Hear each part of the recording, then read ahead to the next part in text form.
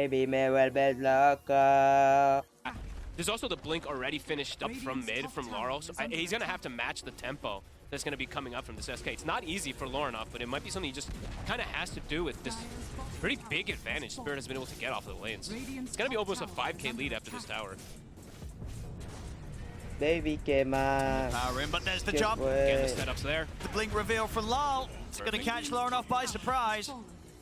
Rune will be taken. Wyman will at least deny that one away from them, but again, multiple times we've seen them be able to set up here onto the Ember Spirit. And the wild thing is, too, there's actually a ward behind the tier 1 mid. So Whitemine, I mean, I think he's placed it while the play was happening, but they can't even see that this play is coming out from the side of Spirit with I guess wards. It must have sort of entered into the lane from an angle where, yeah, they didn't see the Sand King in his blink. Nightfall, even though he went, well, yeah, he's still, of course, incredibly fragile. Well, they want Malik. Lleva 4 horas de stream esto, entonces me perdí mucho.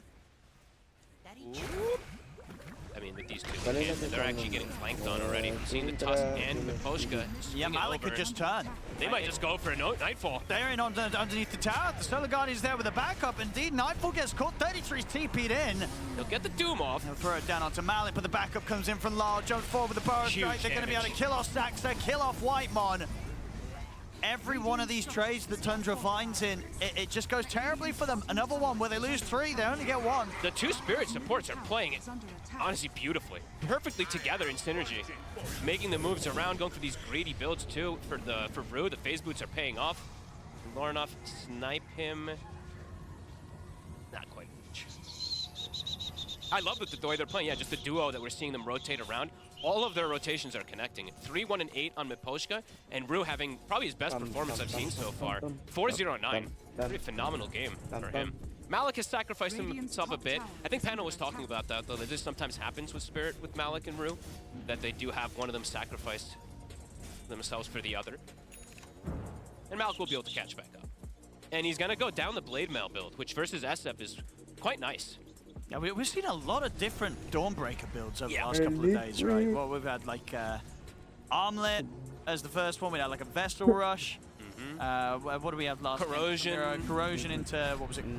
Corrosion Soul Ring into...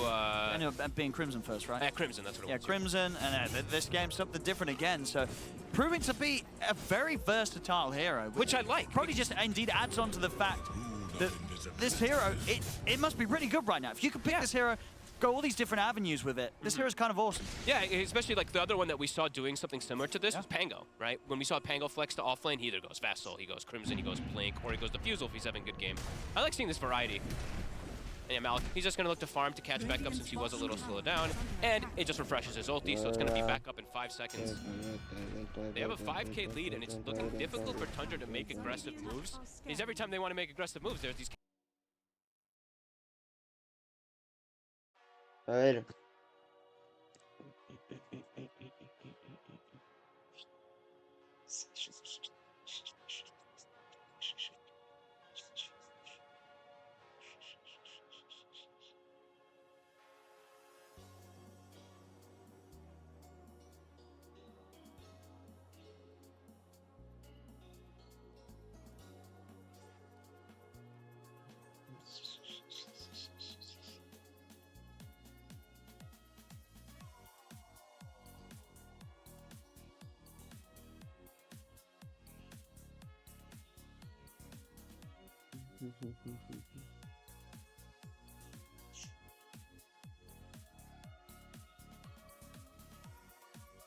Fue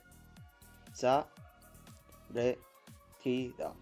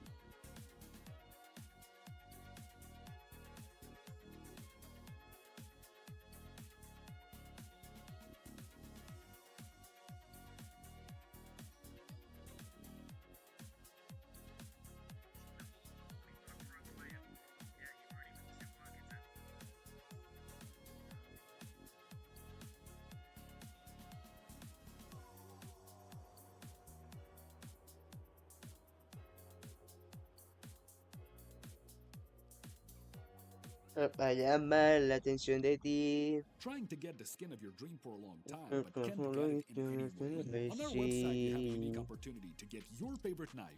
Users on our site can hand out skins themselves, and participants need to fulfill some simple conditions. For example, watch a video or buy a case on our website. After that, you automatically become a member of the distribution. Go to the Mi user giveaways page necesidad. and do what you like. Mi necesidad. Me gusta toda. Do you have any unnecessary skins or want to sell them? Mi Try necesidad. Skin Place. Visit the website, select the skins you want to use. Easily fill your Steam trade link. Make sure we offer good prices and choose a button, and boom, instant cash. Safety. Instant payouts. Todo. Skin Place launching an event with a total prize pool of $10,000 in honor of our first La anniversary. verdad, Just sell skins, claim daily bonuses, complete seguridad. missions, visit the shop, Mi and participate in necesidad. a giveaway with popular skins and a powerful PC. Follow our social media to not Ya que miss. se dio. Ya que te pudiera que tal tu moza es otra cosa.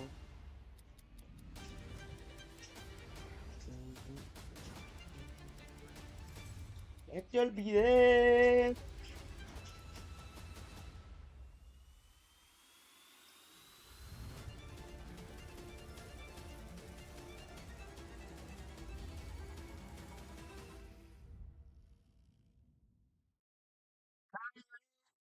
Ya te olvidé.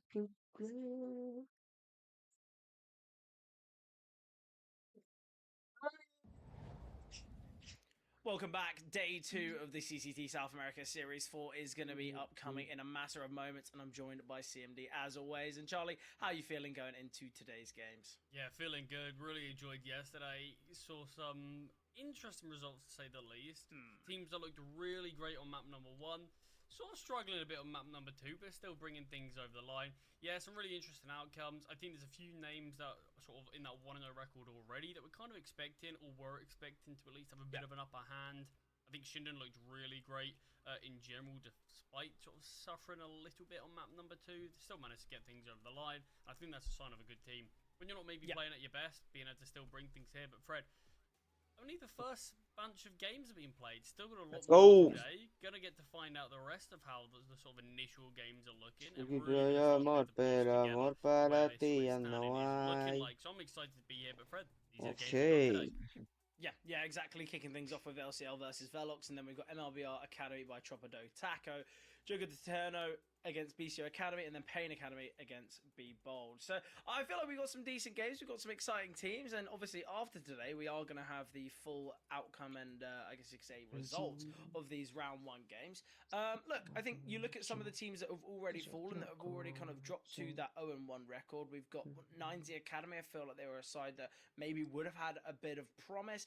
Similar could be said about Sensei. I think when you look at it on paper, I think rankings wise, I think they were within the top 2. I think they were one of the only other teams that were within that top 200. So I think the fact that Sensei, not only was it a loss there, but it was a 2-0 loss and somewhat dominant as well. So I think when you look at it like that, Sensei maybe not the greatest of starts. Obviously, it is early doors here in the Swiss stage. It's not as though it's kind of late into the series. Your team's 0-2 and your back's against the walls. You know, this is a clean slate for all the teams that we are going to be seeing today. And obviously, you know, in a couple of days' time, yes, that might be where we have to be saying for some of these sides where improvement needs to be seen. But it's still early doors, isn't it? But obviously, with the first game being LCL versus Velox, what we can have a little bit of a look at, Charlie, is the teams. Why don't we just get straight into it, head into the rosters, and we can kind of pick apart the players that we are expecting for, you know, to be the kind of the success stories of today. And for LCL, anyone you want to point out?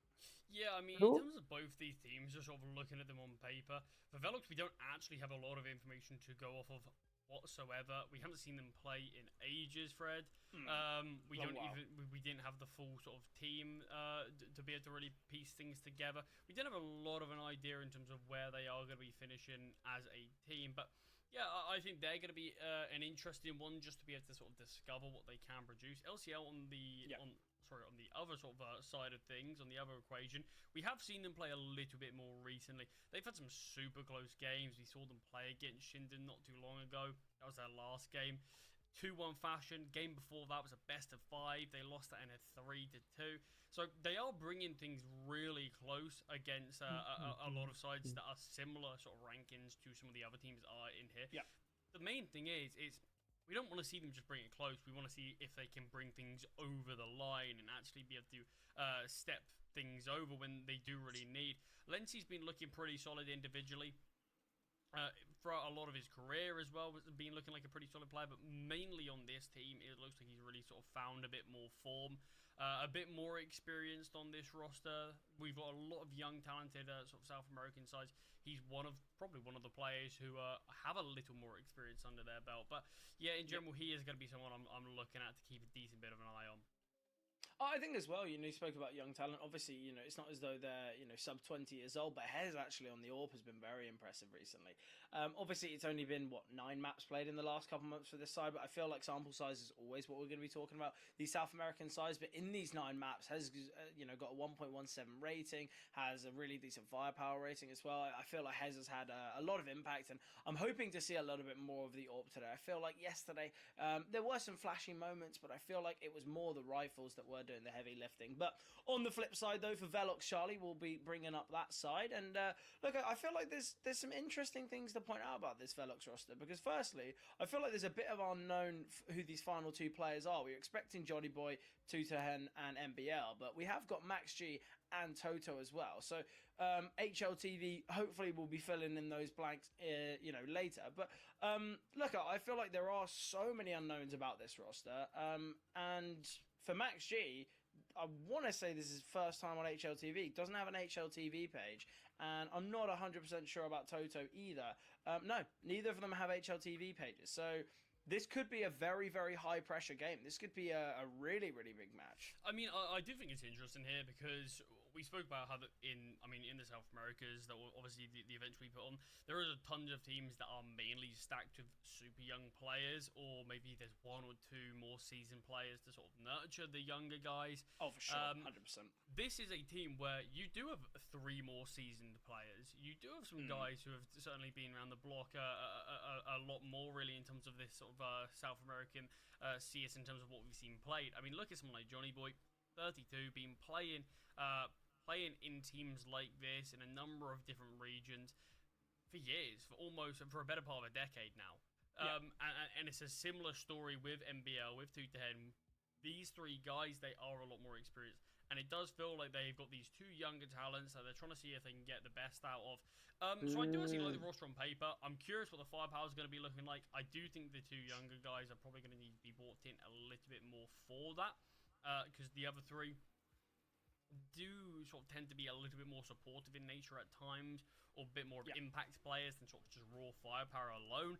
So I think a lot of this team, like we said already, we don't have a ton to go off of in terms of, we haven't seen them play for a while, but it is going to be interesting to see what they can provide today. This is going to really set the tempo for the rest of this Swiss stage for their run here.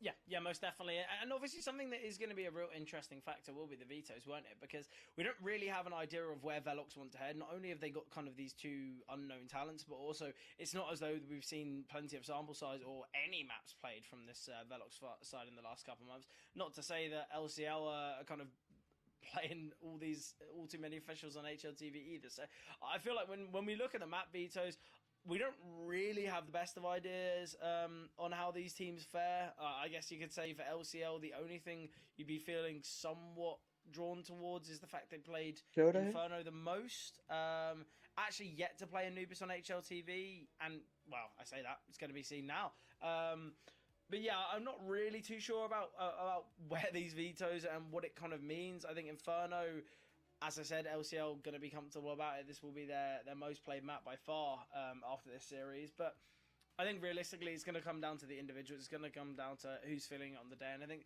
that's something that we will be saying throughout a fair few of these kind of round 1, round 2 games, when we don't really have the best of ideas on many of these teams' kind of vetoes and their map pool. Yeah, I mean, we've got Nuke as that final map. I did mention a lot of the South American teams feel like they do like playing this map quite a bit more than potentially some other regions. One of the main reasons why I enjoy watching this type of CS. Do love a bit of Nuke. Got to see it only once yesterday, in fact, or at least we only got to see it once. But yeah, I think vetoes in general, it's something we came into. We're not entirely sure where things are going to be played. We haven't actually seen a series victory from LCL in the last 3 months, but we did mention they have bought a few games very, very close.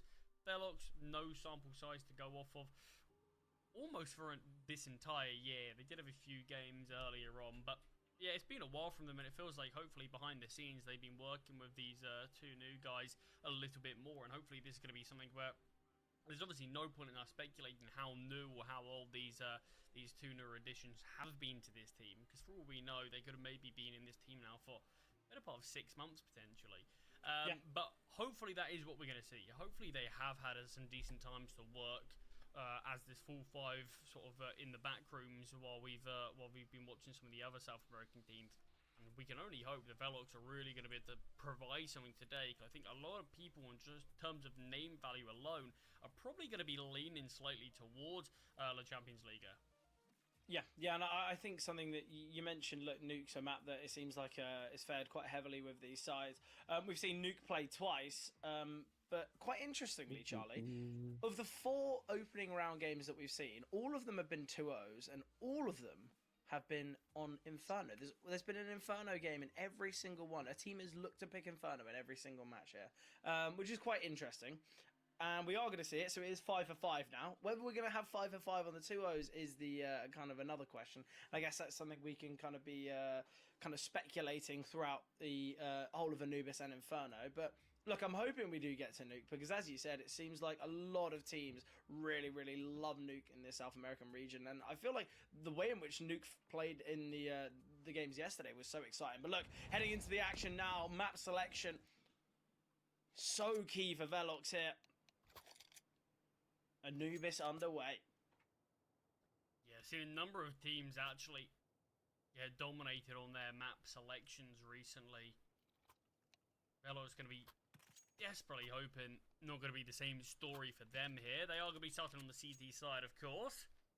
Arranca la primera partida. Option as to where to start, and as most teams, it will be favouring that T, and the odds are also favouring LCL. Yeah, I think the thing is, I think the only thing that you can say regarding a team's favouring is just the fact that we've got a tiny bit more sample size from LCL, and I think that's the only real good understanding that we do have between these 2 teams. And I think I would give the slight edge, and I guess that's kind of understandable for why those odds are that way. But Look, I don't think there's really much that we can be too convinced about. Obviously, though, the stake odds were put on screen. If you guys do want to go over, head over cct.dg/stake, and you can use code CCT2024 for a 200% deposit bonus, which is pretty exciting stuff. But looking at this clutch, 1 versus 2 for Toto. We'll get the first, but Hez's trade is excellent. And then Hez, he's the player I mentioned on the big green. You're hoping for something special without the AWP in hand, but obviously pistol round looks lovely. Yeah, that was actually a really strange pistol setup from the T's there. They get the bomb down, no issues there. Velox looking to play a slow retake, not feeling the pressure of the time or anything, but we see the T's go for a 3A main, for a B main setup there. So they actually lose sort of the actual bomb site pretty quickly, even though they actually found their first kill on the bomb site. But the issue is, when you're 4v2 on the bomb site, you will just get overwhelmed. You just overwhelm your opponents. That's what happens. But luckily for them, just having that final extra man towards B main did allow them to convert the round despite it getting close. Just a second round eco from Velox, not looking to fully invest in anything. I want to say, is that a couple of P250s or are they P2Ks? Oh, I don't know. You'd assume P2K is just based on finances. Oh yeah, surely. Likely has to be. I mean, regardless, pistols. Oh, I was going to say, aren't finding much. Lenzy just not able to connect the final bullet. Deals so much damage with the Glock there, but then for some reason opts to go for the head for the final one. Players will get taken down. 2 kills isn't disastrous. Okay. LCL to suffer. But it's not great either. Velox certainly going to be happy with at least getting 2. Well, we saw a Mac 10 brought out from Hez. I think Galil's got every single one of those kills. You know, it wasn't a Mac 10 that was making the money there.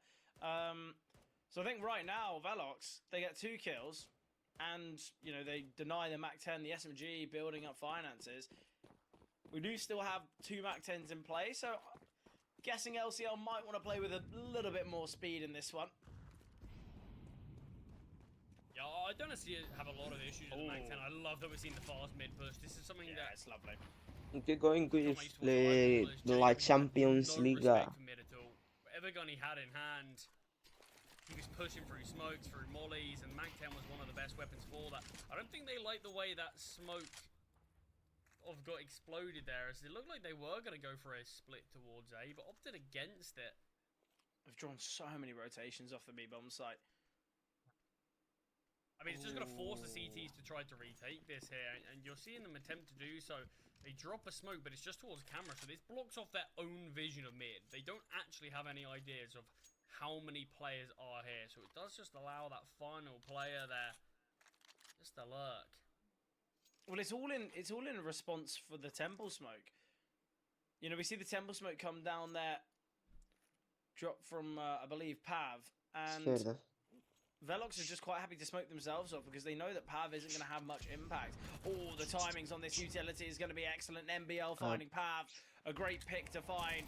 Already we've got close space from RZK, but we'll get traded by Johnny Boy.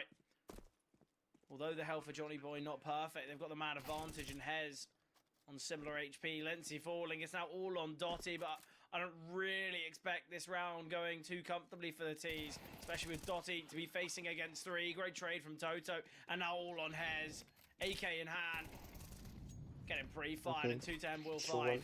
3 survivors here for Velox. Enough time for the defuse, and a nicely played retake there. They decide to just all group together towards heaven. I like the approach. I like the decision making. It works well. Yeah, I mean, we see Pav fall towards mid there. Get taken down. It was the biggest issue for LCL there was just their actual site take, which was being defended by Max G, who was pretty forced out. The fact he was able to be still a big nuisance. To go 1-for-1, get traded out, and then someone else comes in, grabs another kill. Sure, gets taken down low, but it's the fact that there was this big man disadvantage afterwards. LCL needed to be a bit sharper on that actual site take. Yeah, I think right now it's a round in which Velox, they lose control of middle quite comfortably. No. For some reason, Toto just goes overlooked. They opt to drop the lurk smoke, and It's not really worked too well whatsoever. Velox, a great Okay. response. Full rifles in play, and it looks pretty perfect. No casualties as well, and now with LCL opting for the eco, Velox can build up Okay. very, very decent finances now. Yeah, just gonna have to be a weak buy here from LCR, but that's the thing. We can just like that, Fred. Yeah. Well, I think it's all on the basis that this is Velox's map pick, and the fact they've already got 2 on the CT side, and expected 3rd, the way in which they've won it so cleanly. To be honest, I'm kind of I'm quite agreeing with how the odds change there. I mean, both these teams, in theory, sure, we do have sample size for La Champions League, but it's not exactly a sample size that's filling you with all too much confidence, because that has been their issue. They have bought some of these games very, very close, but it's just the ability to actually be able to close them out, which it seems like they are struggling with a little bit. In the last couple of best of 3s and even best of 5 that they've played, they've had opportunity to be able to do so, but it feels like they've just faltered at one of the last hurdles. Damage has been dealt on a round like this. Yeah, hefty HE grenade. Oh, that is the bomb dropping now. Although a 2-on-3 with the bomb down, Johnny Boy can get very quick there.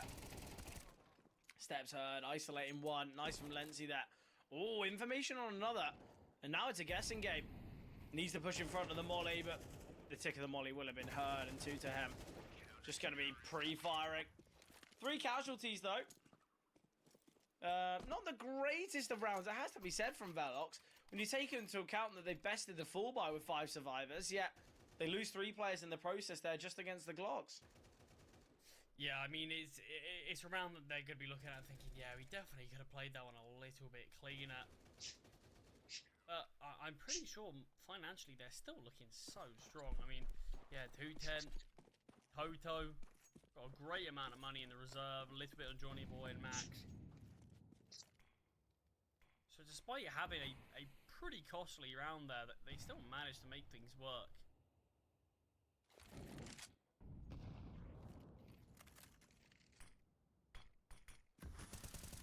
Oh, Max G, just one push. Look at the lack of trade possibility.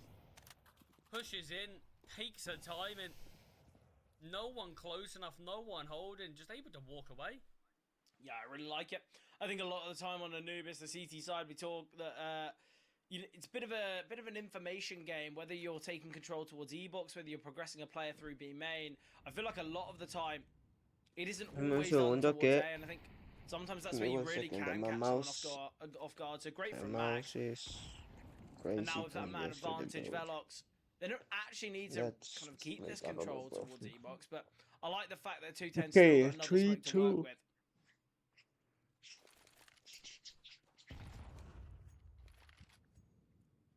It's going to be the question now.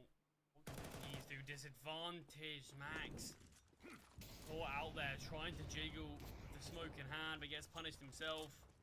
Storm shot from Johnny Boy, thanks to the flashbangs. Oh, this is a really risky play. Oh, just sit in the smoke, I don't mind that. So he's going to be progressing through it. One trade once again. The other 2 players are coming from camera, but it's Pav pushing up, taking this deep space. You've got the 2 players towards mid, still very delayed. People have to start considering A main's a possibility here. They've taken so much time to emerge from this angle. 1 kill's found. Player on the back of the bomb site, that being heads. All to do. No. Finds the first, but the trading's too good from the CTs, and Velox, despite finding or getting taken down there from Max, despite things looking awkward, the deep space taken, Velox still managed to make things work. Yeah, I have to say, I think Pav was in a really deep position towards Heaven, and I think when you take that deep Heaven control, and, you know, the bomb's already, what, 2/3 tick? There's no way there's a player coming from Heaven. I think it would have been far more valuable to just kind of sit there, ready and waiting. The bomb's planted for you. You can look to deny it, and you see he gets caught off here. And I think it would be far more valuable to either hold from deep heaven and try and catch him off crossing down the stairs, or you just play for the post plant and you kind of play for the bomb tap. But yeah, I think a bit unfortunate that LCL, that should have been another round that probably should have gone their way, but sadly, not been the most of convincing times. Utility coming over the top here. The pre-fire from RZK's nice. Max between a rock and a hard place, but he still can find 3 before falling. That is excellent. Great awareness. Isolating those fights. The smoke towards main. Kind of his savior in that round. Still a 2 versus 3. Still weaponry retrieved, and still a round that certainly can be found from LCL, but with 2-10 so quick here, 2-10 can isolate. Has spotted as well the HE.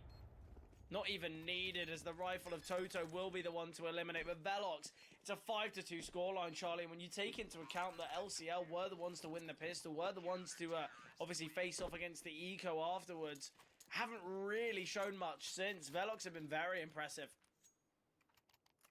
Yeah, they really have done. They've looked just the better team across the board so far, but the slight worrying thing is, if you are LCL, is you are on the favoured side of this map, and already 5 rounds found from Velox. At the end of the half, 5 rounds is a pretty good scoreline.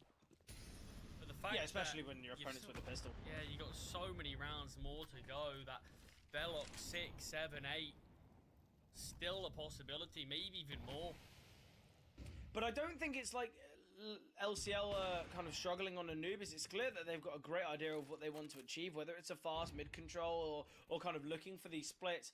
A lot of their T side seems quite creative. It's not as though it's a problem with their strategy. It just seems like in moments like that, bro. you know, we saw it from Max, able to find 3 in that last round where he probably should have been taken down for nothing. And I think moments like that are where you have to question if LCL are trading better, kind of position better, then Velox would really struggle in that round. But yeah, I think the individuals for LCL need to step up. I guess you could say thankfully it's not on their map pick, so it's not the end of the world if this is the one that they have a slow start on, but still, we expect more here from LCL.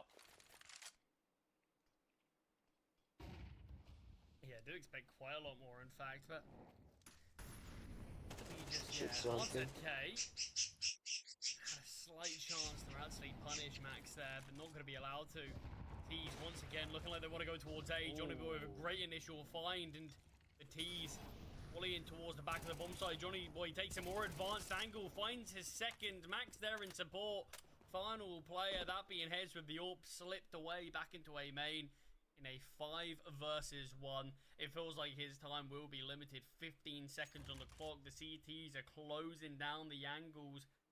They've got him trapped in a pretty small portion of the map. They can take him down after time. Oh, the Galah, there we go. Okay, that's one way to keep yourself alive. And now any A main pressure won't come his way. 14 HP. He's still holding. Why is he still holding towards A? Oh no, maybe just didn't hear the steps, but Hez has gone down after time. $1,300 to his name. But I love it from Velox. You see the pick come through here from the AWP, and then Johnny Boy, he can spot the molly coming over. He knows the only way he can survive is he's got to play on the front foot. But Max, it's as though they were tethered to one another. The second Johnny Boy progresses forward, Max is there by his side, knows that he can't just leave the AWP alone there. I'm loving what we're seeing from Velox. So even when we saw that kind of the flash into mid and the double swing through camera, it seems like Velox, a lot of what they're doing on their CT side has such good team play. Yeah, and it's just the fact that all the individuals right now, they've had their moments. None of them, yeah, of course, really slowing down. I mean, Johnny Boy's looked great since having the AWP out. But in general, all of them, yeah, even if it's just a kill or so, like Max there, only finding 1 kill, I believe, in that round. But it's just more the context in which he got it in. Great positioning to make sure he's there to help Johnny Boy, help his teammate out. Opening kill here, though, from LCL. Something that they haven't needed, but instantly given back. Just a raw peek through mid. Oh, the flashbang. 2 players fully blind. It allows MPL to creep forward. It's these really small things that a lot of the time you don't really get to see the reward. You see so many times teams going for a bit of re-aggression. They flash in, just take some info, but there's where it works perfectly. MBL gets close, flashbang comes through, and on this occasion, there are kills to be found, and 2 of them at that. I love as well, my favourite part of what we just saw from MBL is the flash comes through the door. And generally, when the flash comes through the door, so does the peak. And obviously, we didn't see a spam from LCL, but if we did, it would have been towards the doors by 2 people. And that's where you can see the T's finding that kill back. I love the fact that MBL, in fact, peaks towards window and not towards double doors. I think it's absolutely excellent. Kind of allows himself to line them up, but again, 10 seconds on the clock. Velox, they have taken the half now, and this is looking very one-sided. I'd be interested to see what the stake odds are saying, because I think we'd be getting to the point where it would be maybe like a 1.08 to like a 6 or 7, because Velox, they're on the unfavored side. They've won 7 in a row, and LCL, they're looking very poor here on Anubis. Not the expected outcome we would have hoped for. No, I mean, we came into this with a lot of unknowns about both sides, but we did, or at least I said, I do think a lot of people are going to have slight favourings towards LCL. I think after this initial display, I think a lot of those minds, including my own, if Velox can keep this up for map number 1, I think it's only fair that they become the ones completely in the driver's seat. Because, like you said, 100%. we've seen 2 rounds from LCL. But it was a pistol round clutch. It was a 1v. Yeah, it was. But it came so close. And that was with the T's having full control of the bomb site. CT's locked out, but even that pistol round, I liked how Velox played that retake. You saw Max was so close to the action, we didn't look for a fight, waited. Knew that they were going to play this retake, had no fear in terms of what they were going to do, but yeah, it's just been right now a very impressive display from Velox. And it's not just been from these moments. I mean, there's the odds for you, Fred. Very one-sided here for Velox, and it's unsurprising with the 7-round streak from the. I said 1.0. I said 1.06 to 6, or 1.08 to 6. I feel like I was close enough there. Yeah, bit of credit maybe. Half by though. It's just a couple of pushes. How can he find 2 there? Shouldn't be allowed. I mean, there's just not really any util. You have a smoke towards Temple. I understand it's a half buy. You don't have loads of sort of utility being thrown out, but it's a smoke towards Temple and just a straight up push for a main. You've got to have a bit more creativity than that to try to break open what looks like a terrifying B-hole. Yeah, and you're looking at Max's position right now. He gets a double kill for free every day of the week. I feel like it'd be quite tough to see things go otherwise. And there we go. Gets a double. Gonna make it a third. 17 HP. Oh, nearly. Is that P250 that just turned and instantly dinked him? How did he get ball down so low there? I don't know. No clue. But it was, whatever it was something special. But still, it was Max getting 2. Quick reactions, but I don't think it was ever going to be enough. And now Lenzi has got the bomb, has got a smoke and a flashbang, but with 4 to face, with minimal time and no real understanding of where these final players reside, it's safe to assume an 8th is found for Velox. I mean, this would be quite a clutch if you would be able to pull this one off. 14 HP as well. I'm surprised he's actually even... He's going to be the bomb plant. He is going to be able to be found. Yeah, I mean, I wouldn't mind keeping that util, keeping that M4 alive. I wouldn't be surprised if just because some of these... Yeah, he did. Oh, okay. Yeah, maybe then. But I wouldn't be surprised if, honestly, it's because of how Velox have played some of these sort of hunts, them wanting to take players down here. Maybe just Lenzi a little bit paranoid that, okay, I could get taken down after time here. Maybe it's worth more just taking the loss bonus. Yeah, true. All the attempts. Yeah, 100%. Looking at the money, though, you've got Toto on 12k, Johnny Boy just behind, still 5 figures. Though, look, right now, Velox, they do not show any signs of slowing down, and that's a real scary statement if you're the LCL fan base, because right now, we've had 10 rounds of play with 2 more to be seen here, and that is 8 in a row for Velox.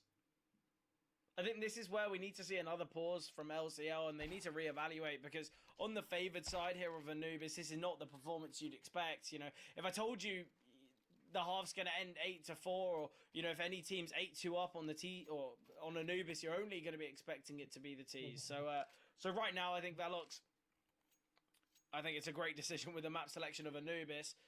We And I have don't think it's just Anubis. I don't think it's just the map pick 46 that is minutes. giving them and netting them this many rounds. I think the individuals have looked really, really good. I think the team cohesion clearly is so excellent as well. It's not as though these are 5 players that have only just been thrown together a couple months ago. This is a team that clearly have got such great synergy. Johnny Boy holding the angle. Missed shot there, had an opportunity. You can see communications clearly off here.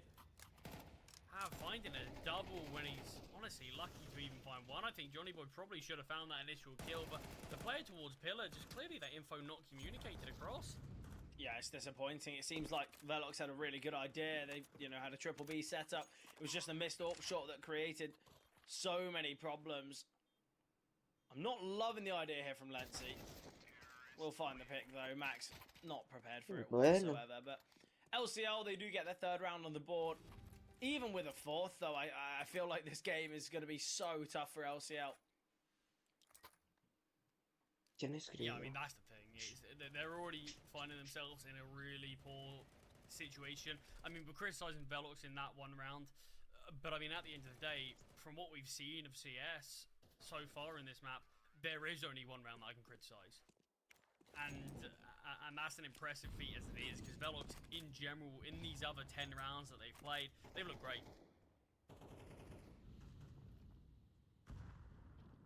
Final round, though, it is going to be an important one. If there's any possibility of some sort of resurgence from LCL, they are going to need to try to take this one. Another 3-man B setup. A bit more towards Ebox here.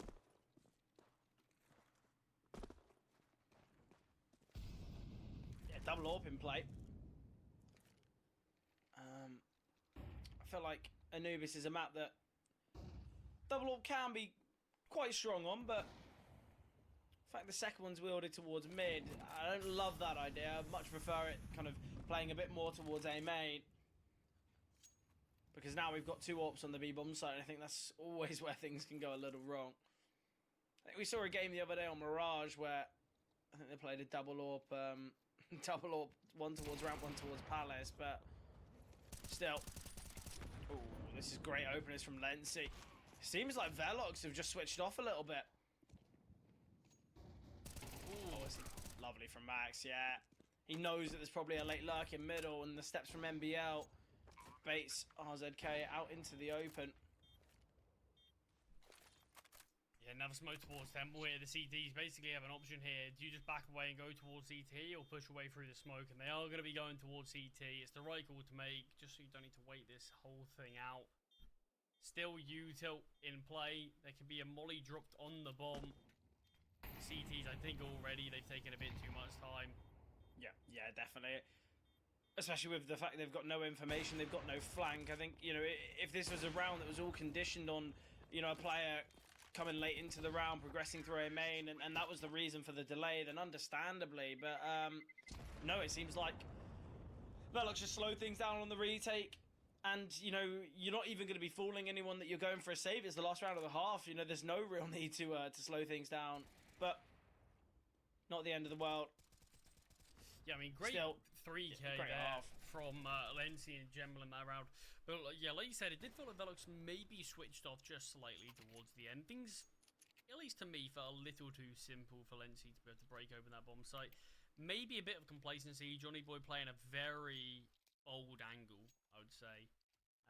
Probably could have just played from a safer distance and probably have more success rate there. But regardless, great half. 8 rounds on the CT side, you can't ask for a lot more. And Velox seeming like they've got a decent call here. A bomb site is open for the take-in currently. Yeah, I like this T-pistol. I think a lot of the time you can kind of mess things up with the pistol when you opt to try and send some lurks, send some fakes, and I love the grouping together here. Just bombard their way onto the A-bomb side. Don't love the missed molly, but it won't cause any problems as there is no one there. Oh, Hez, that is disappointing. Needing to be doing something there. And I really wouldn't mind the CTs just saving here. Keep the Kevlar, and it's clear LCL are probably going to go for a force anyway. They're on the unfavoured side. They're trailing by 5 rounds, so just keep the Kevlar. Yeah, I mean, what do you have? outside of this round, what do you have to make you believe you can go for it? I don't believe there's a defuse kit down. As you were locked out of the round by a smoke, you have 2-man disadvantage. Yeah, keeping the Kevlar definitely feels like the smart play. You can get a cheap upgrade if you want. I honestly do like a lot of teams just not doing that and trying to see if you can get out of FAMAS or something. I mean, it's all up to them regardless. Gonna be helping out their next buy. Player have been spotted towards T-spawn there. Gonna try to tuck himself away. Any kills are an issue, but they find 2 kills themselves. And the thing is now, I'm not 100% sure, but yeah, RZK didn't take any damage there, so easy upgrade to head armor. Has got the FAMAS and a flash as well. A ver. Even with a couple players saving, the buy doesn't actually look that good. It's, what, 4 MP9s and a FAMAS? I mean, it's the weapons, isn't it? It's the weapons they prioritized massively over util, where you see a couple of players drop down to 5.7s. You've got probably near enough full utility, really. But yeah, they've opted to go for the weaponry. I don't hate it, but it does mean you kind of need to give up a lot of control. Instead, they're going for a bit of a gimmicky play here towards A. 4 players. 3 of which posted up towards A main. Because at least if you had the 5.7s potentially, or at least a couple of 5.7s and some util, you can go for some actual organised control that you're taking. But they're just going for a push on timing here. No contact being made, and timing's actually incredible for them. Yeah, I think this could work out so well, but I think the biggest problem is they've got to keep this final B player alive as long as possible.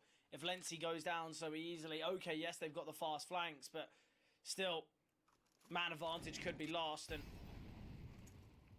I say man advantage, just a leveled up game. T's are a little slow now, and Hez in the back lines will get one. Pav as well, Lency, oh, the MP9s are looking perfect. Just a 1 casualty. If the T's decided to speed things up, then I think the round could have been a little bit convoluted, but no. Why would they? They have no idea that A main's been taken. Absolutely excellent from LCL. I love the fact that they are so proactive there.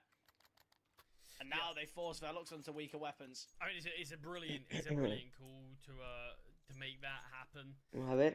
Very lucky with the timing, but sometimes that's how the game goes. You think one more player there from Velox, completely different story in itself, but sometimes that's just how CS is played. But yeah, it's massive from Hez, really. He finds that 1 kill towards A main, towards B main, sorry. That's all he needed to do, because you see 2 of the players about to push onto that B bomb site turn to look to the flank. It allowed the rest of the team to come in and kill 2 players who weren't looking at anyone. Yeah, great pivot. It's the fact that the flanks are the ones kind of taking the contact, because either Velox have got to push into a bomb site that's being held by 3, or they focus on the flanks and then the players on the bomb site can swing. Yeah, I think it works really nicely. I was worried about timing for a second there, but it works really, really well. 9, Well 9, 4K. 9 bombs. R2K, RZK, sorry. Was a 9. Managed to go on and find themselves their 6th, and now this game's getting closer and closer. Still need to remember, though, of course, they are on the unfavoured side. We haven't seen a proper full buy out from Velox, or at least a full buy versus full buy. So it's still going to be interesting in terms of what they can show on this T side. But we will have to say, this game is definitely still in Velox's sort of playing ground. They just it's still in their control. It.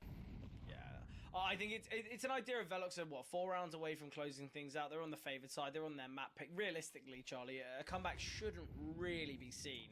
And I think if it does, many questions have to be asked for Velox as to what's happened. How could they not close it out? Because you've got to remember, they were 8-2 up, and they were 8-2 up with only losing the pistol round and obviously the give, bro. they looked pretty flawless, pretty unbeatable on that CT side initially. Obviously, LCL get the final couple rounds, but Yo le fueron a regalar, weón. that's, you know, so many rounds in a row now. You look at it being an 8-2 scoreline. We're now looking at it being 9-7 already. If LCL win this full buy, they should put themselves up to a levels game, and that's where things are getting very, very difficult for Velox. I mean, that's when the pressure starts to mount, isn't it? Needing a little water. Yeah, definitely. It's your team's first HLTV game in a while. You find yourself in a huge lead. I And love next the thing aggression. you know, the game's got very close to turn. Able to find one, but that's best case scenario for him there. Yeah, trades are being seen, but with that first pick found towards B main, man advantage is the way of the CTs. Now, looking at LCL, though, dotted across the map with very little information. I'd love to see kind of a triple mid re-aggression play together and try and catch someone off. Obviously, you would give up control on the bomb sites, but I think it's a worthy decision to make. Hez, though, spearheading this kind of re-clear towards middle. The problem is they've got a teammate on A. Surely they backstab through B. There's no real reason why they would look to head to A. And that's exactly what we're going to see from Hez now. And a reposition coming through from Lency. Oh, Lency. There was a slight idea, a slight inkling to head towards Temple, but then realizing, okay, well, my teammates are on a flank towards B. If they do head towards the B bomb site, he's going to clear them out. He's going to get all this information now, so I've got to double up towards A, and this could be perfect for Lency. He spots two out in the open, smoke towards Heaven, but they will be nading it. Oh, this could be excellent. And Max out in the open, but they've not spotted him on the bomb. Will still find Johnny Boy, though, so puts Max in the 1 versus 3. Now a half HP Lency to find. Max tucks himself in the corner. The smoke drop could be a bit awkward, but in fact, it might give him some time to work with. And there is somewhat of an idea could be put in the minds of LCL as he crossed back to main. Has that time been allowed for? But Max, oh, it's all going to be a matter of moments before he's out in the open. Had to find Dotty. Enough time for the defuse, and LCL will find their 8th. And this is what we were talking about. 9 potentially going to be incoming here. The CTs maybe have found their form, hit their stride in this one. Pero lo It que, feels like it's just been so lo que light me and estoy dando fast cuenta es since que la we've seen mayoría usa integrations of solo Velox, armas and de now all of larga. a sudden O we're bueno, about solo to have usan potentially a larga. leveled up game. Out of nowhere. Quite the turnaround. And LCL, I mean, they're now going to be looking at themselves thinking, if only we could have done this initially. Probably could have had the game by now. Pausa táctica. Not could have, probably should have. I think Velox, it's moments like this where you say, well, they probably should have continued how they were on their CT side. Even still, they were 8-4 up, switching to the T side, and they won the pistol. So many problems have to be said about this T side for Velox. I thought the T side of LCL was one of which we'd be kind of scolding at the end of this game, but the fact that Velox's T side, they've only won the pistol, is looking quite scary. Yeah, the issue is you just can't have a moment to breathe. Nice shot there. Yeah, a lot of space being taken here as well. Weapon retrieved, no armor on Johnny Boy, the only player to not have armor on his side, so he can just back away and hopefully drop this M4 over to one of his teammates.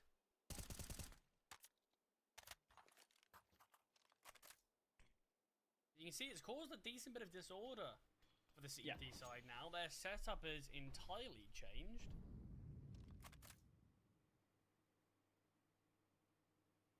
They're going to be reclaiming middle once again. It's going to be that refight. The triple play. Completely understandable. But they give up this control. Dropped over at all. Oh, finally just have. Okay. So funny when you said it, I was like, "What do you mean the M4's on Toto? He's got armor." And then I just realised he'd only just done it there and then. Yeah, I was worried how long it was. Oh, that's the bomb. If Toto's the one with the bomb planting, why has he been the one to retrieve the rifle? Bomb will go down. 4v4. Rifle has been given now to Max. Finally, give Pav the AWP. And I like it. I think it's going to be a smoke towards main. It's going to be flashes coming over the top. But the setup right now is looking pretty strong. Players in E-Box, they're not even going to be blinded to these flashes. And 2 to Hen creeping out. Oh, okay. The Tech-9's overwhelm. It is, in fact, the M4 to find Hez, but still. And the T's, they will win the round, in fact. And the problem I have with that, the only problem there, is all these players go down, and Pav's low HP with an AWP. I would have much preferred Pav been dropped the AWP to go first. To look to try and find a pick and then get traded by a rifle, but it doesn't work well. Velox, they finally put their second T-side round on the board. And this orb won't be able to save as Johnny Boy can find it and can also upgrade to the orb if they choose. But a great round from Velox, a great response. What a shot, bro. What a way to silence LCL CT side. I mean, I was honestly going to criticize the sort of post-plant setup there from Velox. I was going to say they're playing this so passively. They're giving up so much space to the CT side. And then next thing you know, the swarm, as if they're taking the bomb site for the second time. Just applying that pressure there to LCL.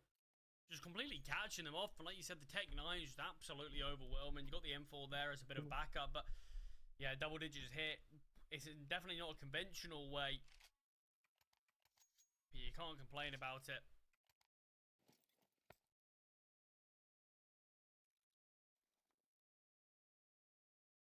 So. Bit of a technical pause here. Yeah, just trying to sort a couple of final things out for the players. Well, we are going to be underway again in LCL. They're going to be desperately hoping that all that hard work isn't going to be all for nothing now.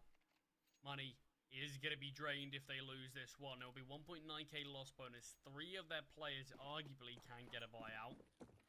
Probably could buy if they had at least a couple surviving. Didn't want to rely on that. I'm loving it from Ez. I'm absolutely loving it. Problem is, Boost comes through. Ooh, one player spotted. Hez now in a bit of a costly scenario, but he will still fight. Still goes for the pick, and no secondary, in fact. We've got the orb of Johnny Boy pushing through that smoke alone. I would have assumed a rifle to be there with him, but no.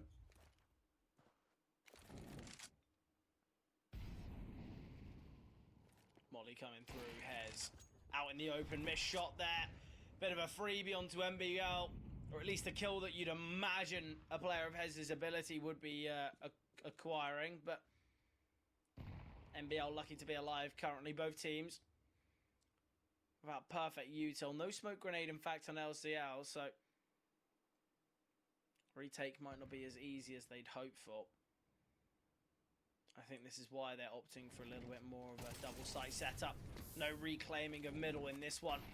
Pav, nice find onto 2-10, drops the molly as well. There is another player in E-Box, and that is the bomb. Dropped down to 1 HP, and Max traded now. 2 versus 3 him with the bomb dropped and minimal time. Rotation's going to be coming through, and MBL creeping through Temple now, but it might mean nothing as we've got 1 towards CT, 2 in E-Box. Toto gonna have to push on out now, but still such minimal time, and the Molotov gonna make things even harder. For me, this round is done, especially with Hez finding with the AWP. Spots the final player as well. 8 seconds, no time, no chance.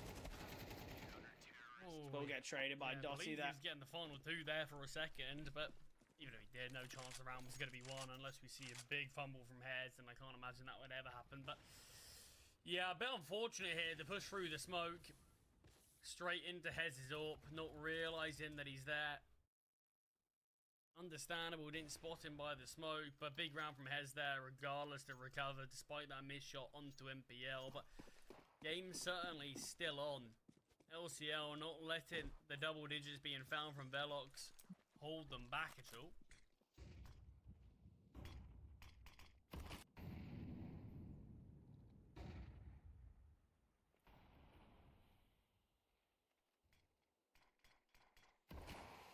A bit more of a heavy alien on this Steve. Oh, what a find from Duden.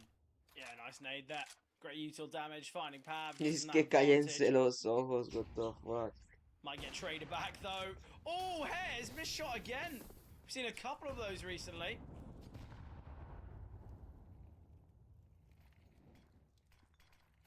Hez could look to re-aggress here, but with the smoke being dropped now, no chance of that. We'll just back up. It's a little bit of a ruse though, as the T's are backing away. Toto going to be the biggest difference in this round. Does get tagged down, but finds the kill. And yeah, look at the space this opens up. Ay, Lupita. Yeah, this is where LCL probably should just go for the save. The money's not looking that good at all. I think the save has to be the better decision. keep these 3 weapons alive. Dottie and Hez can both drop. But if they go down here, it's a question of, do they allow Velox to find 12 and opt for an eco, or do they go for the risky force? Already though, Max creeping through A main, and RZK looking to continue. This could be a bit of a risk. I mean, very back and forth here in these last few rounds. A bit more scrappy towards the end, but of course with Inferno up next. LCL's map selection, I mean, at least they're certainly going to be filled with a bit more confidence after this result than what we could have seen when it was that very dominant 8-2 scoreline. Yeah, it's crazy that this game has become so close, and I think even if Velox do take it, Charlie, I think we both know this isn't really the performance or kind of the way that this game, we expected it to finish when it was looking so dominant initially.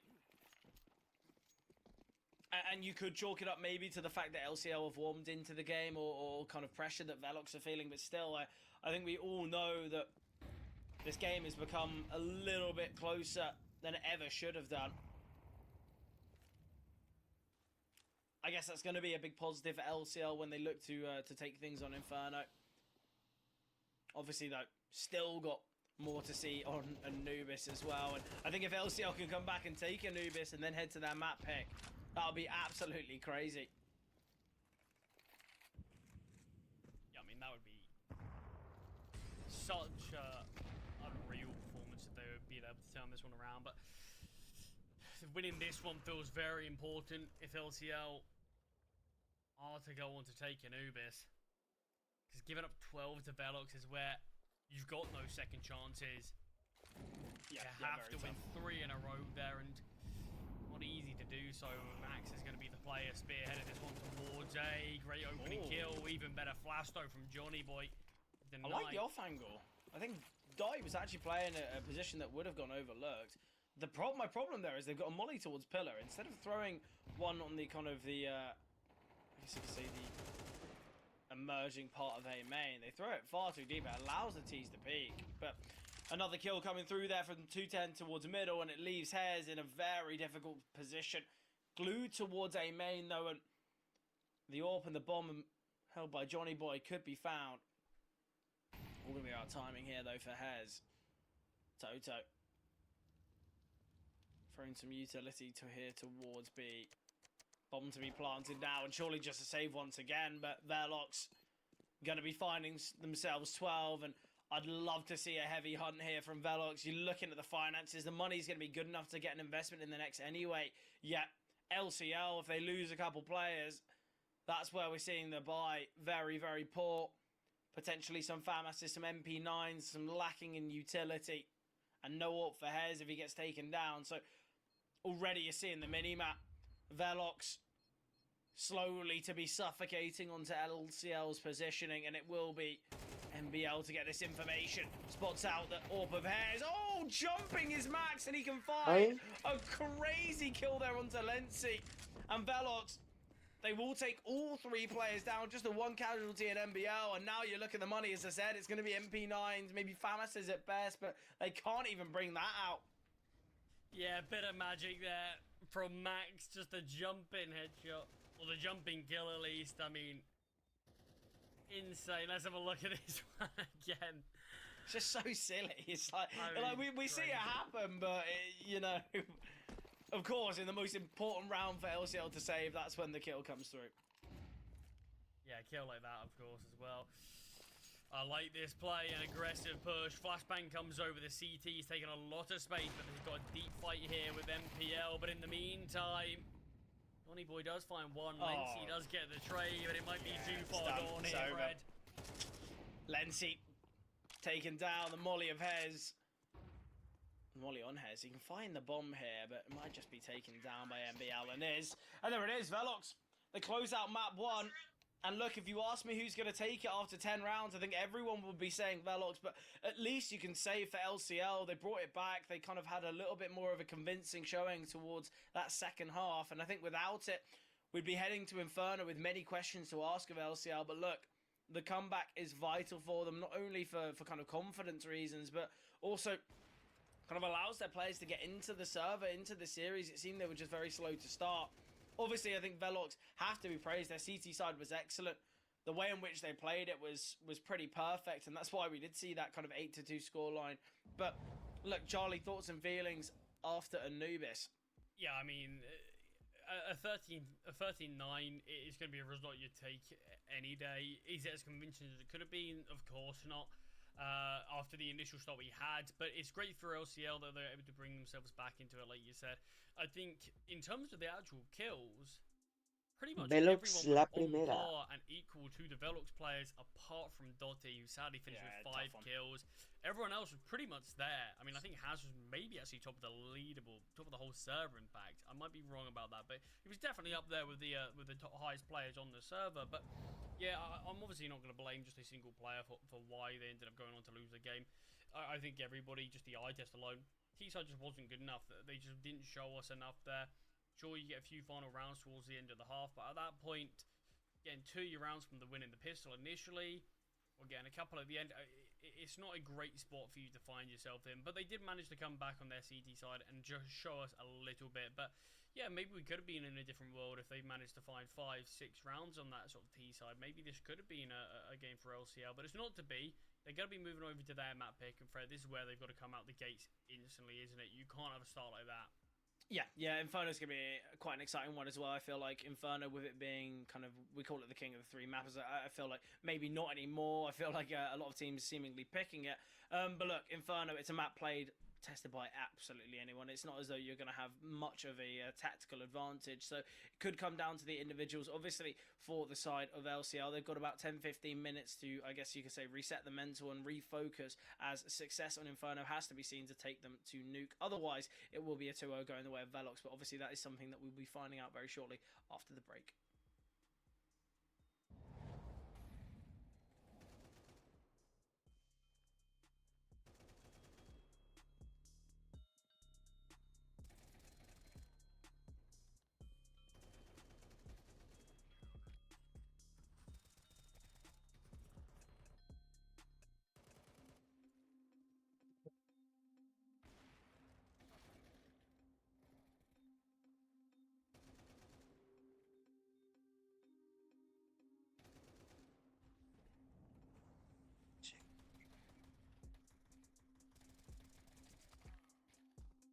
Chequeamos la de Dota.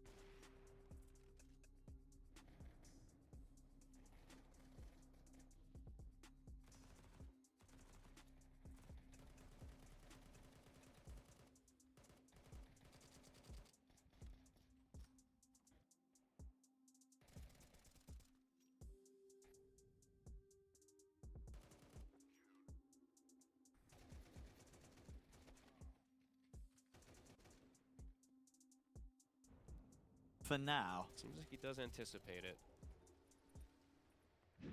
He's a little bit sort of too spooked by the fact that they're all off the map. And he is going Battle Fury, by the way. I don't know if you pointed it out. Seen some Gleipnirs.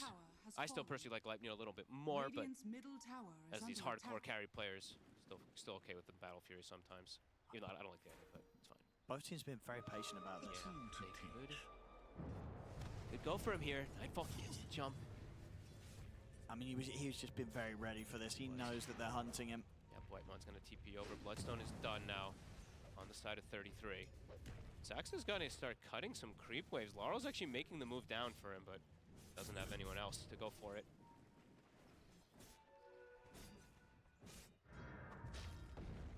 I thought Laurel might try for the slight change tree cut, by the way, when he was looking for that play top. Definitely very hard to execute a lot of times, but... Tundra. Be able to find Malik here. The kickback onto him, but he's able to get the Rolling Thunder off. This is very nice It's connection. a good angle, keeping Lauren completely controlled, and he can turn towards Whitemon as well. Nightfall, he's thinking about trying to help out for the fight. We'll get the Wukong's command out. 33 jumps over with the Burrow Strike. They've caught Malik. They'll look to Satanic, but Satanic gets the Requiem off successfully. Doesn't matter, still dies the AoE damage from 33. And 33 still has the epicenter to play with, and he's thinking about going for Lal as well. Almost gets the connection. He might be able to finish him. It's incredibly close. 60 HP. Laurel digs. They're looking to re-go. I mean, they could turn and take down 33 with the setup from the dead shot. He's healing. He is healing. He's healing. It's not enough, though. He will die. And now Root is actually able to turn and shoot down a second one there with his ultimate. Gets the double kill as he takes out Saxa. Saxa, of course, at the same time takes down him. Lono, he's trying to roll forward for this, but the backup's in. Oh, the creep even claps him. They can just turn towards him, look to try and block him off. He'll have roll back up in a second. Good kickback gives him the freedom to get away from the two of them. Yeah, this was a very chaotic fight. I'd need to even see a replay to see exactly one thing in particular. I think the dead shot caught the Monkey King after he had Jingu, so he couldn't actually get the extra lifesteal off. I'd have to see it fully again. But I think that's actually the thing that allows him to get that extra kill even on Nightfall without him able to survive versus the SF at the end of it. There we go. It's hard to see it in the middle of everything, but I think it was the dead shot that caught him because he was hitting Satanic, he got Jingu, and he had Wukongs, and then he just walked away. So I'm pretty sure it was the dead shot. Let's have a look. Oui. I get that set up onto the two of them. He's caught by the silence. No, he was just into a the silence. fear. Okay. Yeah, silence into the fear. So silence and then just the Requiem afterwards. I thought it was the dead shot that got him, but he was scared to just stand on top of the SF.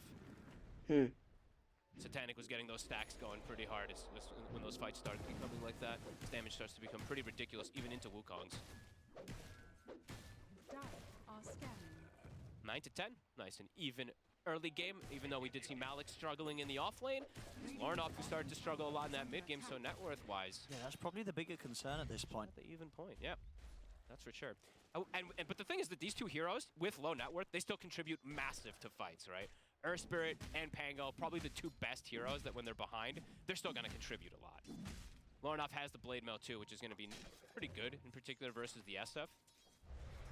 And Laurel, as you mentioned, he has this Mage Slayer, which is going to be fantastic in this game. And naturally can build into the Shivas, which is going to reduce healing from quite a bit of stuff, actually. 2 of the cores and the Pugna. Saxa. Poshka's found him. Minus armor, baby. So Shadow Fiend kind of pop off last game, and this time round, over on the side of Spirit in the hands of Satanic, it could be a similar story. He's top net worth. Wait, I guess he was right outside the range. He didn't get the presence stack. Uy, lo habían visto y se devolvió. Minus armor is terrifying with SF. He's so explosive.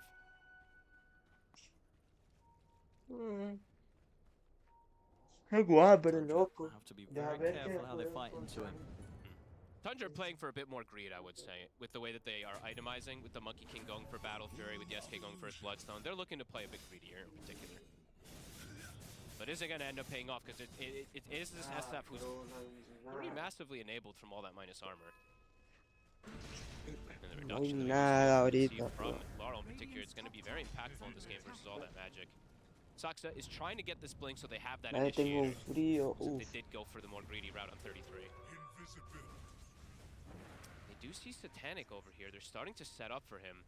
He's pretty vulnerable versus these two. He's not going to expect them coming from this angle. Insane angle. He withstanded. The Blade Mail is popped.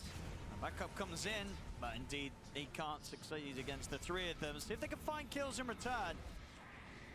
As they should find at least Whitemon. Actually gets the Decrepit find the life drain off. The Rolling Thunder comes in again from Malik, so Whitemon will end up falling. 33 should manage to sneak away from this. So they get in, they get the kill, and they get their cores out. What an angle. There's no way you expect this. He was not expecting that at all.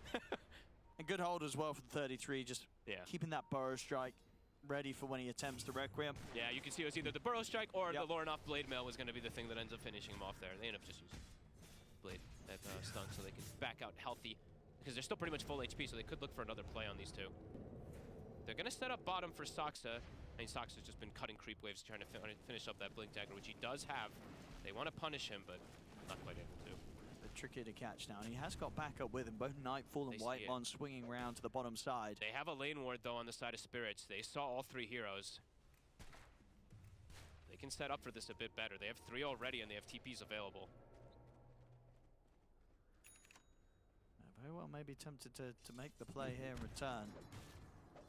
BKB on Satanic. They've got the blink on the bat, but now we can talk about that actual mechanic that we haven't seen in I don't even know how many years because nobody picks Venge, but they have the save.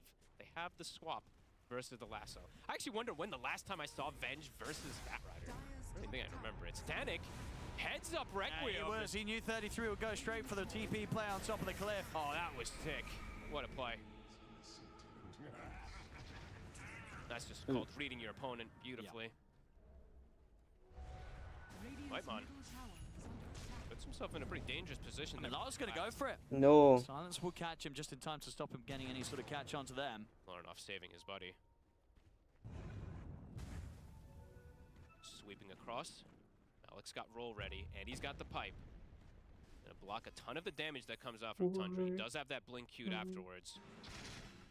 So Laurel likely has to be the one to go in first. Me voy a poner su lado. Let's continue to play around this ward, Tundra. We're waiting for a chance for Soxa to get an initiation and pull someone out of position. BKB's nearly done for Nightfall, too. We'll be much stronger inside the fight just to BKB Wukongs and stand on the SF. They might go for him also here. Nightfall. Got the setup. Magic Missile into the Rolling Thunder. Is there any sort of save in time? They'll offer up a Decrepify. Life Drain coming in as well. They're keeping him alive for now. They'll try and Mischief dodge that last bit of damage. He's able to get the Wukong's command off, but he will fall. He still has the Wukongs because he does have the Soldier facet, of course, so he does get at least a clean up there onto Miposhka, but heads up move from Spirit. Even though it's Tundra, the one setting up that gank, it's Spirit who ends up getting it. Caliente. And now they're looking to 33 top. They've got the Atos set up. Big heal from the Bloodstone. He's able to get the Burrow Strike off and the Epicenter. Oh, Silence just in time. He was just about to get the full channel off, the full cast off. He'll get it off this time, but he's already now too low, so they can kill him off. Great play there from Rue. Yeah, absolutely. Their silence came in not a moment too soon or too late. That was just to the point where that Epicenter would have gone off earlier and may have given him a chance to sort of 1v3 at 33. Rue is playing so well, I have to be honest, in this game. These callings, these little dead shots that he's been able to do have been fantastic. I think so many times he's saved Malik, and I think 5 times in a row or something in that top lane. And then that one, yeah, just preventing the big heal. If he gets the epi off a little earlier, it's quite dangerous. Absolutely. Is under attack. He didn't get blessed with Vampire Fangs, but Dragon Scale also quit pretty good this game for the SK, since he's playing versus all that minus armor.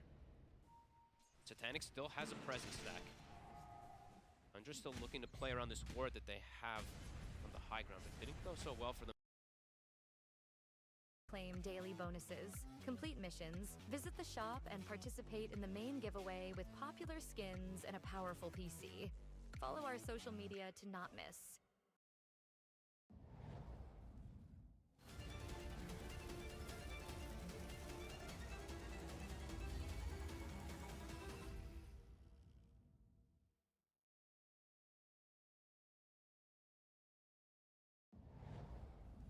Going to be heading into the second map of the series in a matter of moments, Charlie. It is Inferno, and as I've said, look, in the last 4 games that we've seen in South America, we've had 4 Infernos, we've had 4 2-0s. Whether we're going to see a 5th 2-0 is the question. And look, I think the way in which Velox played their CT side on Anubis was pretty strong. I think if they have similar signs on Inferno, I'd feel confident for them, but the individuals for LCL were stepping up towards the end there, and I think that could just be the difference. But look, what are your thoughts? Who are you thinking is going to take Inferno? I mean, it is difficult. Do I think this is going to be enough to... Honestly, I don't think so.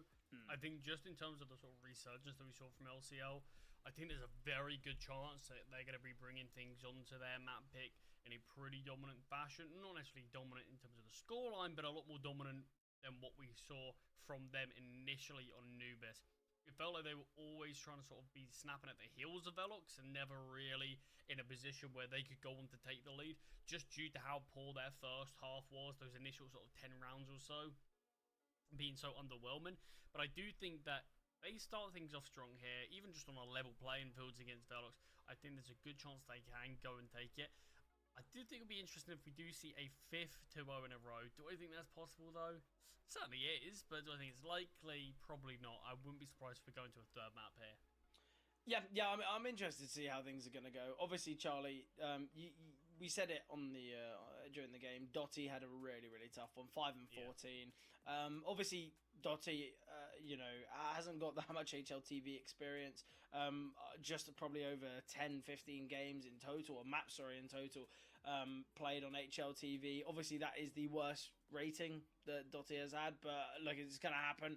You're 5 and 14. It's not the best of times, but look, hopefully we can see a change for Dotty on Inferno, as we are going to be heading into the action now. But look, I think right now we need to see a strong start for LCL. Otherwise, you said yourself that you're thinking it could go with 3 maps, and obviously it has that old deal, it has that chance, but I'm leaning quite heavily, in fact, towards Velox. I think the way in which they played their CT side on Anubis was quite nice. Feel like the maybe the odd Stake knows something that we don't about LCL's Inferno, because they are in fact leaning towards them. I mean, it's just got to be surely, because their map selection, and we didn't see them get completely blown out of the water on Anubis, which we definitely could have done. They did bring things back, so I do think justified. I think just that naturally sort of has to lean slightly towards LCL, but we are seeing a decent bit of fighting here. Toto did give it a good bit of a look in before finally opting to back away. The T's are still looking like they want to go towards B. There are 2 players nice here. Find. Toto's doing so much work alone. 3 kills from him. The best thing is completely baiting in his teammate. Finally starting to strike now, because he realizes if I don't peek now, Toto's going to find all the kills. Yeah, I need to get myself something to kind of increase the finances. But yeah, that's so tough. LCL, Toto, what a pistol round. What a round in general. Even with the kind of the bait and switch setup, as we said, wasn't really needed. But that's great from Toto, that. I mean, the 3rd kill. Have a look at this one. That is just outrageous. I'll be honest, I feel like the 4th one's even cleaner. Just jiggle it and bang. I mean, all of them great. Honestly, probably deserve the 8s. How good that some of those shots did look. But Velox winning the pistol round here. Something that LCL sort of had, that we kind of always were bringing up on map number 1, just as their sort of ability. That did allow them to sort of keep themselves in the game a decent bit, just winning those initial couple of rounds. But on this occasion, it goes the way of Velox on their opponent's map pick, but it's not going to be just 2 rounds, potentially, as it is this full investment from LCL. Oh, the flashbang's excellent there from Hez. And Toto going to be relied upon once again. Utility coming over. John Boy with just a smoke has got an M4 though, and the spam's looking good. It will be Johnny Boy, in fact, to find RZK. Hez though again. Obviously had a lot of impact with this flashbang. That kind of netted their first kill. Bit of an awkward one for Max. You know the MP9 can work well while airborne, but expected the kill to come a little bit quicker, a little bit cleaner. And Pav will find, and the Tech 9s have worked wonders. And interestingly, you know, we saw the Tech 9s a bit slow to take Banana initially, and I thought that would have been their biggest problem, but I guess it was their biggest success story. A great response from LCL, but Velox, what happened there? Toto didn't get a kill. Needed to see more, and neither did Tutanen. Yeah, I mean, it's about that Tutanen didn't get any damage whatsoever. Max takes so much damage himself towards Banana. Really gets whittled away at, so he was always in a bit of an awkward situation. But yeah, gonna have to be the response from Velox here. Gonna be the full investment from them. It is gonna be a round reset, as there clearly are some technical issues. Yeah, Velox gonna be a bit disheartened by that one, as they're gonna feel like they let that one slip slightly. Yeah, I think, yeah, it's a disappointing one from Velox. Especially as, you know, it wasn't like it was a bomb plant come through, someone got a 3k on the T side and it meant they could bring out an AK or something like that. It was just Tech 9s. you know, was just pistols invested, as in, you know, for the full force. There was no kills, there was no Mac 10s. But obviously we know how brutal the Tech 9 can be and the ability it provides. And it was just that one flashbang thrown by Hez. Obviously gets the second kill as well. Hez has had a big round there. Yeah, he was one of the players that on map number 1, especially when he felt like he had the AWP out, had a lot of impact with that, started to come into his own. Lency as well, a player that I think we're going to be looking at to see what he can sort of provide in this one. Because both of these guys really did make me believe LCL could completely come back and really could start to make things work. But have to wait and see if that is going to be the case here. Is Dotty that has had a bit of a DC, but already Dotty finding 2 kills is surely got to be a bit of a positive look. Only had 5 kills in total with Anubis, so him being able to get a few kills through the doors early, if he can continue this, you feel like LCL aren't going to be missing any of their players, or at least hoping so.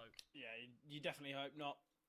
With it being obviously kind of an important game on the basis that if they lose Inferno, they go 0-1 in the Swiss stage and they lose the series in somewhat of a dominant fashion. Although the result of Anubis did kind of get a bit closer, I think we were all expecting Velox to close it out earlier than they did, and I think a 2-0 is never really what you're wanting to be facing against in your opening day here of the CCT Series 4 South America. So, yeah, I think right now, Velox, it is going to be that expected force bite. The question is, are we going to be seeing Max maybe bring out an MP9 and Kevlar? Because the finances do allow for it. Yeah, I mean, the investment in general from Velox, I saw Johnny Boy had a scout. Did go for that, but yeah, there's not a ton that you can really do after, especially being on the CT side and losing that sort of a second round force by. It's because kills didn't come through. Your position. Yeah, I mean, Johnny Boy got kills. One with a rifle, and then obviously Max got one with an MP9. It's just they had a couple SMGs in play there. You'd expect some kills to be seen, but yeah, I think LCL do very well in that last round. I think we have to say, I think with the Tech 9s in play, with the limited utility, all of it's used kind of perfectly. And you just got to try to see what you can do in a buy like this. I mean, we saw, to be fair, LCL mentira, llevamos una hora y media. Anubis in the second half. They just prioritized weaponry, really, and we ended up seeing a pretty strange round victory for them. But yeah, opted for no utility. Inferno isn't really a map where it feels like you can be allowed to do that. You've got to have some sort of risks if you're lacking in the util department. Oh, definitely. Well, I mean, there's a lot of different options you can do, but there's got to be something. I love these sort of force buys, especially the ones on the second round. This is kind of basically a second round force buy for Velox. Obviously, in terms of loss bonus is slightly less, but I similar ideas. Hate it when I see teams go for the full investments and we just see them sitting on one site. What are you doing? What are you hoping to achieve? You don't have the utility to actually stop any sort of push, and you're just kind of hoping that somehow individually you're going to be able to win the round with far weaker weapons, with rotations being very, very long. Basically a 5-on-2 with what we're likely going to be seeing as pistols. So my question to you, Charlie, is right now they're going to be on. They got no money. They're on the 1.9 loss bonus, right? What would your thoughts be on the eco into the MP9 kind of and Kevlar? Because we've seen a lot of the MP9 Kevlar investments instead of opting for a force in this one. And what are your thoughts on that kind of decision? In what way? What, going for the eco? So you eco, yeah. So you would eco this round, then you go for just Kevlar and MP9s, or it could be Kevlar and 5.7s. Usually it is 5 MP9s. Those then you do have money for it. Yeah, I mean, I personally don't mind rounds like that. I do think it's creative. It's very different. What a crazy find! Yeah, quick flick. Down towards mid. That's the good way to kick this round off. You don't have a lot of Kevlar actually invested right now. Velox, only 2 players with that, so this round can very quickly fall apart, and there's one of the players going down just too cheaply. Quick question, where did Tozo's money go? He just had a deke, no armor. he dropped over the scout. No, then he where's didn't. Johnny Boy's money? Johnny Boy. Yeah. He got the kill reward. I thought he didn't have the kill reward there. But of course, kill reward coming through. And NBL doesn't have armor either yet. Only 500. They must have invested in a lot of utility. I mean, 210 had a decent amount of utility. I want to say 3 pieces. It just went down very cheaply. So I'm wondering if he was dropped util because he's the B player. But the issue is we didn't even really see a proper jiggler or anything from him. Johnny Boy's getting a nice great highlight shots, reel going with this scout. I don't know why the CTs are still on the A bomb site. I would go towards bottom banana. Try and keep this round as costly as possible. I mean, I think they just want to try to save these weapons here, and I don't mind this from Johnny Boy being able to retrieve an AK instead. But I mean, if you have someone towards CT, that's a scout you can pick up now. I think he's trying to shoot this towards. He is. You can see Max now coming. They are going to retrieve these weapons. NBL will go down. Not a huge loss. No armor. P250, I want to say his weapons are. So, AK retrieved. These players can swap these around unless Johnny Boy wants to invest in Kevlar. But, yeah, there's still a decent chance we can see something. I mean, great couple of shots with the scout there in that round. Yeah, I feel like a lot of the time we've had rounds in which I feel like that round was a kind of a perfect example of what you were saying about how it seems like Velox they're pretty static. It was very much reliant on Johnny Boy. Yes, he gets the kill towards middle, but you know, maybe play a solo scout on A and go for a stack. I love the idea of sending the AK down middle here. Now, this is a way in which you can find success. See, the T's are holding for it, and Max has fallen, and I like the idea, but Kill's just not seen. It was somewhat disappointing. Yeah, the player towards underpass there. Really turned how that one went down, but one kill is at least found from the P250. NBL not shied away from this fight. Does take down RZK. I feel like the P250 has had some big moments recently.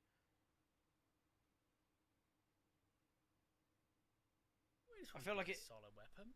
But I don't think it's never gonna surpass the 5.7. But I feel like it's come a little bit closer, and obviously with it being $200 cheaper, no, it's a flashbang.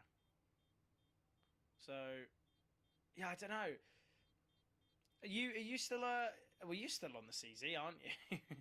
Yeah, I don't have the PT50 even equipped anymore, actually. Really? No, I don't have it equipped at all. What, Julie's CZ 5.7 Deagle? Yeah.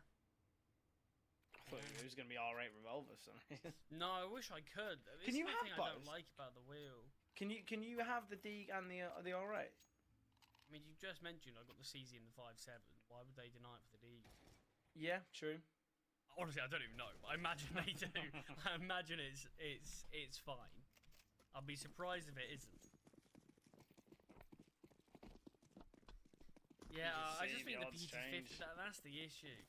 Ooh, yeah, the odds have shifted a decent bit to LCL, and I think regardless of the scoreline of this game, especially if it's close, I think, okay, we should just see the round restart, no issues.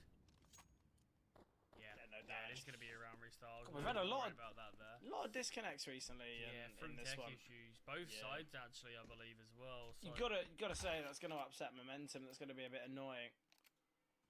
And I think for both sides, because you know, for LCL, their T side, they might have opted to try something different, opt for a strategy, and you know they're halfway through, kind of you know the initial moments of the round, and then someone disconnects on the other side. You just got to restart it. Yeah, I think it's unfortunate when we see these issues. Apparently, we've just been told power issues, in fact, for NBL. Hopefully, will be something that can get resolved shortly. But yeah, kind of as we were saying, look, LCL odds have changed in their favour. They're looking pretty decent now. And I think Velox, it's understandable as to why. And the weapons they have, or in the round, sorry, that they have had weapons in play, they've not looked too promising. The only round that they've won was that kind of pistol round brilliance from Toto. Yeah, it's not been great, but you've got to think, if it is a close game, I think they're going to be kicking themselves slightly at that second round, because that really is something that they could have went to go on to win, but it just felt a little bit too easy for how sort of that bomb site was taken. In terms of 210 going down towards Banana early, Toto finding nothing. I mean, Toto hasn't found a single kill since that pistol, but also when we saw the second round force buy, or the third round investment sorry, where Johnny Boy had that scout. It was just, once again, the B site is so easy to take. 210 goes down, full util basically. Going for a jiggle towards Banana Bit is so wide, allows a really easy kill there, gets taken down. As soon as he goes down, Tozo's got very little that he can do.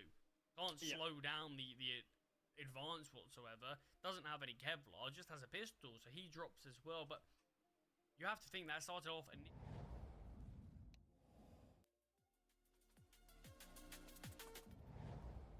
things really did just fall apart from then, frankly, as it did just feel like you have 210 maybe playing a little bit more timidly, a bit safer, drops a smoke grenade, and then from there, the T's basically locked out the site. You grey screen for a smoke, or tried to see if you can push up in front of it, but there's only one player. And that's a risk in itself. But yeah, it's these slight things that I think we can look at, and it really does change the game. Look, Charlie, obviously we saw the stake odds come up a matter of moments ago, and obviously if you we've got a bit of a break in play, so if you guys want something to do and you haven't already, head over to stake. You can go to cct.gg/stake, and obviously there's a great promotion, a 200% deposit bonus for your first deposit up to $500 using code CCT2024. So while there are some tech issues currently going, you can check that out in the moment. But I think what we will do, Charlie, is we will be jumping to a break because we've just been told by production that it might be a little bit longer than we'd hope. So we will be back very, very shortly. Fingers crossed, CS Action will be back in a matter of moments. Oh, ya la de nuevo. ¿Qué pasó? No, déjame un segundo.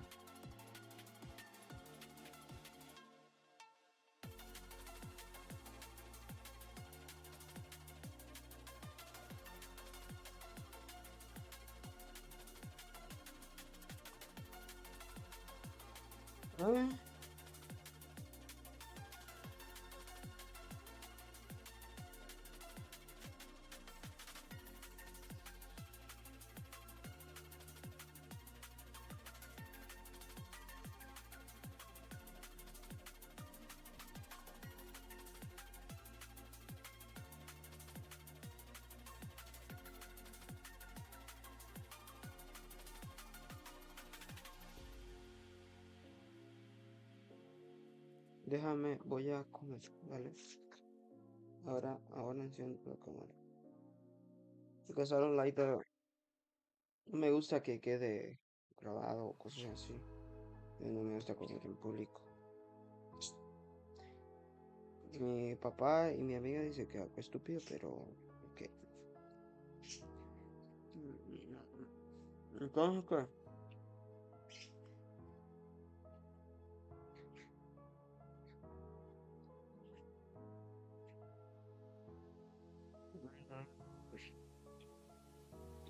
Ok. La percepción.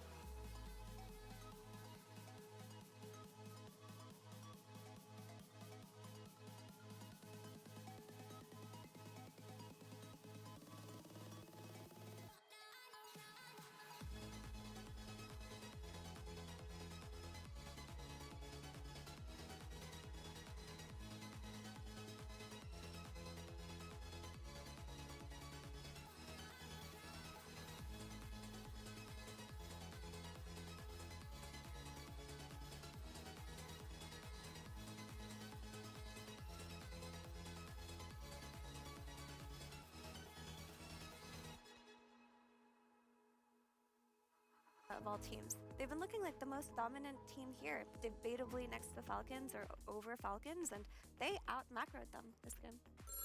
Yeah, and we're gonna find out a little bit more about one of the new additions to Team Spirit. We're joining Rue here. Hey Rue, how are you doing? Hello, I'm good. Do I pronounce your name properly? Yeah, it's okay. Good. glad I did that one. I have a couple of questions, and my first one is obviously you have a new offlane partner in Malik. How do you make sure that the synergy between you guys gets really good? What do you do? I think he's just a good player. He played a lot in competitive, so it's not a problem to play together. Do you try to get a lot of practice in together, or do you hang out together extra because you're laning partners? We're training only on clan wars or in game. Yeah. We just talking a lot about game, about laning before game, or when we just chilling. I have a very important question, Ru. You are the new kid on Team Spirit, and obviously it's the second event already with the team. And oftentimes we're talking about players, we want to talk about their signature heroes. Which heroes would you like to be known for? It's like, oh my goodness, here comes Ru on his. Which hero? My secret trend protector is signature. All right, Train Protector. I'm going to write it down right now. Is there any other hero that comes to mind that you're like, you want to be known? I play Tuskar a lot. Which one? I play Tuskar a lot. Tusk, yeah. I mean, I will say the Tusk that you played in that first game was really good. Were you surprised they put the Shadow Fiend against your Tusk Dawn lane anyway? No, we know it's Shadow Fiend carry. They think they will stay okay. Maybe they think it will be a Hoodwink post 4, but we put Miposhka on Hoodwink, so maybe it was unexpected for them. Yeah, they definitely seem to suffer a lot under your Tusk and the Dawnbreaker from Malik, of course. Over the last month, what would you say is the biggest lesson you've learned from being with Team Spirit and with your 4 teammates and your coach, of course? You should try hard so much. You should play like every day, full time. You should play. You should learn. You should watch something. Try hard. Yeah. Well, I will say the trying hard is paying off. It's looking fantastic there. Even game 1 that.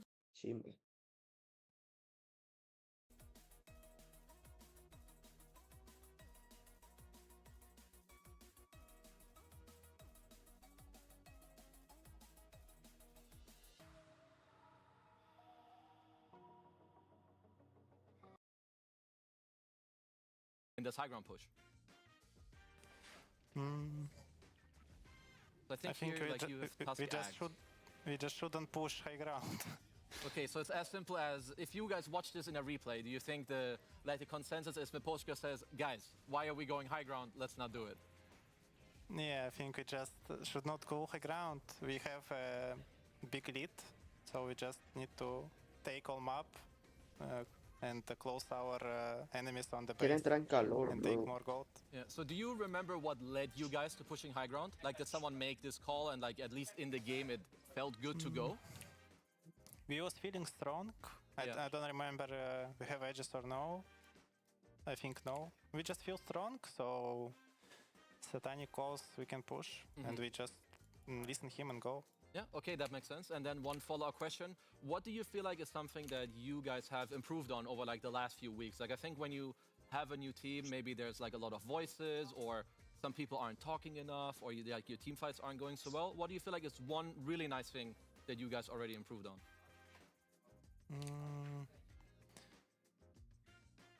Hard question. Let me think a bit. Maybe you guys are just too good, nothing to improve? No, sure, we need to improve our communication, our lanings not good. We should just play better, I think. Everyone should play better.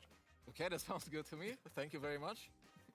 Ruth, thank you so much for joining us for the interview. Looking forward to seeing more of Team Spirit. And of course, later today, good luck against Azure Ray. Thanks a lot. Did you have a series? And talk to you again another time. Yeah, thanks. Goodbye. Thank you. Good hearing from Ru. I'm sure we're going to hear more from him in the future. But before we even talk more about Dota 2, we're first going to check in with our social media expert. It's Lacoste. Expert, huh? Yeah.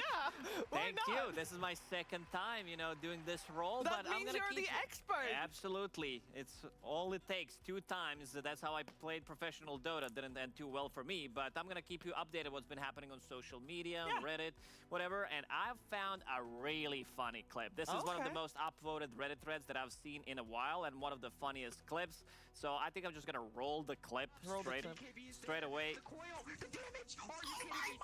Completely slaying everyone. So much damage being put out by this puck. He's gonna find 4, and they should be able to end this game. Spectre wants to run up down the mid lane right now, has a double damage, and they should have this game.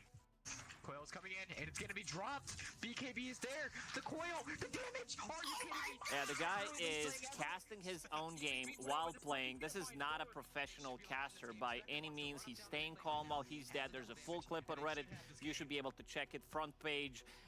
There are high chances that we are gonna see or get this guy for Dream League Season 25 just so that he can get a chance to work for the next TI, because this guy is really, really good. And considering that this clip is 4 years old, I also had to do some digging. We also almost didn't see the clip because it has been sitting in the dark in some dusty rooms, and thanks to the guy who upvoted it. So I wanted to check what's he up to nowadays, because I was like, oh no, maybe he retired because he didn't start a professional career as a caster. So this is what he has been doing. What am I seeing?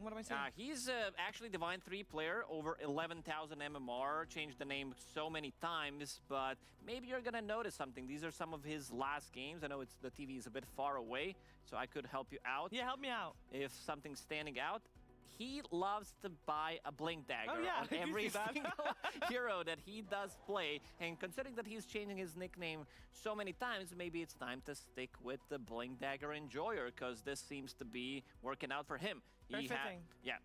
11,000 games plus played, and this is something that he's been doing recently. And the last game that he did play was 4 hours ago. Oh, very active. Very active Love indeed. to see it. All right. He did lose that one, unfortunately. I do think that if you're casting your own gameplay, it's you can't play many games. Like, it takes a lot of effort. Yeah, because that seems very hard.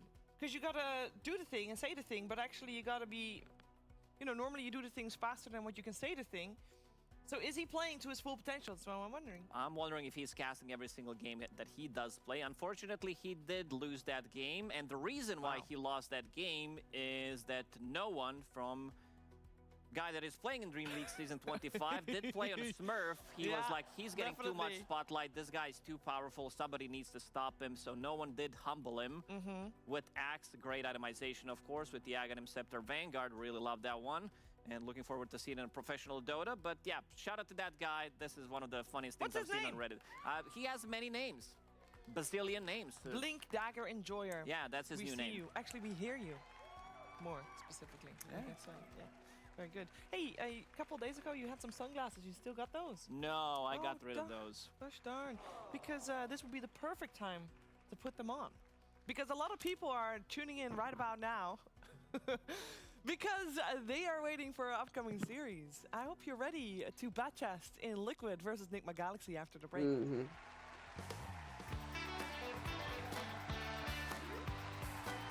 Ah, no, sin media.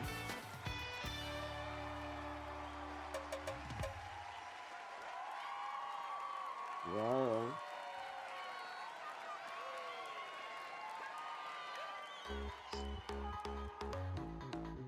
We have it here, the golden ticket to the DHL Super Drive.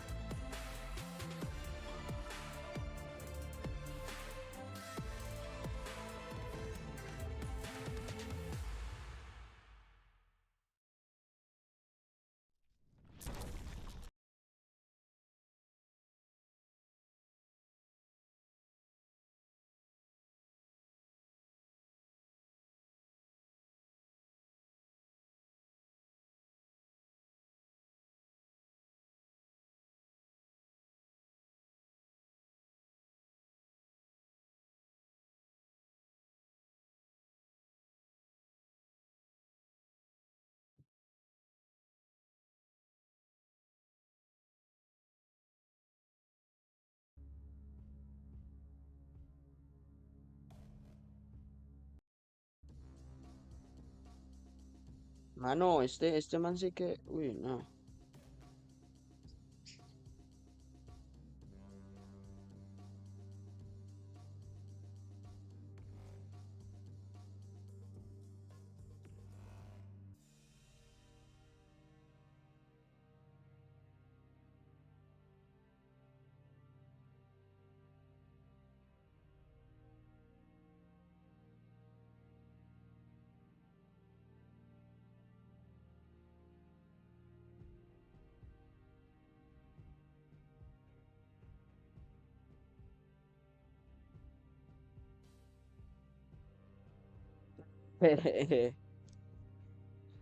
Em, ok.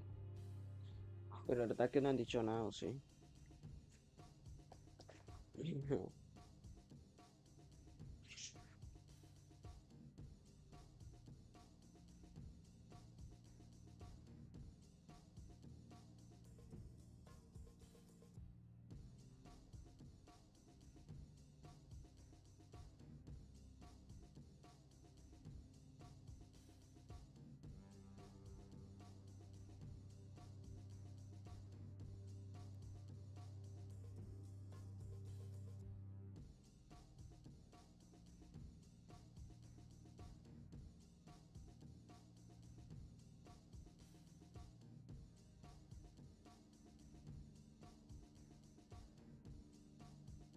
Canadá.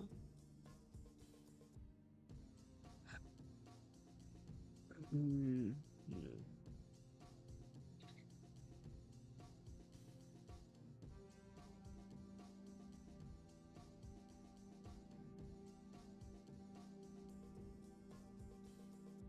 Polonia, ta,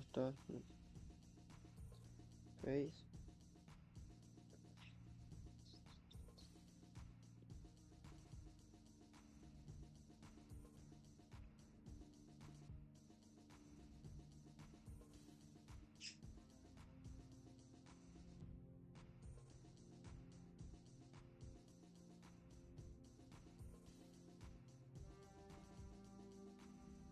No te creo que Pain bajó.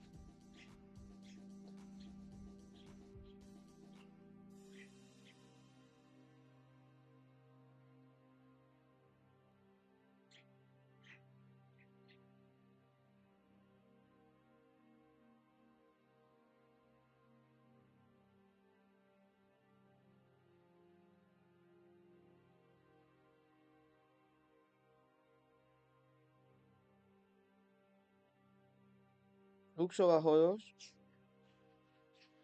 Oye, Fluxo ha tenido una subida brutal, ¿eh? Para mí, claro.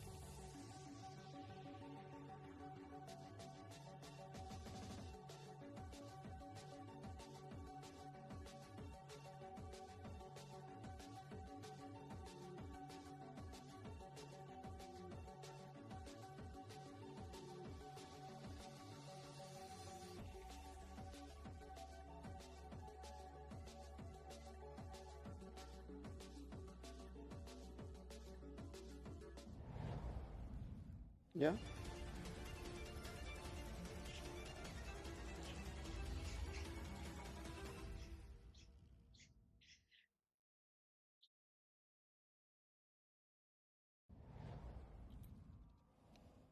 back into the action we go on Inferno. To remind everyone at home, it is a 1-3 scoreline, as you can see on your screen. The pistol round on the CT side was won by Velox, but a great response, a great force by victory, and a continual success story from LCL. But obviously, Charlie, we've had a bit of a prolonged tech issue break, and I think we have to say, oh, not again, straight back into tech.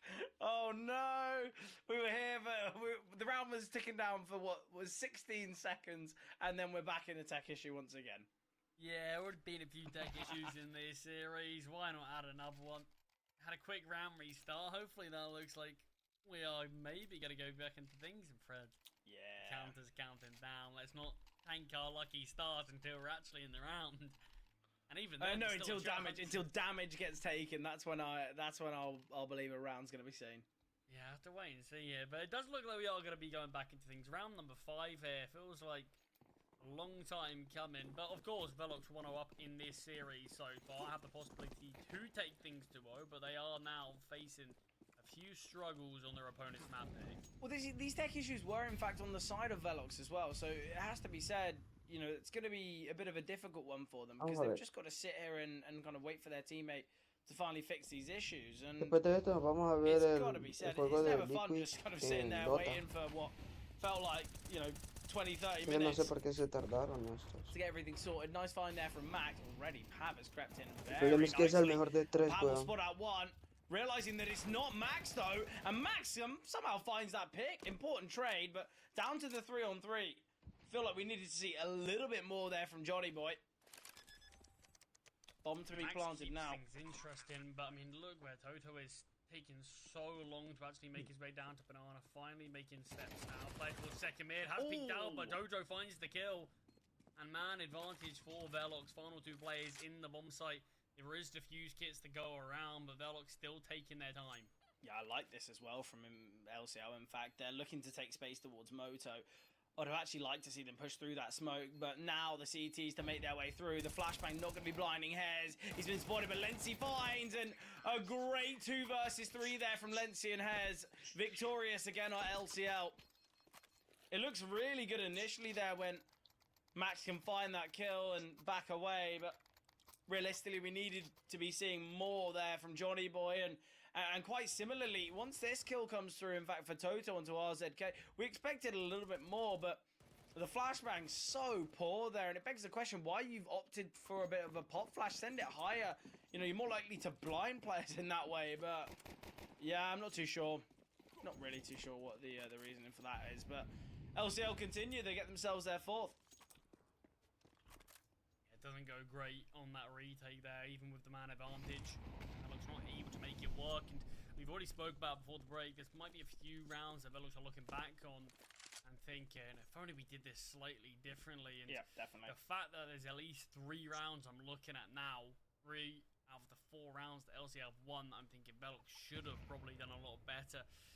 It's not great signs, but gonna have to try to, honestly, it could just be as simple as finally getting another round on the board, and then that's where the sort of tides start to turn. But right now, LCL, none of these rounds are looking 100% convincing, but they get rounds on the board, and that's the most important thing.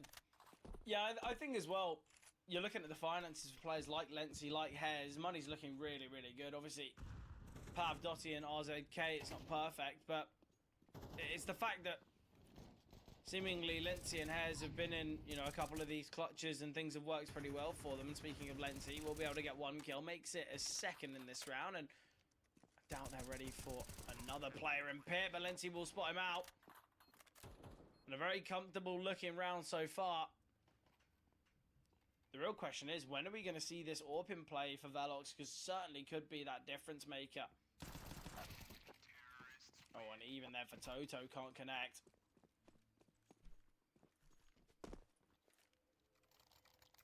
Clean around there from LCL, but weapons back in play from Velox. Johnny Boy surely going to be bringing out the AWP. We saw some really bright sparks earlier on this game with the scout in his hand, so with the big green, you can only hope he can continue a bit of that form over, and he is going to be bringing out that weapon, hopefully. For Velox, this is going to be the turning point, because they've got to try to find a way to shut down LCL. It's been a 5-round streak from them. They're on their own map, and things are looking so much better than they were on Anubis initially. We mentioned coming into this one, we felt like LCL needed this strong start. Quite surprised that Johnny Boy didn't try and take the shot there, but will connect onto Pav and also deals damage to Hez, so this could be a very comforting round, but great find from Dottie, aware that MBL's just behind the wall as well. The utility from Hez, I feel like he's already got so many flash assists, not only on this map of Inferno, but throughout the series. Unnecessary jump there. Jump spot from Tutehen. And Toto now in a low HP 1v2. Potentially just a save to be seen. Nothing can be done here. I mean, he can give it a go, but need to be instant on some of these kills. Is still having a bit of a look with the Molotov down. It feels like that is going to be sealing the round, sealing the fate of Velox in this one. But Toto's still having a bit of a look in it. It does feel like this maybe just shows that quite Velox desperate. are considering, yeah, we've got to start to take some of these rounds because that looks good initially.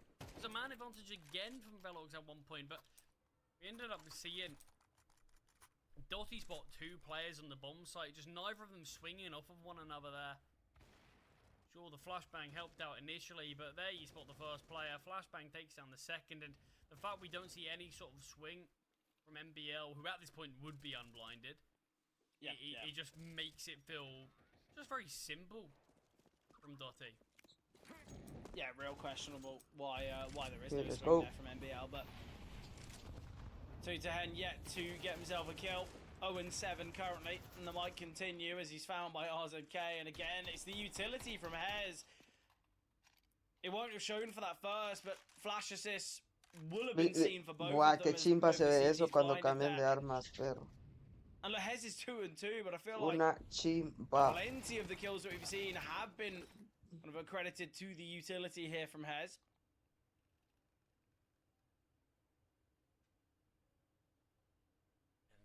We might find ourselves in a similar situation, but just the teams reversed as to what we had on Anubis. If it's going to be Velox who have to try to make this comeback happen, and yeah, most definitely. But we mentioned how both teams on Anubis, it was their CT side that actually impressed. T side that maybe looked a little bit more fragile. The fact that LCL right now are finding majority of these rounds here on this T side, looking sort of unstoppable on the entries, and a player to point out, Dottie, just 5 kills on map number 1 already. Breached that threshold, past it. Yeah, there's some plenty. 7.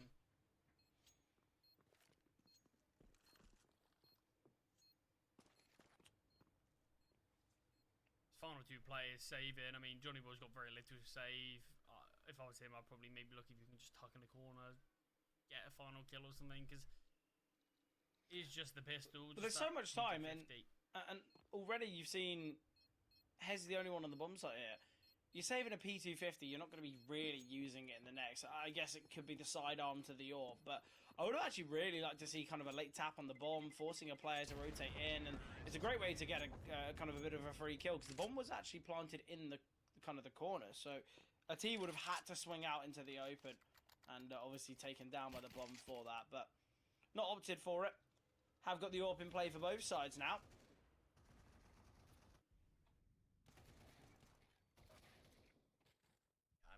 Velox needs something to work here. Because you've got, what, 4 rounds, remaining of this half. You have to be able to go out and mount some whatever response. Yeah, definitely. Not asking them to find these final rounds, but you can't go on to just sort of sit and maybe find 1 round, maybe allow LCL to go on to find double digits even. At that point, the game is done. Yeah, definitely. LCL don't even need to play good CS when they'll be able to cross the line. And I think as well, we talk about kind of the impact that might have when we go to Nuke. You know, I think if we look at Anubis, if we saw Velox close that out in the fashion that this game's looking to finish, you know, a dominant 13-3, 13-4, that's where we'd be looking at and saying, okay, well, realistically, Velox could look to dominate Inferno. Y qué hijo de madre tiro el que le acaba de LCL, esquivar. they've taken a lot of control. They're looking really, really good. And Velox currently not putting up much resistance whatsoever. Yeah, on round number 9, 2T still yet to find his first kill. Yeah, tough one. Really is. Or gonna spot out one, sending the HE as well.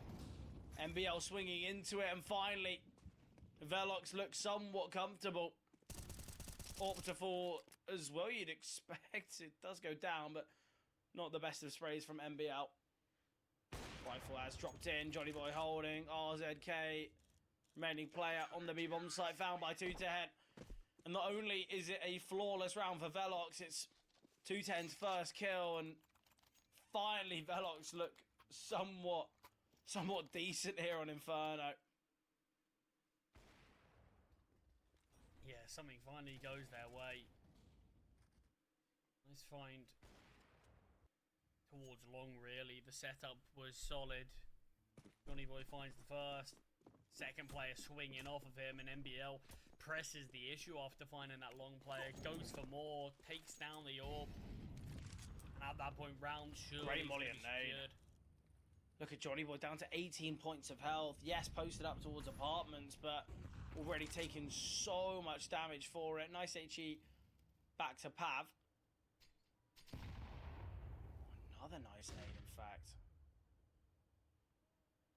I quite like the silent push here. NBL, he spotted a shoulder. We certainly heard the steps. Won't be able to double down, though. Important trade from Dot-T. Johnny Boy will find one. RZK taking down Max, though, makes this round a little bit difficult as Johnny Boy's Ya está de mana, me voy a has cortar el picked up pelo. a flash and maybe a Molotov as well. Utility I being cut my hair retrieved can this be week, bro. excellent here for I'm Velox. terrible for that. I don't like that. I don't like it. Yeah, Hez looked like he's trying to defuse the bomb. Just do it, bro. Oh yeah, that's true. But maybe just realised that I'm on the T side. Another smoke job though, it's just so brutal in Inferno. If the T's of utility, and look at that, you just got to save. The 3-on-3, 2 smokes towards Moto, it just makes the retake so Impossible. risky. It'll take so long in terms of trying to wrap around the short. And we know how difficult it is to try to actually retake a bomb site from short. So many angles, so many potential crossfires in Velox. Do find success in the last, but instantly LCL battle back with a response. Vamos. Yeah, and that's the one problem with sitting behind the Moto smoke and just hoping, waiting for it to fade and then to progress, because you have no real idea of how much utility LCL have remaining. And when you look at it, actually, Charlie, is they dropped the initial Moto smoke here, but it's not as though they smoked off long to take brackets. It's not as though the rounds kind of come down to the final 30, 40 seconds. There was a lot of time still on the clock, so Velox kind of have to assume that utility wouldn't really be a problem there for LCL. They would have quite a lot for that post-plant scenario. Sometimes something people forget, though.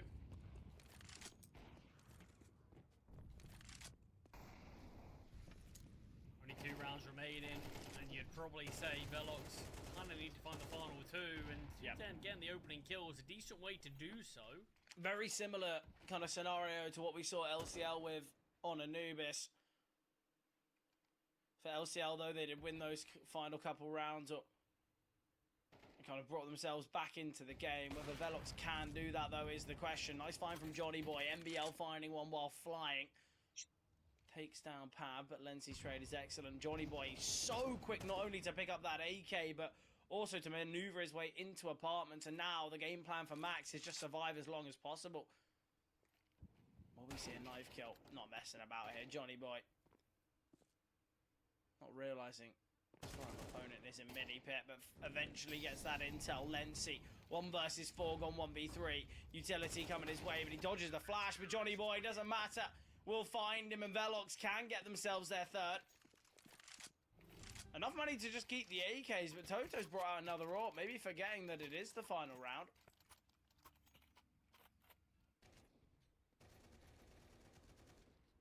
Velox gonna need to do just so much to continue this. But a couple of good rounds in a row here. But finding 4 feels like the bare minimum.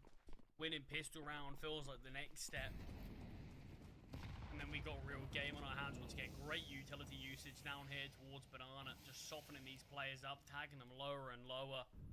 I like the instant boost here from Hez, but won't matter much. RZK creeping out, looking to take some control, but it seems like retake utility being sent here, and RZK does a lot of damage to Toto, but not enough to secure the kill. LCL maneuver their way back towards the A-bomb site, but the setup here is excellent. I don't really know how LCL are going to crack through this bracket's defense, but the Molotov could be that first chance for it, but not deep enough. And the AWP of Johnny Boy can find. Have still got a rifleman in NBL, but he's found. Max can double, makes it a third, and closes out the round. We've seen plenty of those moments from Max so far, where he gets these big triple kills. We saw them on Anubis, and now seeing them on Inferno as well, but still only 4 rounds found here, Charlie, for Velox.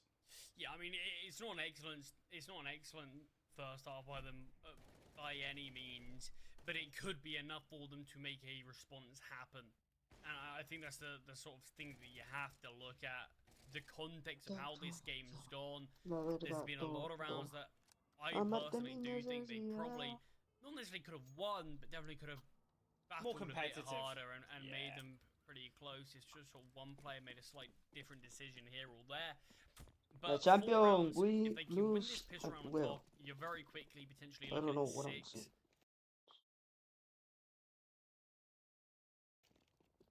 And then you're 2 rounds behind. Hey, what the fuck? And if they keep this going, like you said, anything can happen. And one thing that we mentioned with LCL,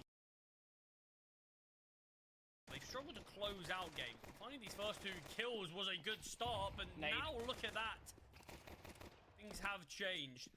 It was a 5-on-3. Can you miss it? It was a 5-on-3. But you see that over-aggression towards Banana. It seems like LCL in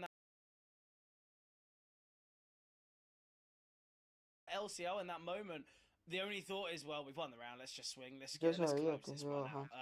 And that lack of respect is so costly, and it really could cost them here. Smoke towards Deep CT, already 2-10 is close. And if anything, Velox should be prepared for him towards Bernard. Oh, have they spotted?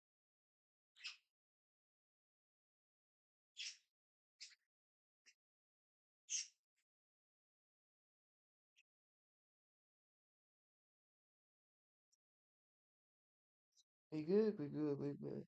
Yeah, we good.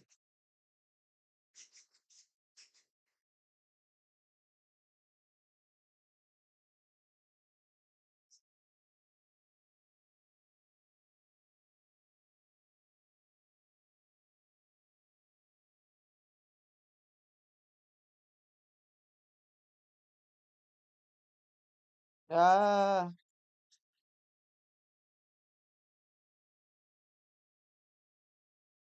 Ah. That the hell. Back in. Vamos a ver otra cosa.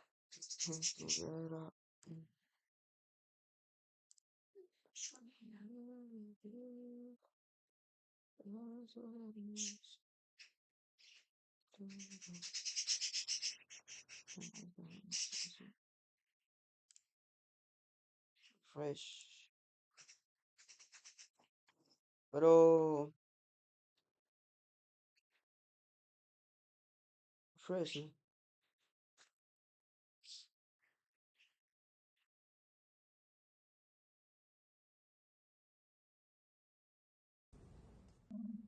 You know what?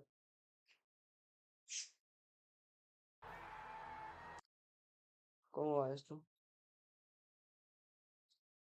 Oh, aún no, aún no, aún no, aún falta, aún falta. Bien. Escucho me dio una cara. Mañana yo no creo que prenda como a esta hora. O sea, no creo que prenda a la hora que prende ahora. Y porque tengo clases. Mañana si no me pierdo la clase, ya falté el pasado, ¿cómo se llama este?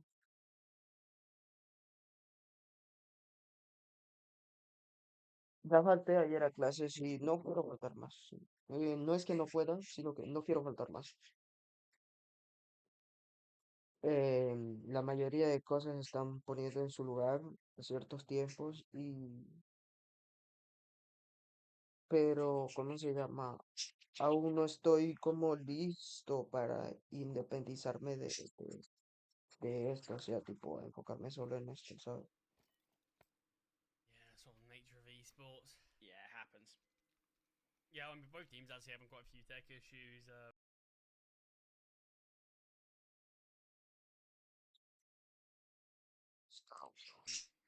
In general, surprised Yeah, it's actually on the side of Velox, considering happens in it's real LCL sports that as well, though. much. Like injuries and stuff like Dale, that, you know, you just treat it like an injury. I suppose. But normally injuries just sort of no de automatically 5. just get someone else on. Well, it's easy to do now in esports. No, very true, very true. Well, we're going to get to see this second round force here, or sorry, the third round force now from LCL as they try to find a response to Velox's Speedy B hit. This is risky, though, through a smoke, but no respect whatsoever. Hasn't panned out too ¡Hala! well. 3-on-3 here. Oh, could have a chance to find a third. Won't do so, but very scrappy round here. Risky call for Velox, just decide to push. Look at Pav. So fast in the back lines eventually seen. Yeah, and now you're looking at, we've got a scout on Johnny Boy, we've got a low HP MBL. There is a smoke for MBL to work with, and I think realistically he's got to send it out just to be a bit of a nuisance, something to be just a bit awkward for LCL to deal with. Pav seems very well prepared. I think he's worried that the scout is in fact playing towards dark, but speaking of the scout, switching to the Tech 9 and pushing through the smoke, he will get one. Steps Buena. not quick enough, and LCL, a great response, but it comes from Dotty, the double there. I don't know how not only Dotty's found two, but he's able to reposition to Ruins, get them off the bomb as well. LCL, a great round there. Yeah, I mean, just about enough time to get the defuse as well. Maybe 1-2 seconds in it. Los observo, merece todo. Amarte es mi necesidad. Mi necesidad. Y a mí me gusta todo. La verdad, todo. Ya te olvidé aquí. Well, they lost the round. Johnny Boy's got an orb. Merece todo. They stuck with the scout for quite some initially. A couple rounds. So, I don't really know if the call was, if the game plan was, okay, if they smoke, we're going through it, or if it's just sort of a split seconds. Smokes down. Let's go. Because it did feel like after Dotty found the first, When you know, bro. we saw the second player spraying, not really connecting the bullets all too well. But it didn't really feel like anyone else was directly with him there. I don't know what Yo creo que ya como para la siguiente semana vamos a preparar algo muy diferente, algo muy chimbo. Tal vez, no prometo, pero tal vez. Voy a buscarlo y vamos a ver qué sale. Listo. Aparte de eso, tengo pendiente algo con las cosas de aquí arriba, con esto, que tengo que cambiarlo ya para mañana. Igual no las tengo porque todavía no me dicen nada, pero bueno.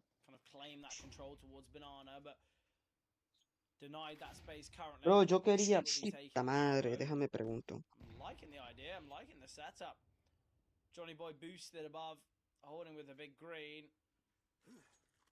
Seemingly some util just being held by RZK. This is where I'd love to see MBL kind of go on a bit of a mission towards A, try and show some presence. But to be fair, LCL, they're not really taking in space currently, and this is where we could see Velox, if they can cleanly take control of the B bomb site, maybe go 2 for 2 and get the bomb down. That's where LCL, these rotations are going to be so far away. Hoping we do see 2-10 as this entry. I'd hate to see the Tech 9 kind of looking for a trade and just not having the right equipment for it. Nice damage dealt here onto Pav. Just selling a bit of the fake. Oh, Johnny Boy, great shot onto RZK. Important find. The Molly has somewhat split the attack, but Toto finds Dotty, and now a 5-on-3. Surely just a save from these remaining LCL players. But Velox, an important round victory here. The force by loss would have given LCL 12. I mean, that's much more like it there, isn't it, from Velox? just the way that they played, the way that they 100%. performed. It just, I love that. They opted to fade the smoke. It wasn't they were pushing through the smoke again. You had Max searching for something there.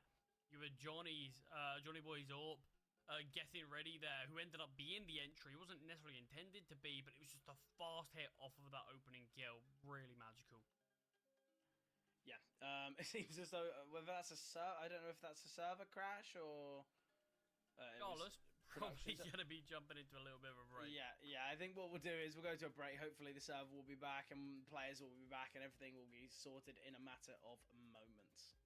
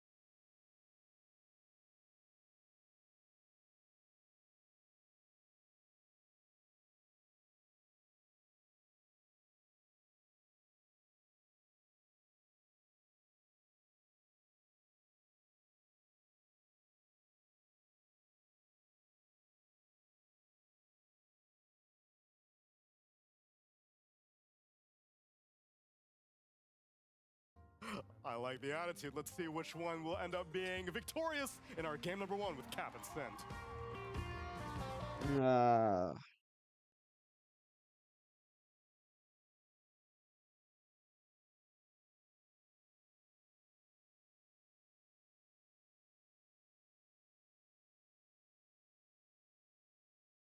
Pero ¿qué es lo que aparece en la página cuando yo lo reviso? A ver.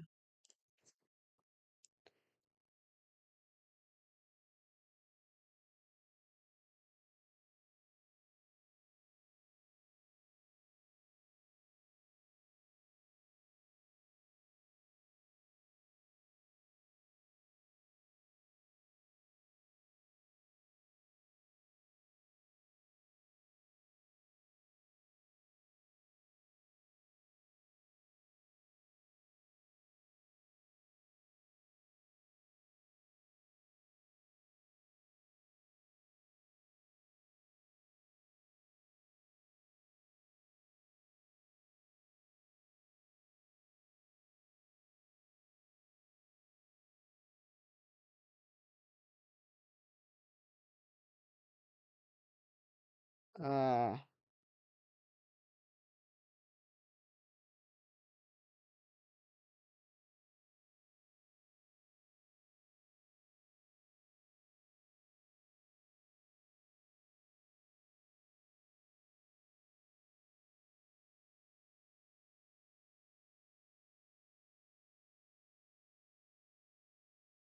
¿qué está pasando?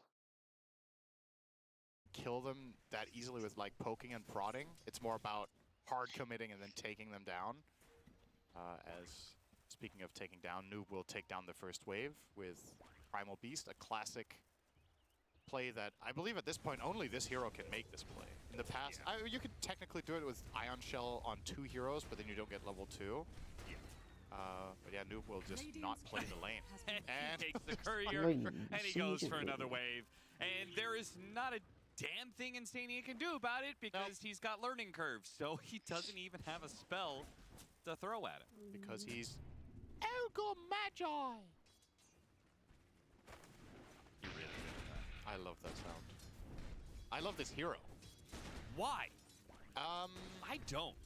I mean, I like playing. I say I love this hero. I don't think I've played him since he got facets. So I love the idea of old ogre that I used to enjoy. My nostalgia factor is there for the hero. Okay. There's just something about that hero. You know, you're a lane bull. At least back then, ogre was a true lane bully as a 5. He traded really well. He's like a nice enabler for the carry. You make your carry feel happy in the game. And that, therefore, you feel happy about yourself because you made a difference in someone else's life. Wow. That's right. That's really, why. That's really deep. That's why GH is playing Coddle for Miracle, because he wants to make Miracle's life better. So he picks the most supportive support you can play from Medusa. He's like, Miracle, happy birthday, man. I'm gonna give you a birthday present today, even if it's your birthday and I would know when Miracle's birthday is. I can look it up. It would be sick if you knew, actually. Just off the top of your head. Of course I do. It's Sheepstick's birthday, apparently. Today or when Miracle has birthday? Today. Happy birthday. But maybe today's Miracle's birthday, too. If I randomly hit Miracle's birthday, that would be quite sick. I was about to say I would be proud of it, but that would just be complete luck. Can't really be proud of that. So far, so good in this lane, by the way. The Caudle Medusa. It's an old classic that we don't see played very often anymore. Caudle as a 5 does not committed, my god. The same. He's just dead. Omar got run down. I mean, this took them a little bit of time, but for first blood, well worth it. It's going to head back to lane on Gyro and still get a decent amount of CS here. But as far as the early CS goes in general, Enigma Galaxy are pretty happy here on all 3 cores. So far, so good. And Sumail is owning it up in mid with 10 denies, minute 3.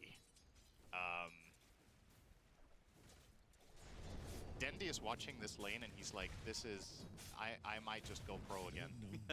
This is what I love about mid lane. Dendi, I don't know how many interviews have at this point he's said it in. Oh, hang on. Nisha's actually underneath dead. the tower. Nice body blocking. Dodges a little bit there with a slight and gets a bottle hit off. Will manage to survive as a result of dodging that damage, but still, close call. That was a really nice play from Sumail, recognizing that he could kill the entire wave and get the toss back at the same time there, or toss up at least on the Ember, but equally good sleight to dodge the tower shot and buy himself time to get out. But yeah, this is, we don't really get to see this in the mid lane that often anymore. This was what Dendi made a name for himself with ages ago, and that he misses in Dota is that ability to crush mid through denying. Yeah. We've seen a couple of games this tournament now where mid players seem to be either picking matchups or really focusing on it more. Like this kind of thing with 11 denies minute 4 seems to be something, if you go back, it's like Viper only almost.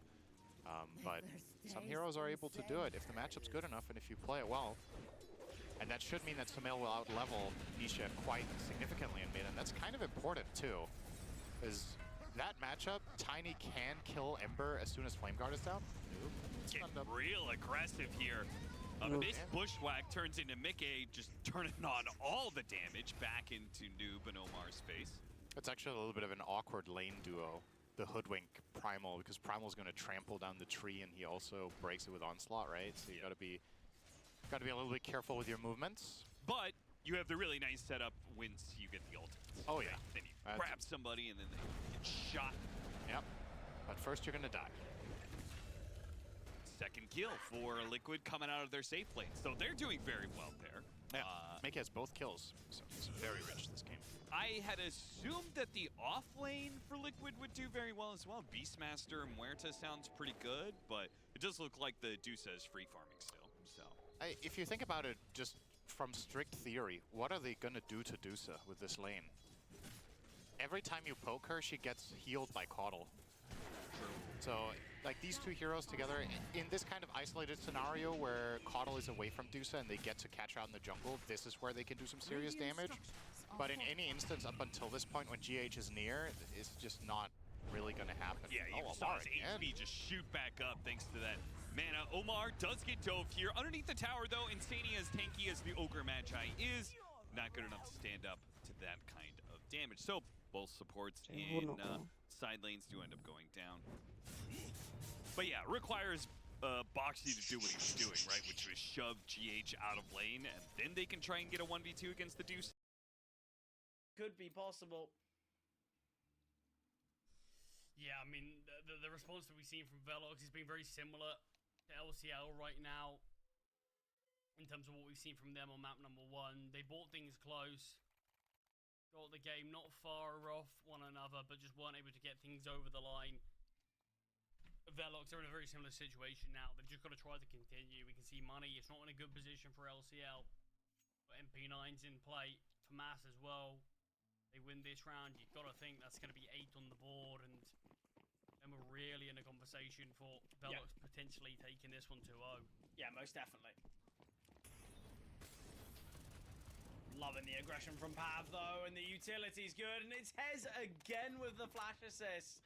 I'm gonna have to check after this series because Hez seemingly a player that is always utilizing his flashes perfectly. He's 4 and 8, but I feel like he's probably got his team most of their kills just with the flash assists. Maybe not most, but a large majority. It is crazy how impactful he was in terms of just the pure kills in map number 1. But yeah, he's offering a lot of supportively important find for Max there. Looking for another player as well. How is that? Does so much damage, and Toto takes him down. No. Turnaround. This is 5-on-3 to a clean A bomb site take. Notoriously, not an easy site to take cleanly. Save again. That is crazy. How is it the save once again? I mean, you don't have a choice in this situation if you are LCL, but it's more the fact that it was a 5-on-3 Max with 1 kill, and you can just see the instant we go off of this. Yeah, exactly. A great double from Toto as well. The awareness to know that after sending that HE, there's probably still a player in pit. They're going to look to play defensively. From where the bomb's planted, are they safe? Toto's got to be 78 HP. I mean, he's still alive. So. Inferno's a fella that I've had rounds where I've died in banana when the bomb's planted on me. You never really know. Yeah, I mean, it is always terrifying with this bomb radius, but no, you should be fine. But yeah, I mean, I can't believe the turnaround that we just saw in that round. I mean, this was a great first kill from Max, just spotting the slightest edge in Toto.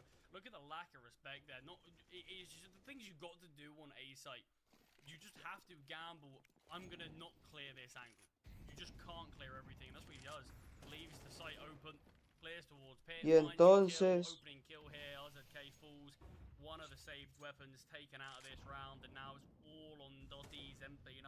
Unless you want to include Lindsay's Zeus as well. But there's not a lot of chance. Oh, I say that. Lindsay is here with the Zeus. But MBL... Oh, what? Guessing to spot him first. Just creeping out, drops into the bomb site, and this is where the MP9 might not have that impact because cleared wide by MBL. Max as well, important trade onto Pab. And with it just being Hez. Oh, 100%, he's Utah player. Yeah, right now, full Utah player on this one.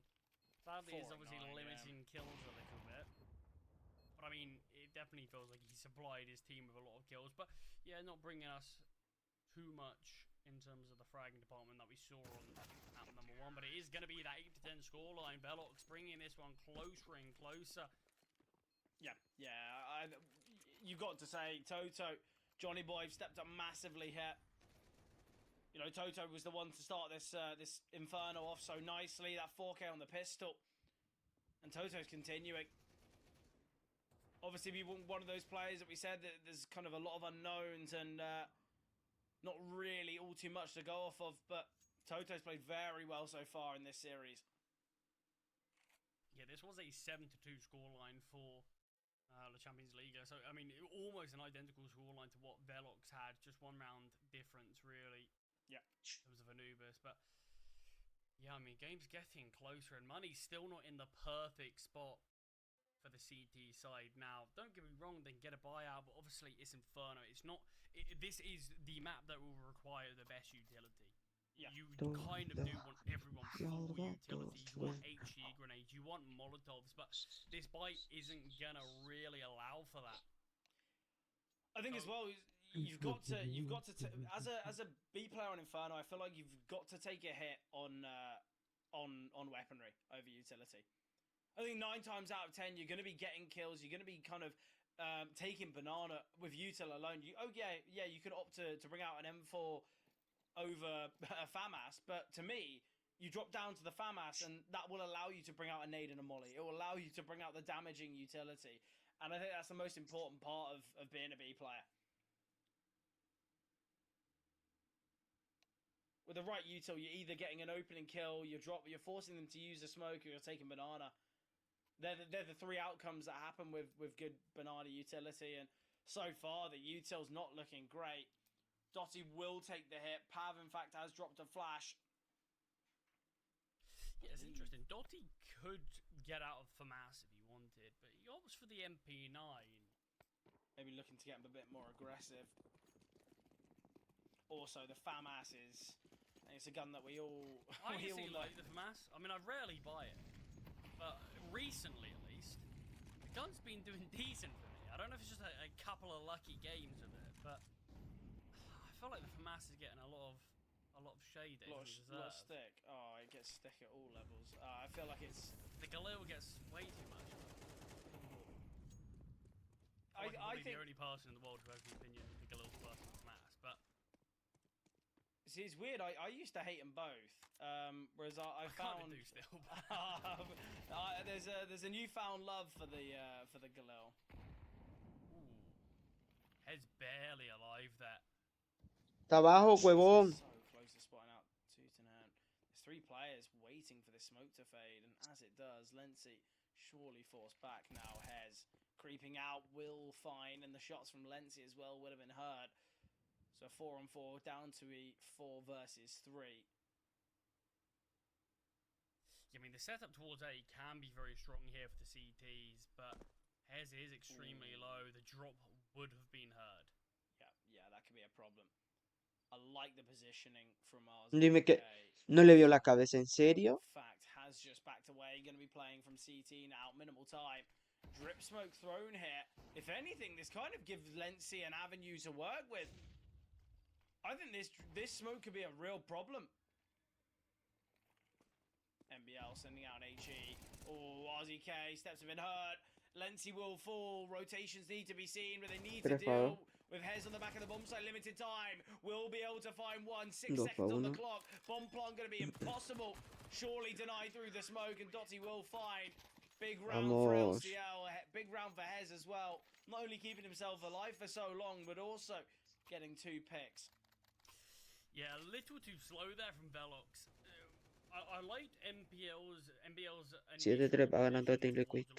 actually. I thought it was a decent idea just to give a bit of a diversity to the actual site here, but they hadn't taken the site, so I don't really know why he's starting to look for more towards the library at this point. Help your team on the site. You know there's 2 players there.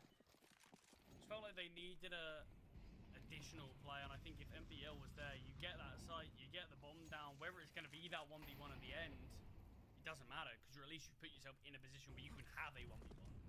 Yeah, very true. A lot of early utility sent here. Already a very speedy archway position for Toto.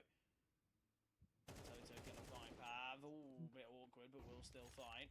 Lucky to be alive as well, in fact, as Dotty was pretty close, was playing from Speedway. And now to be a crunch onto the A-bomb site, of which can be very troublesome. Finances for LCL aren't perfect either. Oh, Dotty, though, can double. It's a 2-on-3. A real possibility now. Smoke towards Moto and the flash to deny, so an expected save to be seen. Orp retrieved, AK to be picked up as well. Smoke dropped, and that's going to be the round. So Velox put themselves once again 2 away from their opponents. Yeah, I mean, it should in theory be more than 2, because with these players saving, it's still going to be an issue in terms of actually getting an investment out. But Velox, I mean, despite losing the last round, it feels like they really are coming into their own on this map. Yeah, definitely. Looking far better, but still, Charlie, you're looking at 2-10, 4-13, showing similar signs to what we saw from Dotty on Anubis. Obviously, though, Toto's looking excellent here, 19-11. Max is having moments, same with Johnny Boy. ¿Más dormidos? Yeah, I mean, Toto's been a big reason. Honestly, Max as well, in fact, as to how this game's gone the way it has, because we saw Toto get 4 kills in the initial pistol, if you remember. It's been quite a while ago now. But yeah, he found 4 kills on that pistol, but since then, he was in on 4 kills for a long time after.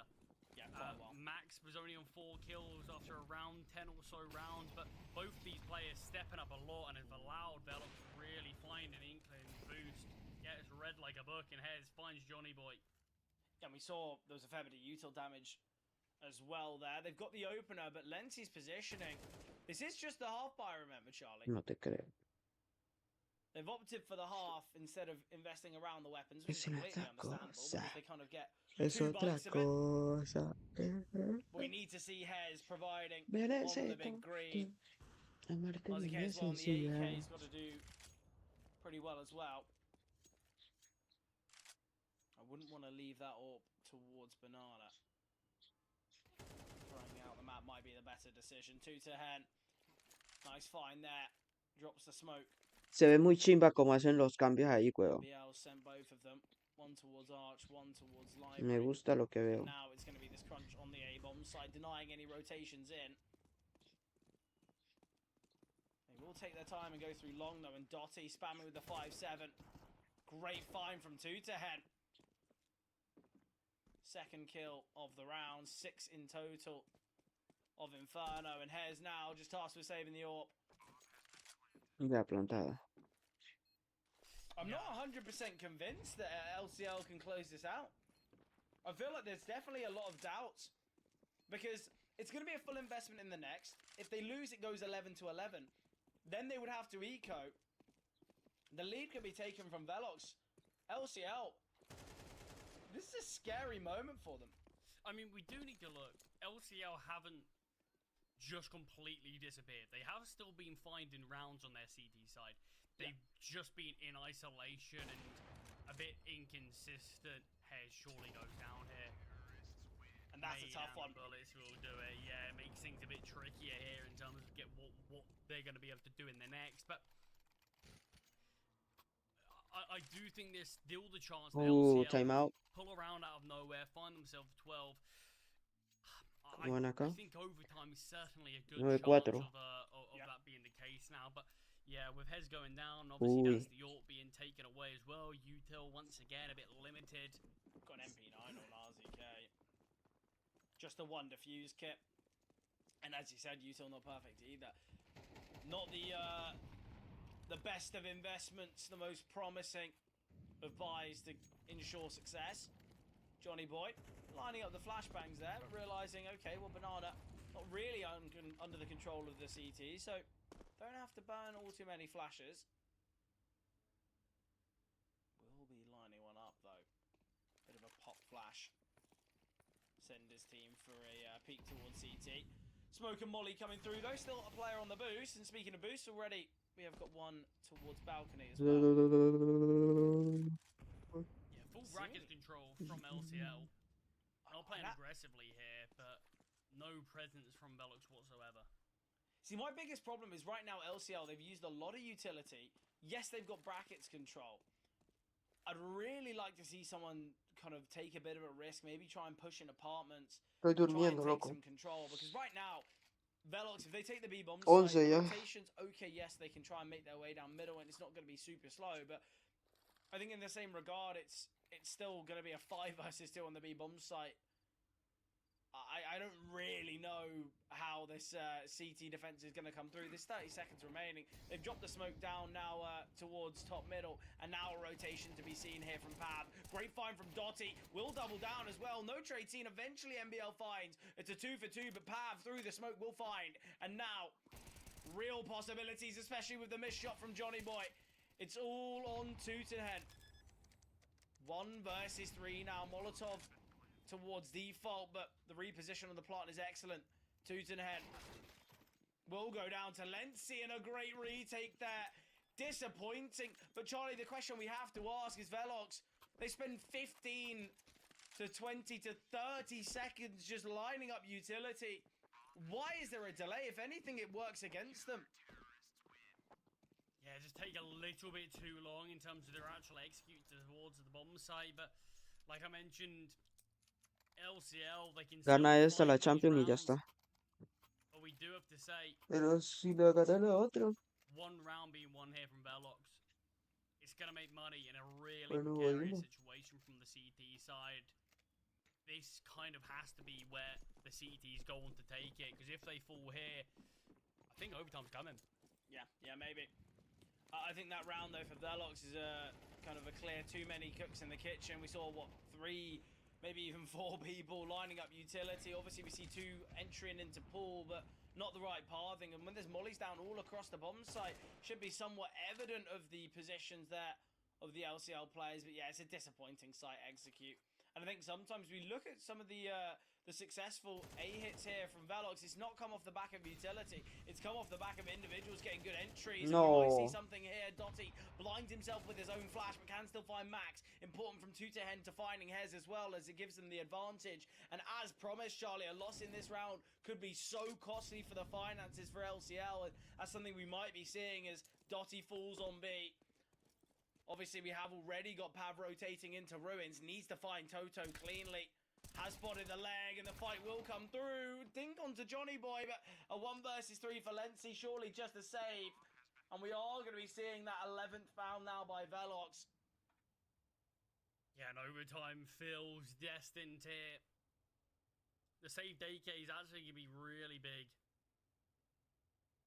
Won't be able to drop over a weapon. I don't think Lindsay had any money in the reserve. A couple of players did. I don't think he was one of them. Can drop over a FAMAS, can drop over an MP9, something along the lines of this. It would just allow another weapon to be brought out, allow some util to come out alongside it, and it's all going to come down to round number 24, whether LCL can close things out in regulation or if this one is somehow going to be brought over to overtime. Yeah, I think OT would be an exciting way to kind of finish off Inferno. I'm sure, though, for the fans of LCL and the players as well, they would like to close it out right here, right now. But as said, the weaponry not going to be good. Utility going to be problematic. An MP9 has been dropped across. But the weaponry not looking that good. At least util's pretty strong. Yeah. Feels like the first round where LCL have kind of prioritized utility over weaponry. And obviously because they just don't have the finances to get out all the M4s. Punto, gana la Champions. Punto, le empatan y le ganan. 3 players early towards B. This is where the onslaught of util starts to rain down. They drop the deep smoke. Molly towards logs. Flashbang not blinding. Ooh, but RZK, speaking of blinding, will find one while covering his eyes. Toto, important to find the player of Pav there in the molly, and RZK is taking a lot of damage as well. And they're going to head their way towards the A bomb site. It's the right decision. They've got to try and take some control now. It is against 2 premium rifles, but man advantage here for LCL. They've got the advantage, they've got control, they've got to win this one. They cannot allow this round to go the way of Velox. They cannot allow Inferno to go the way of overtime. Johnny Boy posted up. Timing is excellent. We'll find RZK. Molotov onto Hez's position as well, forcing him out into the open, reposition towards mini pit, and he can peek towards short any moment. And Hez, an incredible double. He's had a bit of a tough start here on Inferno. We praised the utility. Ay, queda 10 de vida, weón. But it was Hez to take things here for LCL. Success story on Inferno, although it goes the distance, although it takes all 24 rounds for them to find it, we will be heading to Nuke. No worries here for LCL, no questions of OT victory. They do it in regulation, but certainly not the most promising of performances after we see that initial start. Somewhat reminiscent to what we saw for Velox on Anubis, but still, we will be heading to Nuke now, won't we, Charlie? Yeah, I mean, very similar signs actually for both teams. One side taking a big lead, and then next thing we know, we see a big resurgence from their opponents, but finally both teams are able to close out their games that they started so strongly. But LCL, I mean, they'll take that. It's not a convincing close to the game. Their CT side didn't look great whatsoever. The rounds did come in isolation, but finally when they Se empató esta vuelta, weón. the line, I do think, I mean, it's going to be a very disappointing game from Velox. Even just that final round you look at, I think the difference is if we see, I think it was Johnny Boy found the first with the orb, drops that molly towards pit, and he peeks pit himself, he probably finds that kill when they got.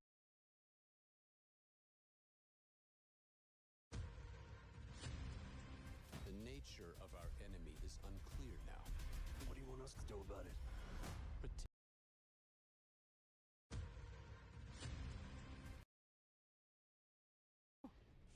Yeah, I've been talking a lot about how tanky this Dusa is, but actually it's almost the same problem that Nigma have against Liquid's lineup, Where's Nigma's damage? Yeah. If the Tiny... It seems to be the approach that Liquid are taking to every fight is get Tiny out of the fight as much as possible. Oh, he got him! He got him on the TP out. Wait, what? GH was in the corner. He threw a spell. They're like, oh, he's over there, and the dead shot stopped GH's TP. Foxy's a gamer. Big game. Yeah, it's really important in these fights that Liquid seem to be getting the first poke, and you're starting to maybe understand a little bit better, at least. They're playing it to. Yes, has it been dominant throughout? No. It's clear that both these teams have a mistake in them, but for this final map of Nuke, that's where mistakes can't be seen. We've got to see this top tier level of CS. Otherwise, we will see one of these teams obviously going 0-1. But Nuke going to be on the cards in about 10-15 minutes time. But beforehand, we jump to a break.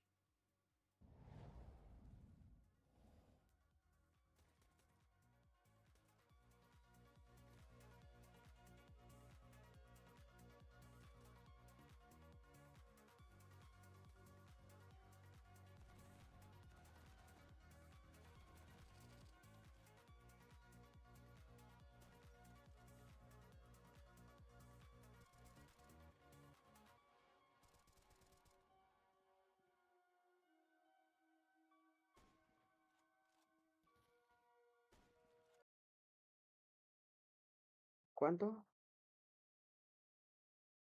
10. The offlaners, and one of them has put it to use to highly effective items with the pipe plus helm, whereas the other one has completed the Crimson Guard and now got the Veil, but the cloak is just a value cloak. There's no pipe there for the whole team for value. Also, the way they're doing this, like, toss back into grab, it's, well, maybe that's, I was going to say trying to use the tankiness of the Primal Beast. Didn't look very tanky there, though. Did you notice, by the way, Liquid, the moment they got Fire Shield, they just won the game?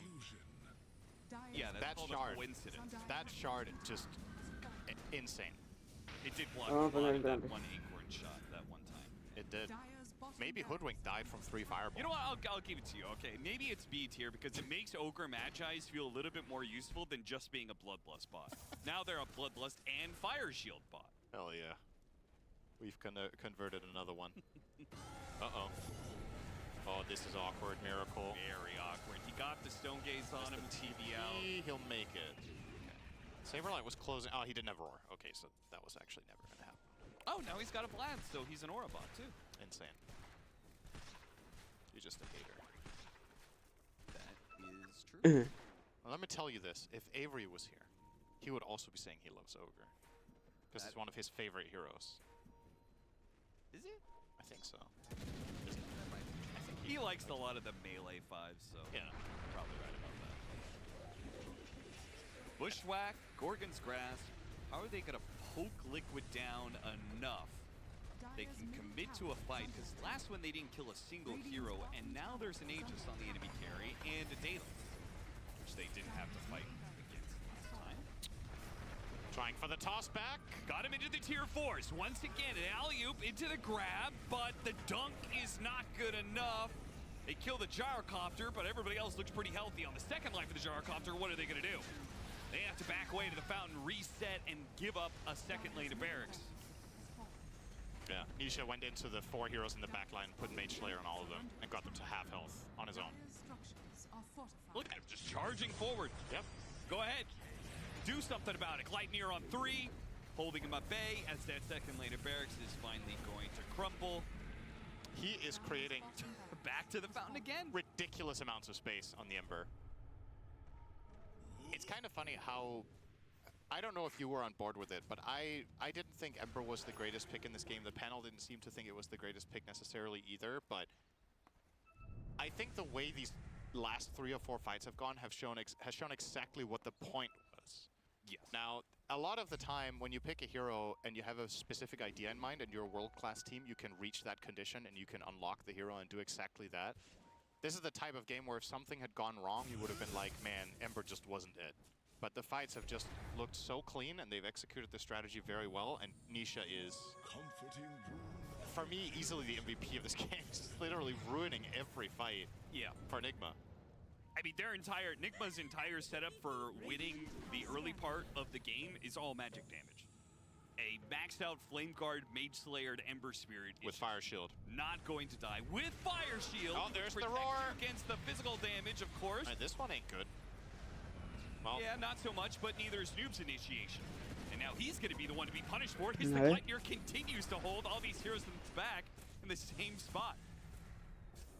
At this point, we might see they get Deme megas un off segundo a of just buscar la these vuelta, heroes que being controlled up in the back and not able to push forward enough to stop Mickey from hitting buildings. No lo Ekman encuentro. gets in for just a second, Ah. but the mid wave is close enough. Ayuda. Oh, I see it. Now he's trying to get it with the Shivas and the Mage Slayer. A grab, pulverize again and again and again. I feel like we're living in deja vu. They keep on grabbing Nisha, but they do not have the damage to kill him. That just puts abilities on cooldown. The Ember Spirit just TPs back to base. Will come back with full resources, and Liquid 10 minutos have decía, ¿no? taken the third Ahora lane of serían barracks más and are still 5 perfectly por ahí. healthy, still assaulting your base. Nigma just have no answers. Yep, they seem to not have enough damage to kill this Ember even when they chain their spells very well. It's just not enough in the tank, and Nisha knows that, and he's flat out just playing as a wall. And nobody of Liquid is pushing far enough that they're not giving up on their positioning either, so Samael's left with only one person he can toss back. Yeah, they can't toss back Mickey even when he's hitting the barracks because he's going to BKB Satanic and kill them. They need to find another angle, ideally killing the Muerta or the... Yeah, I mean, I guess it's only really her, right? It's just really difficult. These heroes are so beefy. They're going to try on the Gyro now, Okay, there goes the BKB. No Satanic. Okay, he does pop the Satanic. All right, he game doesn't. over. He's just healing naturally through his Paladin sword. Yeah, I think Blink tossing in the Gyro is actually just killing your team. Maybe he's just He trying just to help pops all Mickey his out. stuff and kills them all. Samael has a very friendly relationship with most of the Liquid members. You know, Yep. maybe he was just trying to help his boy Mickey get a rampage. Yeah, happy birthday, Miracle. GG. GG. All right, GG. well, this was a pretty even game for the first 15 to 20 minutes, and then Liquid won. 3 fights got Roshan ended the game. It was a pretty clear vision that they had for how their lineup was meant to function, and they did it. So, credit to them. I feel like every single fight, like, did Nigma win a fight this game? They have 7 kills, of which I think the first 5 were in lanes, more or less. So, they just ran into a complete wall in terms of damage issues, and at the same time, they couldn't maintain formation and keep themselves alive in the fights. So, Yeah, I mean, they didn't kill Nisha at all. Deathless run from him. Yep. Saberlight had 1 death. Mickey had 1 death. So, yeah, they got 2 kills on course in that game. Yep. Pretty rough for Nigma Galaxy, but Team Liquid cruised to a 33-minute victory. 22-7 is the end game score. I'm sure they're feeling very good because this is going better than most Dream Leagues have for them in the past. True. They could actually get a 2-0 here. They are slated to make it on to the next round of the group stage, which is a rarity. which is scary because now they're going to lose the next game for sure. Yeah, I've The definitely prophecy. versed them, which will be fun to watch. Let's head to the panel. Well, it would fit the historical win rate between these two teams because we are about set to put another draw on the board between the series rate of 50-50 between these two, but in the game win rate, at least in this game win rate, it is heavily in the favor of Liquid. Because like Ted said, you know, all reliable. You can always count on a few strategies always being useful. You don't need to mix it up. You don't need to go for these coddles that no one's doing these days. Just go for what everyone else does. It works out fine. That's why they all do it, Neil. It's not because they're afraid to try new things, it's because what works, works. So why bother? Just experimentation, you know, it's all well and good, but you've got to be very confident that I mean, we do see some teams do some great things, of course. Liquid lost to OG. I suppose you could call it experimenting with famously the gyro diffusal. In this game, they decided they didn't need it, just ran over them. It's one of those things, I think, there is absolutely room for surprise, but sometimes things are not being played because they're just not very good. That's maybe what you need to spot, is maybe this just wasn't very good. But like Cap said, this was a pretty even game up to a certain point, and then it just wasn't. And I think Liquid are much better at closing games out than they used to be and just sort of rolled over them, really.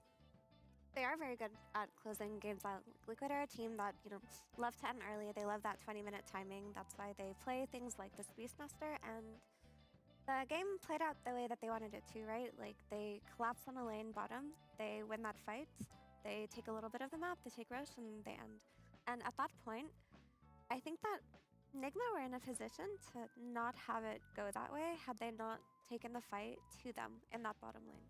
So the game was very even. I think a lot, like Medusa got a lot out of top, Tiny got a lot out of mid, but then when Liquid were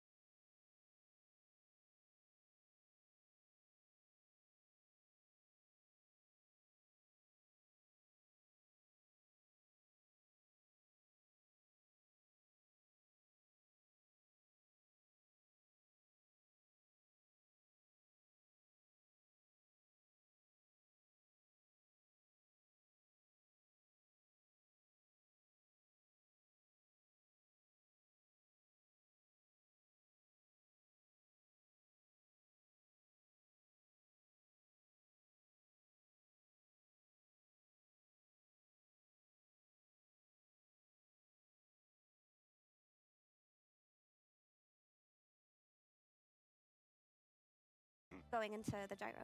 Maybe if they surprise toss back the gyro, kill them fast enough, then they would have taken that fight and won. Like, I do see the logic. But when you look at that scenario in particular, who's going to kill the gyro? Medusa was top and was TPing in, so 1 second late. Your Hoodwink gets light chained by the Ember in the back, and you're the Tiny doing the toss back. There's nobody providing you with that damage for you to make a surprise play like that. So in that scenario, Nigma would have been better off just farming as much as they could up until they had to force a fight with Liquid.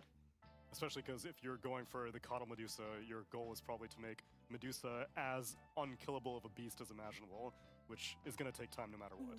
At least in the laning phase, it was made a little bit easier, but I don't think I was very convinced by Coddle's debut in this tournament. I think what Mira was saying was right, that you wanted time for this Medusa to become a problem, and then how do you get on top? You try to go in, and then you got Tiny and Primal Beast, mixing things up. I suppose the issue is that as soon as you see the Beastmaster for Liquid, probably means they're going to be grouping up around that hero relatively early on, and then you're fighting with Low commissions, instant payouts, skin plays. Skin Place launching an event with a total prize pool of $10,000 in honor of our first anniversary. Just sell skins, claim daily bonuses, complete missions, visit the shop, and participate in the main giveaway with popular skins and a powerful PC.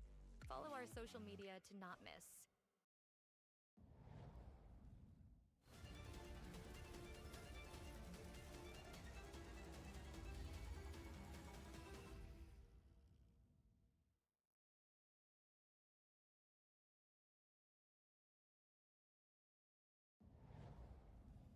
Here we go, heading to the final map of the series. It is going to be Nuke, and I feel like this series has had its twists and turns. It's had its back and forth moments. I feel like both teams have had kind of their success stories on maps, but realistically, Charlie, it has been the teams that have selected them that have won them. So I guess, the series has kind of gone where you'd expect it, but the way in which the maps have been won may be a little bit different. But look, Nuke, it's going to be an interesting one. We've just been told by our wonderful production that Velox were the ones victorious in the knife round. So I'm interested to see what side they start on. You'd expect the CT side. I guess that's something we'll be seeing pretty much soon because, look, we're here on Nuke.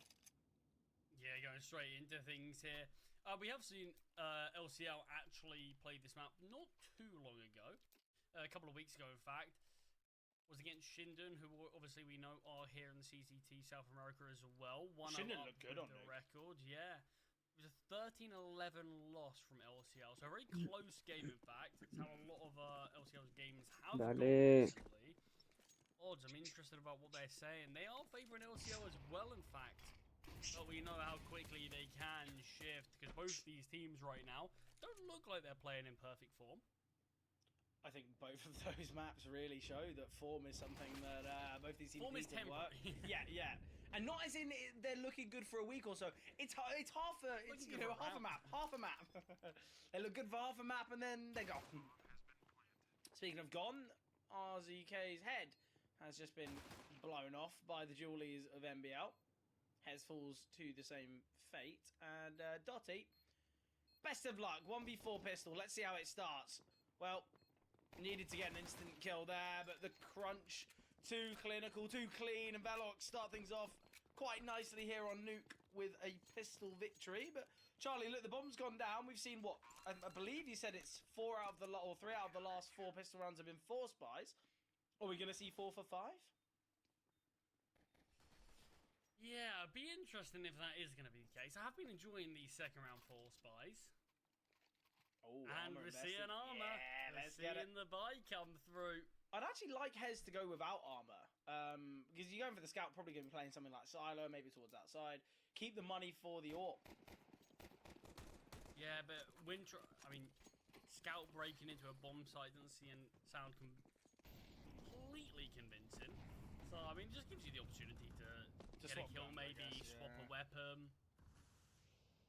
I mean, I don't mind it anyway. With armor, without, still a scout. Aggressive player towards outside, that being Toto, but we'll slip away back into main before we'll face any contact. But we do have Johnny Boy can elevate himself far. Misses the jump, unless that was the game. It's a jump spot, yeah. It could have been a jump spot. Try and spot over above the smoke. I think he'll probably tell us it's a jump spot, but the fact he's gone back up, I'm going to say maybe not. Probably should have kept going for the jump spots instead of elevating up there. Got caught out. Nice deep shot from RZK, but Toto with an important pick towards outside. Reposition, going to be boosted up to heaven, but as he's gone for that, his teammates dropped off top hut. So whatever intentions they do have, it's changed. Yeah, lobby take. I like this hit. Good call. We can get someone up the ladder. Dotty is going to get a kill here as he's playing very passively NBL. Gets taken down for that. 210's cleared all the way out towards Trophy and Ramp. So a lot of information, but you are still man disadvantaged. Player spotted outside. The scout fires off a shot, but not able to actually take any damage. Shouldn't be happening there. Not loving the idea of Lency. Minimal bullets, and Toto can survive. Weak into his next altercation, down to 7 HP. That's just gone and retrieved the defuse kit, though, and the bomb is going down. Low HP, though, as we said, though. Against the scout. Deagle of RZK spots the shoulder, nice find, and now all on the 7 HP of Toto. Does look like he wants to give it a go, though. Okay, Hez. Did you not realise it? What? Was the shot, like, player side, not server side? How did he not hear that he was towards the back of the bomb site? I mean, it looked like he was like, okay, one back of the bomb site, let's clear out the other, but Toto just heard his teammate got taken down towards Secret. Yeah, exactly. Yeah, not entirely sure about that, but 4 for 4 in terms of the second round force buys, they've been very successful. Yeah, it gets a bit awkward at times, but yeah, I think once we saw this D kill come through, I think everything was fairly simple. I think we knew where the round was going. I don't actually know why we didn't see the save there. Realistically, you're 7 HP. You could have brought a rifle, full armor, a defuse kit, and full utility into the next round. Well, I say into the next round. Obviously, we'd have had to invest in utility, but would have had enough money for it. I don't really see much reason for going for that one. But the 5-7s are in play. Johnny Boy will go on before traded by RZK. RZK gets another. Can't find his third, but deals the damage for it, and Hez can find. So, second round should be going the way of LCL now. LCM. Is there a team called LCM, or am I just going crazy? Probably somewhere.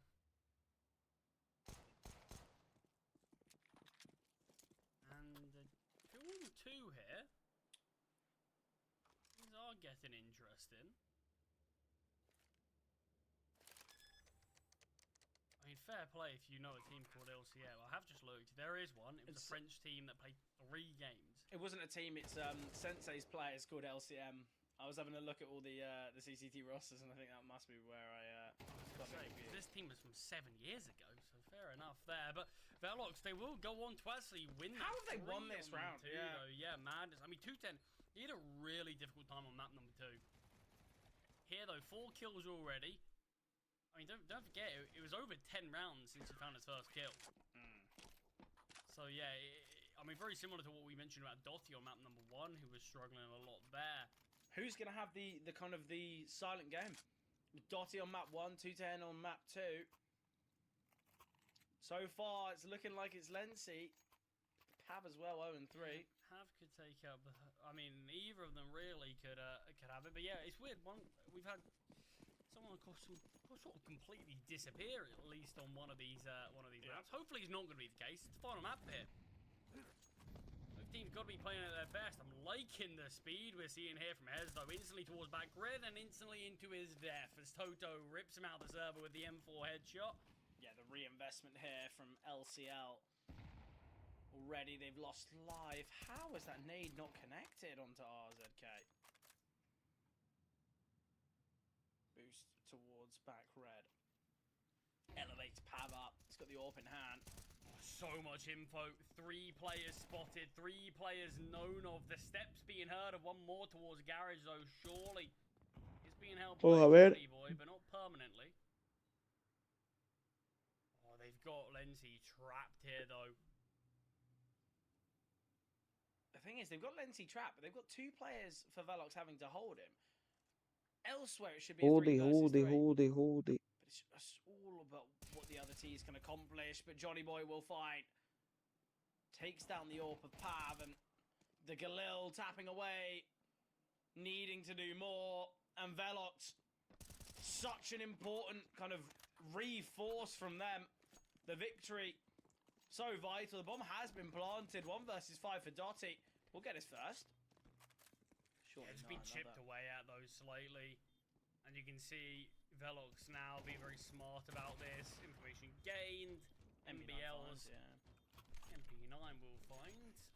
Hoping not to see too many more highlights from him. And his view model is one that does hurt my eyes. I think, what is the worst you've seen? Because I think the worst, it's got to be TMB. Yeah, I mean... That one's front and center. I mean, MPL isn't far off.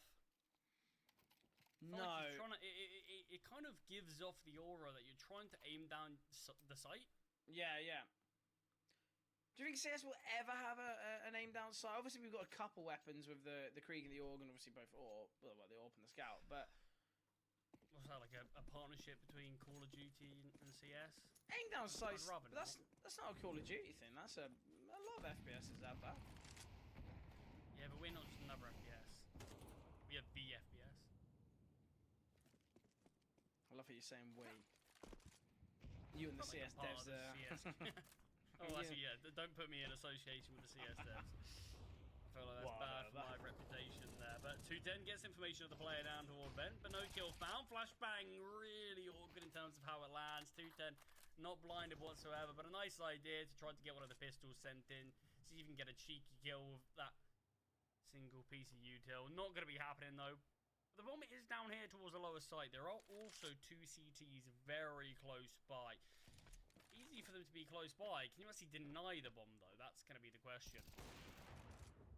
The thing is, the bomb plant's just going to act as a bonus. I think actually for Velox, it would work a bit better for them.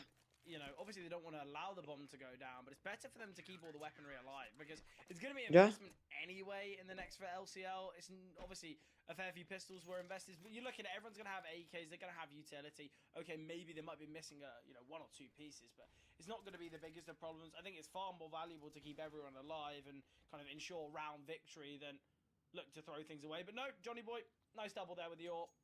Gets his third as well with the USP as well. But look, Velox 4-1 start. Nice start for them here on Nuke, and as we said, they were the ones victorious on the knife round, and this CT selection clearly panning out quite nicely. Yeah, at least initially, but I think what we've learned from this series is you can't take your foot off the gas for 1 second, or your opponents will very easily just battle their way back into things, and that's exactly what we've seen on map number 1 and 2, but... So far, things are looking good for Velox. Hit out towards A. Flashbang slightly too delayed. It blinds everyone, really. I don't know how Dotty not only is still alive, but can find more. It important pick from Hez. The orb of Johnny Boy. This is going to be so tough. Held right now, but can deny the plant. Okay. Just buys a bit more time for his team here. Yeah, it's excellent. Toto posted up. Reposition now for Toto. Breaks the glass, but will silently slither back. What a shot there from Hez. I mean, I can't really help but think LCL were a little bit lucky with actually getting away with that round. Yeah, First definitely. player, I want to say, was Pav. Pushes out before the flashbangs. Does get taken down, and then Dotty just not able to be found somehow. Yeah, I don't know how the player on the back of the El partido más largo que me he visto en la vida, loco. That flash kind of fades. They've got to be swinging towards Hart. Got to be helping out the player from second vent. But yeah, it seemed Velox were a little too passive there, in fact. I mean, even the spray from the second vent player wasn't great initially. Misses too many bullets, runs out of ammo, has to switch to tech and just touch. But fast A play. This could be a big problem. 210 will get one. Oh, NBL can find. Where there's at least probably a player pushing out of Squeaky. And LCL, they won the last round. And they opt for a fast A approach. I feel like a fast A, you understand the reasoning for why, but usually it will come off the back of, you know, minimal investments, utility not perfect, kind of a poor T side and a need of something different, a need to change things up. But yeah, that A hit seems quite unnecessary. the thing is, I actually do like A hits like that a lot, where you have the main player dropping down so quickly and trying to catch someone off towards places like top heart. And it felt like initially they got him in the position fine, but just wasn't able to find the kill, because it is a bit of a spiral effect. As soon as that kill comes through, then the rest of the team bombard their way out onto the bomb site. You see the position that 210 was playing from. He would have been found by the main player, or at least has to have his attention taken away. He has to play it differently. And at that point, you think he probably goes 1-for-1, at least.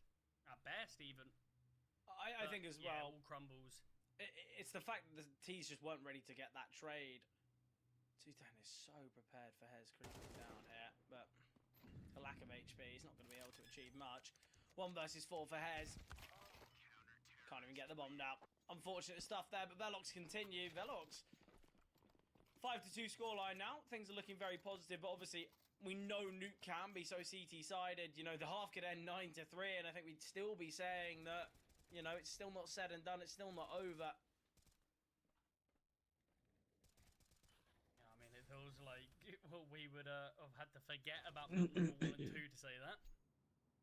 After exactly. What's been transpiring on this server. But we will be seeing a tactical pause out from the T side.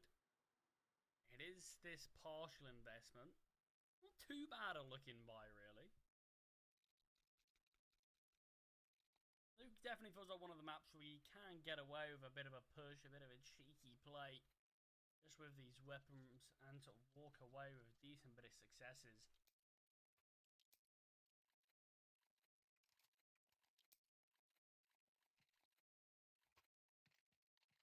Time now. Round break, though. Going to be coming up. Tactical pause is over. Players discussed what they wanted to, and now back into the action. Where or what is it they're hoping to do? Solid amount of utility. They can go for the outside smokes if they do want to.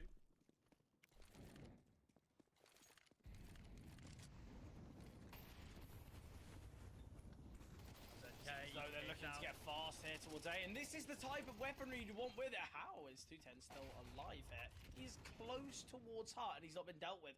I was actually praising this kind of rush so heavily, but Max doesn't get taken down towards heaven. Somehow 210 is literally sitting in the hut door with 3 players pushing him, and he still survives. Yeah, plenty of problems. Not really sure how that's gone so wrong, but it has. I mean, it's great initially, but it's 210 finding 3 kills, which is outrageous. Yeah, shouldn't be allowed to do that. Not at all.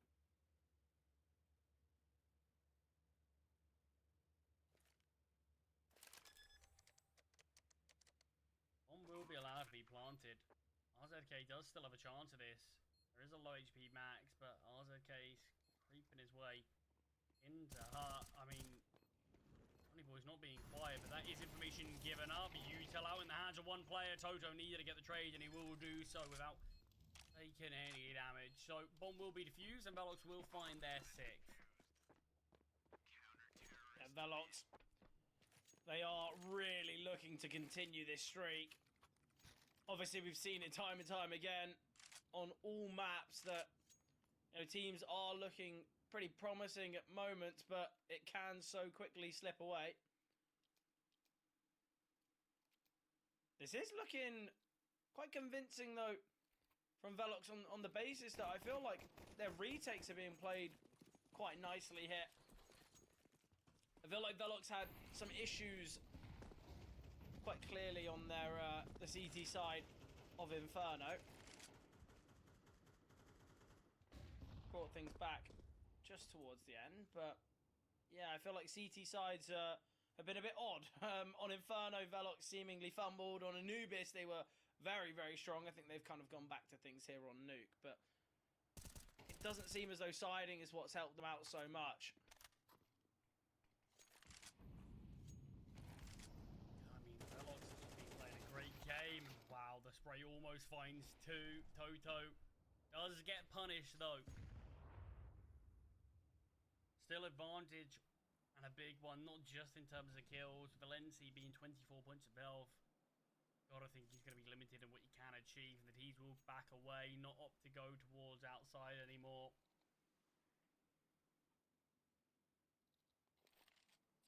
Yeah, look, right now, Lency's been chipped away at quite heavily. Minimal utility, just 2 flashes, 2 Molotovs, and we know Nuke isn't really a map that's so heavily dependent, especially the T side with utility, but I think the fact that they've got, a 1.5 man advantage is going to make things really tough, and seemingly they make their way towards Hut, but the smoke from Johnny Boy should make things quite difficult. Flashbang comes over. No one, in fact, peeks with that molly. The molly forces NBL out into the open. Such limited time, but the openers are nice hit. Still a player towards Tetris to deal with, and 210 swinging, and now that he's found the bomb carrier, he can just run away. No chance for Lency to win this one. 210 will find the round here for Velox. From Dutan again, he really is being the saviour in quite a few of these rounds. And They are in the draft now. It's great to see that sort of the last map hasn't affected him whatsoever. He's really putting his name back on the map. 9 kills in total. Marca mi necesidad. On Inferno. Mi necesidad. He's now really battled back De mi to me achieve gusta todo. 13 already, but it's the impact of some of the kills that is what's so impressive. Right now, half won by Velox, and I think they are going to look to continue quite comfortably. We said Lency and Pav not with the strongest of starts to this game. I think they were both 0-3. Pav still yet to get a kill. It can be just so tough though, can't it? You struggle to get on the board, and eventually it gets to a point where you start making plays and kind of taking risks that you never would just to get that first one on the score sheet. Hopefully we're not going to be seeing any of that though, but comes a time where you're just questioning, look, I just need the 1 kill. What is going on?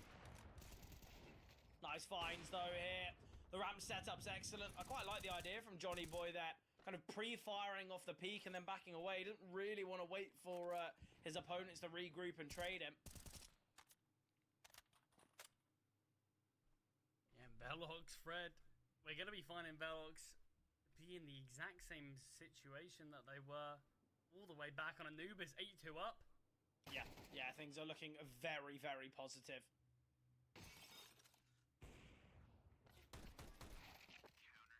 Johnny Boy will find that. Nice pick with the USP.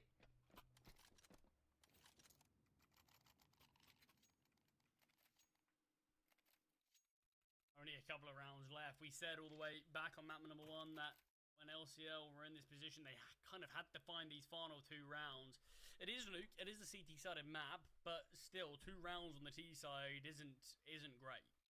No, not promising at all. Probably need to say 4 is the minimum you'd want to see.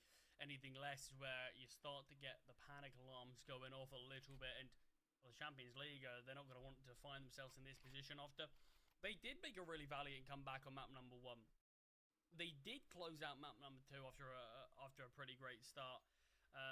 Sure, things got a little bit dicey at the end, but they still managed to close things out. I mean, this is the opening game for both teams, and a loss isn't going to be the end of the world, but this is something where just that early win can bring so much confidence into you. It can really give you an opportunity. And is that back-to-back tactical pauses we've just seen? I think it is. Well, look, that's the third one called from LCL, and quite rightly. Of the 10 rounds of play, they've only been victorious upon 2 of them, and realistically, we need to see more of a convincing and kind of a better representation of their rounds. You look at the rounds they have won, it was that forced by victory. It was then that A play that worked well, and ever since, LCL seems as though they're kind of trying to claw their way back in, always playing catch-up here. But after we saw that second round force come through, I was kind of thinking, oh, well, LCL, they've come to play here on Nuke, but have been silenced quite heavily here by Velox.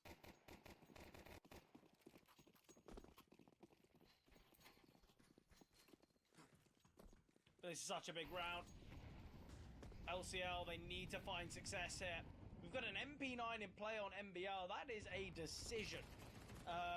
Well, there we have it. I can understand why. Just drops down, finds Dotty. But obviously could have had an M4, opts for the SMG. Very interesting. Yeah, I don't hate it. I don't hate it, especially with how he's playing towards top half. You can play a few of these gimmicky weapons like the XM, like the SMGs, but well, here's going to be the second kill. Toto wants to play for a little bit more, but we'll only have the opportunity to find one. Can't complain about that though. We'll slip away, and the double tactical pause from the T side is instantly feel like it's been thrown out the window, and game plan's kind of just been taken away from that. Yeah, they've not really gained much there. And it's interesting because they've opted for these tac pauses, but it's not as though LCL have come into the next couple rounds with a level of creativity. It's been fairly simple. None of their rounds have kind of had that essence, that kind of ability. MBL, I'm really liking how he's playing this one. Not only was it the drop down initially to find Dotty, the second kill, then backs away into Heart Lency. Kind of troubled with the task of finding MBL, because if he encroaches too far out, gets found, that's the bomb dropped, and it leaves his teammate in a difficult clutch. And the trade comes through, and there we have it. That's going to be the round. RZK surely too tough of a task, and we'll go down to Max. So Velox continue now. 9-2 scoreline.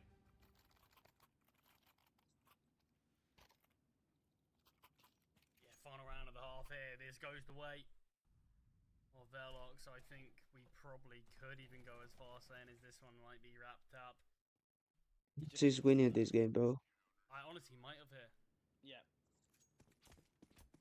Maybe so if you want someone to blame, goes. I mean, yeah, if Velox wants someone to blame, they know where to go. But I mean, Pavs, yeah, continued his difficult performance. We did mention, I wonder who was going to beat up a poor game. Yeah, just one kill here. Only towards second bench is good, but it forces the player. ¿Sabes qué? Me olvidó ayer que tenía que ir con Erico. Trades are good here, though. Toto finding Pav, though, an important pick towards outside. The Bells have been solid at these retakes. Throughout this series, they've not been too bad. They're more than happy to take their time on most occasions. The Molotov not forcing his back whatsoever. RZK is potentially going to be punished from Heart, but it all depends on timing. Johnny Boy's playing things really slow as he's got the AWP. 2 players from Heaven. It feels like this setup's so good.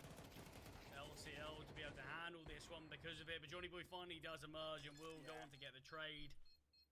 I was worried we would see the 2 Heaven players fall instantly, and then Johnny Boy could probably only find 1 there, but yeah, it worked out well enough. I don't mind the low HP player just sort of knife out, jump in, knowing his teammates there for the trade, but 10-2, double-digit first half from Velox.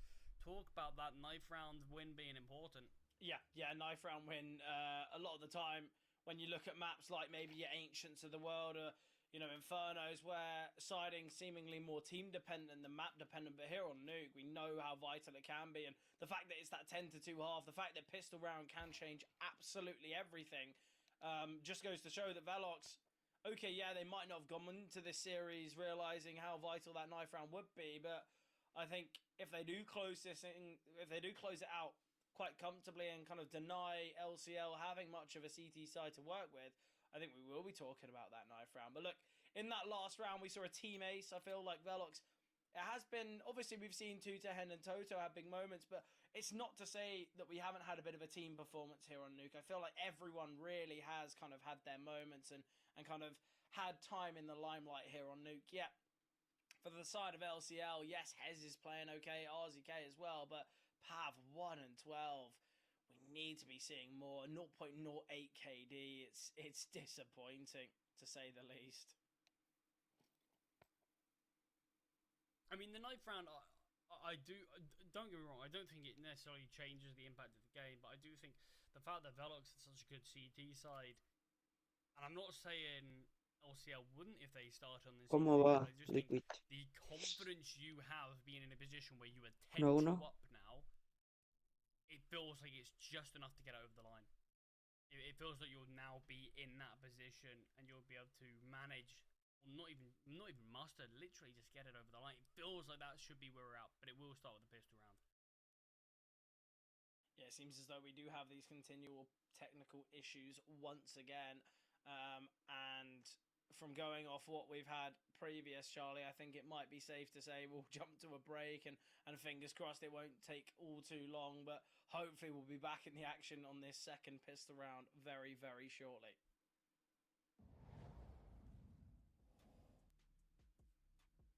Coolio.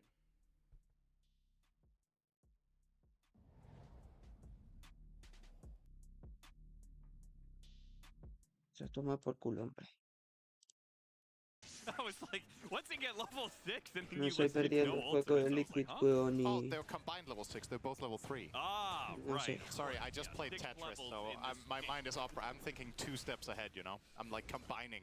Yeah. I'm combining the pieces 3D chest. in my head right now. But yeah, when they're both level 3, this lane has kill potential. Until then, I don't really see any major threats. Top lane, a lot of variance in this one.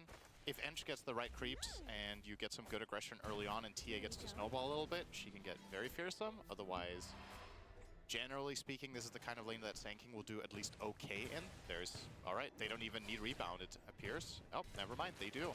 And Saber Is anyone gonna die? He's dead. Dead? He does. He gets run down by GH. Oh, He's the going to drop stick. very low to all these Eidolons. He gets the cogs pushed back onto Boxy. He will get out of here, Let's but go, maybe Liquid. it's still the SM now. You're right. He did need level 2. You're correct, Syndrin. Yep. Wait for that level 6. Meke. I'll take some pressure, but Noob can't stick around. Doesn't have Sandstorm's guild. Yeah, he also... 1-0-2. I 1-0-1. wonder if this is the lane where you maybe wanted to start with a Ring of Protection.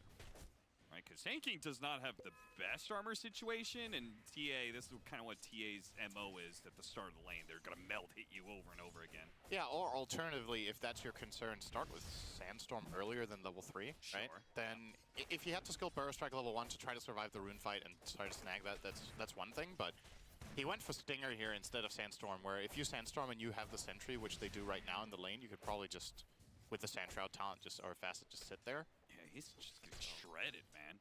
Even that last meld strike for a deny got hit by the side blade. Speaking of shredded, look at the CS in mid. Hold up, hold up, hold up. He got him. Okay, just runs him down. What's happening mid? 19 and 11. Against 8 and 1. This is twice now that Sumail has just wrecked Nisha in CS He is for the first few minutes. This is the most average denies I've seen in a series minute 3 by a player in forever. He's got, I think last game he also had 10 or 11 denies minute 3. How many creeps have you even faced minute 3? That's 7 waves? So he's denied about a third of all creeps that Nisha has had access to, which is really impressive. He has first blood advantage, of course. This is not the expected outcome here, but that's something about Sumail. He's good at making the most of any little advantage he gets, in particular in the laning phase. I feel like he never fell off. As a player, his laning has always been impeccable. Foxy with a little bit of a cute rebound away there, and the courier kill. And they're already trying to help Nisha here. Enchantress has the freedom to start moving it toward... Oh, they might even kill him. Yeah, Tornado, EMP, and with the Hellbear Clap, he's going to be pretty stuck here. Sumail's trying to hit a Boundless Strike to try and slow him down, but now he's the one slowed down by an Enchant, and a jump-in rebound from Boxy will claim the kill. It's not just one support, but both. Now they're going to turn their attention to both the supports, as Omar is going to be finally hit by that clap. Now they'll get a second kill. GH is going to be fine. They've run out of resources to continue this dive, but damn. All right, an early game masterclass from Liquid. Despite the first blood going the way of the Monkey King, they have now crushed the lanes completely. They've just broken the game wide open after 4.5 minutes. 3,000 gold lead. The Ench has won her lane top. She proceeds to move mid and win that one together with the Marcy. Just all the pieces coming together very nicely with rotations. Enigma Galaxy, you've got to be careful that this doesn't get out of hand too fast. This is the stereotypical Enchantress ownage game. Yep, he is using the creep to close the distance, keep getting the rebounds, and any repositioning puts you right in the middle of Eidolons. That support do is actually super cool for this kind of stuff. When you do get in a game position where you can both move freely, having effectively just a rebound unit with you at all times. It reminds you of the good old days when Clinks would go Helm of the Dominator to always have a friend to eat. Just that now the Ench is just bringing you the thing that enables your hero constantly for every move. GH is in trouble here with the Malefice. Good Cookie not onto the high ground, but perhaps far enough distance, and they do manage to get the kill on Enchantress in the meanwhile. So Enigma do know that they understand Liquid's playing very fast. We have to bring multiple heroes to these lanes, and good rotation from Sumail. I mean, that is the thing. Like, nobody has doubted that Sumail, he's still got the skill to win these lanes. It's just that the coordination between the teams oftentimes is the bigger problem for them. We see that again, where the mid lane matchup goes the way of Sumail, but in the 3v3s, that is not working out quite as well for Enigma, as missed the rebound. Attack pause in this series. It feels like it is. Yeah, good few kills from Pav. Really did turn around the game. Well, definitely not the game yet, but turned around the round. Could be the start of turn around the game with what we've seen from these two teams so far. But it is the full investment. Velox are going for it. Well, we've seen Ganoso que gane ya rápido. Cualquiera de los dos, la Champions o Velox. Bueno, es que voy con la Champions, ¿cierto? Ganoso que ganen rápido. Pero no sé qué les pasa. Se vinieron abajo ahora está. Ay. Missed shots there onto RZK. Pav, in fact, been chipped away at. The body shot of the D for 2 to Hen can find. And now, ooh, they're playing on the front foot. It's the right decision making. Steps to be heard. Ooh. Has to go huge here. Dotty by his side, down to the 2-on-2. Smoke drop. A little too forward thinking here, but none of the plays actually through the smoke. Pav does go down. No. Weapon retrieved. Bomb to be retrieved as well in a matter of moments. I love this idea. Solo queda él. I'd actually really like to see him rotate all the way around to Heaven. I think it could be a perfect play. Because they're going to have to go towards... They can re-wrap Heaven. Go down towards B. But you knew they were going to go back towards ramp. He would have had enough time to rotate into Hell. Yeah, it looked like he wanted to go down towards the lower site initially, but opted against it. Going to swing. The crossfire here seems too good now if he opts to go through the door. I'm not sure if there's a kit down anywhere. It doesn't have one. I think the kit, if there is one down, is too far away. Contact's being made. MBL is the one to finish things off, and Velox is certainly brother. competitive as soon as Johnny Boy does go down. Plus his lines a little bit, but round's been won, and talk about the second round force plays being successful. This could be all over, Charlie. LCL gonna have to reinvest, and just with the one loss bonus, I'll be honest. Do you think it's a better idea to invest in this round? I mean, don't really think you have a choice. I mean, 12, 11, it doesn't make a big difference, really, in the grand scheme of things, but do you want to try to play with not being able to make a single mistake? We've seen what these two teams have done when the games have got later on. There's been a lot of mistakes from both of them, so I think they do kind of need to win this round, or it is done. I don't think there was an option to go for an eco. Yeah. Yeah, I think you've hit the nail on the head there. Hopefully for LCL, they'll be hitting some heads in this round. Otherwise, as you said, it will be that kind of 12-3, and with just a 1.9 loss bonus, could be looking at a done and dusted game. Very passive here from both sides. I think Velox realise, okay, we're probably going to be getting some 5-7s, some Tech 9s, some MP 9s. I'd be interested if there was a Tech 9 on the CT side. Oh, nice Molotov is going to force players forward. And Dotty trying to isolate, and the ramp crunch not worked out well. And it's all on RZK now, but this should be done. This should be over. 12 going to be found unless somehow, some way, the MP9 in Heart won't even be able to fire a bullet. And Velox, speaking of firing bullets, they're shooting bodies. And Toto, quite rightly, he's got 17 kills. Same with 210. The bottom performer here for Velox is on 10. The top performer for LCL's on 12. There's a big disparity between top and bottom on the LCL, but it's 12-3. 9 rounds in a row needed. And it's weapons of similar ability to what we saw in the last from LCL. Surely it's a 13-3. Surely the game is all said and done. I mean, you're literally gonna need a miracle here if there's any chance, but it feels like Velox have done enough. Feels like they've done more than enough. First kill goes their way. Zuten, one of the players who absolutely blown me away with some of their performances on this map in particular, and it looks like he wants to finish how he started. 2 kills, brute forcing his way down towards Secret, finds the pick here, and now finally opts to slow things down. Player towards outside, Dutton could find another. Yeah, RZK, I like the fact that he's creeping back towards lobby.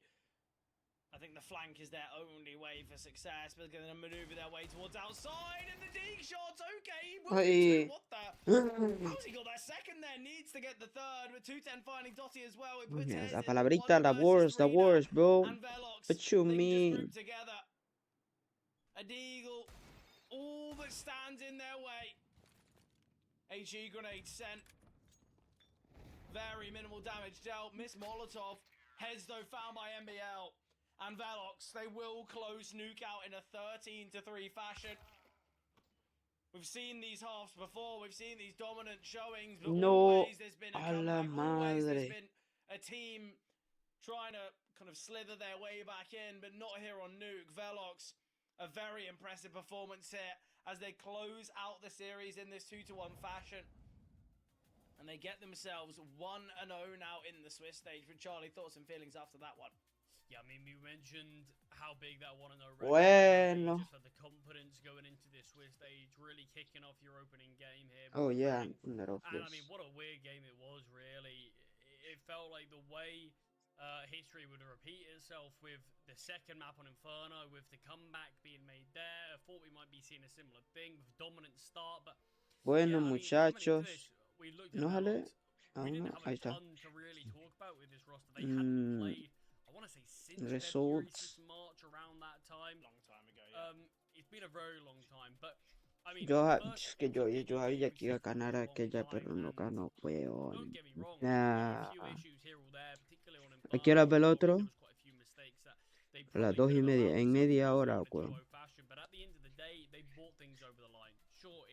En media hora. Oh, por eso que han estado haciendo mucho tiempo, ¿cierto? Media hora va. Pero quiero verme la de... Quiero verme el juego de Team Liquid, entonces dejamos de verla. Liquid, ¿cuánto tiempo va a jugar?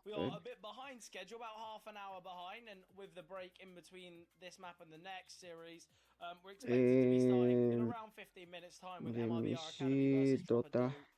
I'm excited for that game, but look, let's just jump to a break and then we can get into that one in a couple minutes' time.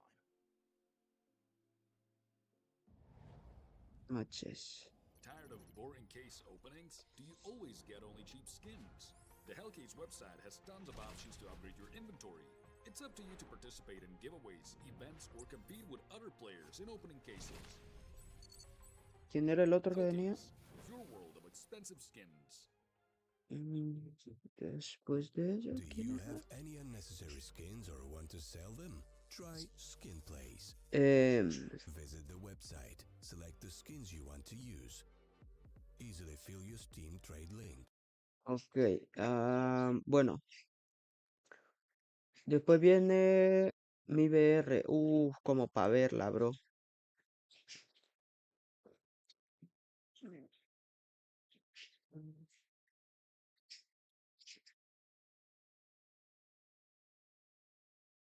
Espérate. I'm working now.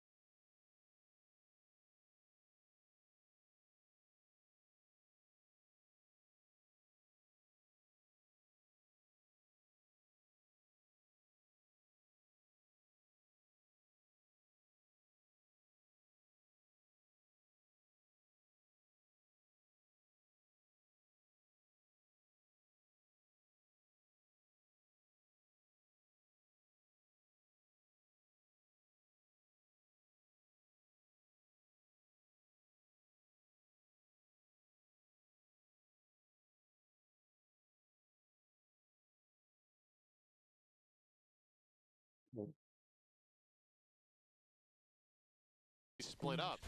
They're assuming that Nigma are split up as well, so they'll go No, for a las 3 va a ser They will manage to get mierda. that nicely played, pull him out of the Sunstrike. Very smart move by Boxy.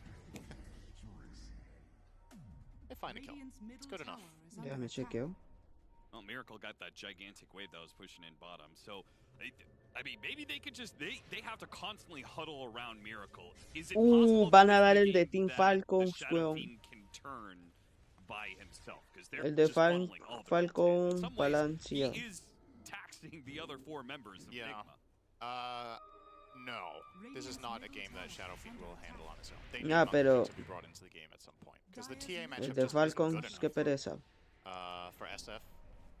So, Nos vemos unless you could get some monstrous el de combos coming Liquid out y ya from, después nos vamos para el otro, que then falta mucho. they have to give Sumail something. But it's just tricky, right? When you're this far behind on mid-monkey, like, how do you find a purpose in the game? You don't have a farming item. You don't have anywhere safe to go. He is working on that Maelstrom now to try to give himself some game. Maybe a fight could Oh, help. they got an initiation on Nisha. He tries to push it back. Hookshot is going to be intercepted. They don't Dale. get the kisses onto Nisha to finish Vamos, him off Liquid. either. Let's go. GH will die for this. They throw out the Requiem to try and push back these Liquid heroes. And all they can do is return the safety of their base. Yeah, they popped 4 ults, and got 0 kills. They didn't even get the Aegis. So, this looks very, very easy now for Liquid to play. More map control, just dominate 3/4 of the map essentially right now. They have some pretty good aggressive vision as well placed out here. Yeah, the saddest part is that Sumail came back for that, right? Yeah. He didn't even like push out that bottom lane. He's back there now, but he just needs to. I almost say just like don't come to any fight, man. Just like farm it up. Yeah, it's one of those damn it if you do, damn it if you don't moments, because imagine that fight goes a little bit better, then he just gets 2,000 comeback gold from a good team fight. Yeah. But yeah, when it does fail, it sucks, because you just lost 2.5 creep waves bottom maybe that you could have gotten in the meantime and got yourself at least close to that Maelstrom. Mick Age just bulldozing towers one by one. Desolator and Alacrity TA is nuts for pushing towers. Yeah, true. Sumail is exploring. What? It's a long time until the Wisdom Rune spawns. Dude, what's he doing? He just jumped back and forth twice in a row. And it's just the ADHD kick. Yeah, I guess he's Can't just sit still. keeping up his APM. Speaking of Warcraft 3.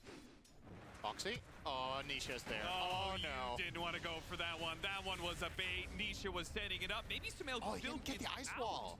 He didn't connect it. Phase boots away. Hey. Spotted for a second off the Sunstrike. Eventually, he'll be able to jump into the trees. They do not hit him with a deafening blast, and away he goes. Wow. Okay. That somehow worked. Couple of Allah. and Sumail does get out of there. The ice wall didn't connect. The Sunstrike didn't connect. And they also had Miracle connecting there with the Clockwork to immediately kill off the Marston. So, all right, it's something. It is. That was a decent amount of space. Got to buy some time. Nuke going for his Crimson Guard just like last game. It's good against Marcy, but I don't think this item is. It's a better O3, right? No, it's better O2. It's a bit so. It's one of those where it's debatable. Like when you have a hero I that think has so much Liquid minus armor can and so win strong hits again. is. If the Liquid Crimson is Guard winning keeps your hit 1-0 supports, now. like let's say they I need think one or that two more attacks from TA, is that valuable enough they can win versus again. getting, something that truly scales your own hero? And like I don't say Shiva's that Guard because I just feel like just all I'm fan of them. Yeah, I'm saying because survivability you I need. know the Team they smoked Liquid on top of the trap. recruit at the players, so it's a good performance. So They are going to run headlong into an epicenter burrow strike. you know what I'm They saying? should Look have at known that. about this one, but Oh, apparently not. They stumble right into the really? trap set up by Enigma and Liquid. What the fuck? That's so bizarre. They just saw them smoke on top of a trap. They're like, they're here. And then they just walk in a straight line, two heroes on top of each other, and get burst. Maybe they didn't see it. So I think they pinged it instantly too. I'm pretty sure they saw that. But either way, nah. if they had information, what you do in that situation? I actually really like the Ench running up. What I a think that's hero, fine. bro. I think she should go in there, be a body, give vision, and I had a lot of fight. work today, But when you bro. stack her and Invoker, the fight's lost. Can you it's just dead on believe arrival that? when the Sanking's done hits. The That fight's just over. war, like, I need to honestly, get this stream starting a to lot. look like a game, and that's worrying for Liquid, because they had a massive lead. Their lineup No, was y tailored en, to kind of en be well, cruising to a victory now. But after these this couple of game, slip-ups, we're going to 4K see the gold is Valorant absolutely Latin recoverable server. for the side of Enigma Galaxy. Okay. Especially when you consider Why? Because some of this gold they that talk Liquid in have is Spanish. I kind don't of need like talk a lot in contextual. English. It's somewhat hard to When put we to see use that. the net worth that you have But on Marcy, the net worth that you have on the Ench I'm isn't not sure necessarily that for easy to tomorrow we realize, can because that what type other of fight people can can Marcy see initiate into the these heroes Valorant now? challenge. When they start getting stuff, it's really difficult to play your hero offensively And when I'm they going have to 8K see. net worth. I'm going to But I guess see. I once the think that BKB, oh wait, he actually Dora, is Dora that a 2. oh, he's just hiding it. Okay. I don't know. That was the item I was Probably. gonna say will change that. So If alright, I don't well, see a that's an Dota, immediate solution to the problem that I was posing, so that's good probably news. I can see The BKB the unboxing is what is going to allow him to play counter strike Mix it up, games. TP's over, and it looks like it's time for But a now move, 'cause I try to see coming up very soon. one streamer that Radiant's can is already pushed in react by of that. Liquid. I'm probably the other lane so they can spend some time with this see area. They found the counter strike games, and I'm going to see Dota games because Dota games I see now that is a game that of it's a game like LOL, and the people around me, the people in my around me, I don't know how to say that. Yeah, but around me, they don't like LOL, and I think that if they see Dota, they probably don't like it too. But let me try. If I do in a group of, I don't know, 3, 4 streamers for see different games, it's better, bro, because I like these games. I like being competitive, and I think that if a group sit with me these games, they probably could try play in the future, and I want to play in the future. You know what I'm saying? They get into these awkward, You know what I very mean? long chases, and this is a potential limitation of the but lineup here. But as you Liquid's said in that fight, Saberlight just blinked to his own death. incredible. He just blinked Maleficent, I believe it was the Monkey King, but there was no follow-up in that Wukong, so he blinked into the ring and kind of just passively Can I died see to the hope that he stats? should have been expecting. I think the funniest part there is that, like, the Monkey King is probably the worst hero to go on because he's used Wukong's command and he's burned out of mana. Yeah. He's not going to do anything else in that fight. Absolutely, you're completely right. And yeah, TA can't really chase into the ring Liquid either. are not giving up this Roshan for free, though. A fast kill on Omar. Does he have buyback? He does. And yeah, they sure. are leaving the area. Oh, Noob's gonna be spotted on the Sunstrike. He has to blink up. He still has a Burrow Strike. He's gonna get some distance here, but Boxy, he's closing in. They have detection. They have a sentry. They spot him. He gets off the epicenter Okay. before the stun comes He in. can kill him. But He can it kill. is They not can kill looking them. good. Kill him. Oh, yeah, him. Okay. Were they really Boxy. not strong enough to take?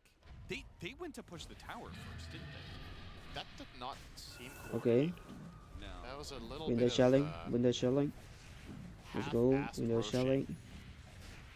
Yeah. Liquid will get some nice recovery off of this Aegis. Go on the TA Yeah, they again. will. You would imagine. And there's a banner for Boxy.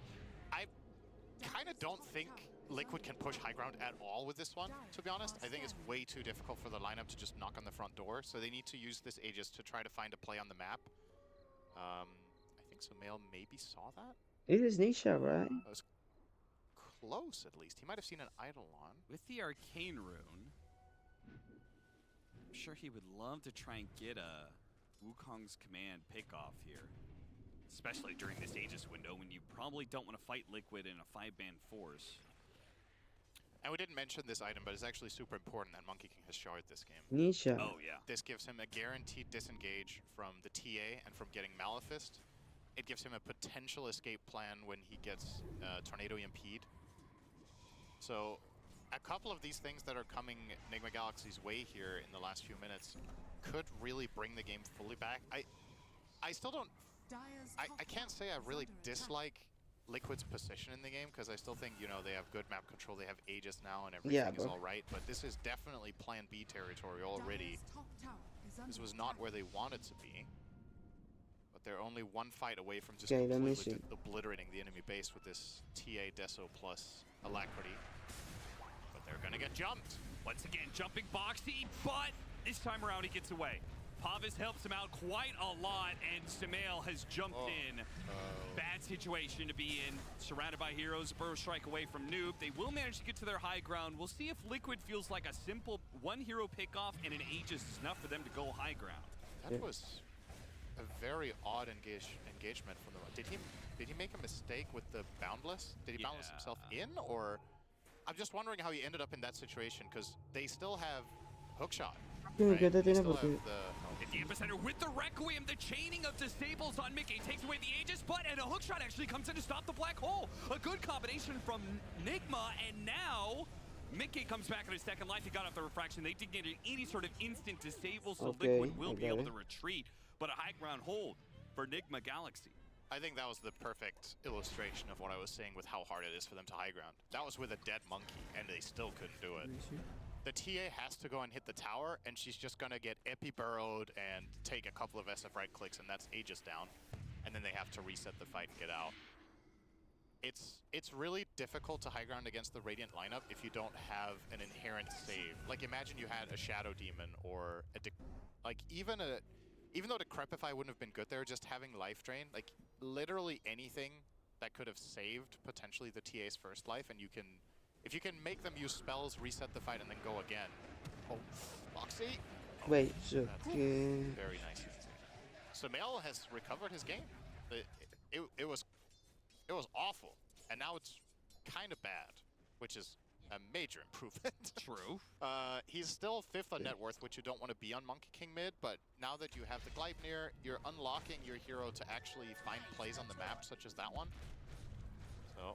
He could actually set up with just one other hero and get pickoffs, which is something that he couldn't do before. Maybe I'm underestimating this Crimson Guard. Actually took very little damage there from those 2 TA attacks. Might be better than I think. Yeah, I mean, in some ways, damage block is more effective against minus armor, right? Yeah, it's one of those classic discussions with if it's good mathematically for protecting you from a couple of attacks, is that, I guess against TA in particular, that is nice.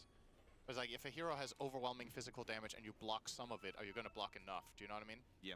Whereas you could itemize a completely different path, and then, let's say you itemized a Hex, and then you're just locking her down, and then she's doing 0 damage, or you're getting some sort of teamfight control or vision like a Shiva that can unlock the fight in different ways. And he almost has Shivas on top of this. He is having a great game suddenly. Insania is going to break the smoke. They spot Boxy as well, but they're going to go for Insania instead. 1100, and they took a gem. That's a nice pick. Shadowfiend just looks so unfair. Okay. So Now, but I don't know. Silly guy. He's got a ton of souls, by the way. Souls back. 27 Necromaster. He hits for 500 right now. A bonus of 189 damage. The hell? Nemesis Curse, 500 damage, and a Daedalus. Give this guy any target, and it could die in 2 attacks, including TA, if he gets crits. And she doesn't have... I mean, look at this tower. Oh, boy. Yeah, I don't know, man. I think if you're Liquid now, you actually need Black Hole to win this game. And I don't think that was the plan to start. So Saberlight has to get there, but unfortunately for him, he's playing, first of all, against Clockwork, who can always be a counter. And he doesn't have the right item build at all for this, because they were planning to have won the game by now. So he has got the classic earlier Aura build on Enigma with the drums into pipe and is now going Crimson. And now we have the same question. Is Crimson good against Shadowfiend? Uh-oh, Mickey. No BKB. Refraction gets burned through. He's sticking on top of him. Noob just needs to put some damage on him before he blinks away, but it looks like with the enchant, just that little slow is enough. He does manage to blink back safely. Tornado misses on a Miracle. Miracle's gonna drop the record. No! Got hit by a rebound stun first, and he has no BKB to protect himself. Oh no, he got lured outside of his base. All those Necro Mastery stacks gone. Oh, he'd been building up so nicely too. Yeah, this is a different situation from before. Last time they tried to push High Ground Monkey was dead, but the SF is a bigger deal. Let's see if Liquid can break through here and capitalize on that mistake. Mickey is still respecting it and not being the one to actually hit that tower. He's letting Nisha do the work for now. Okay. Just that extra range with the pike.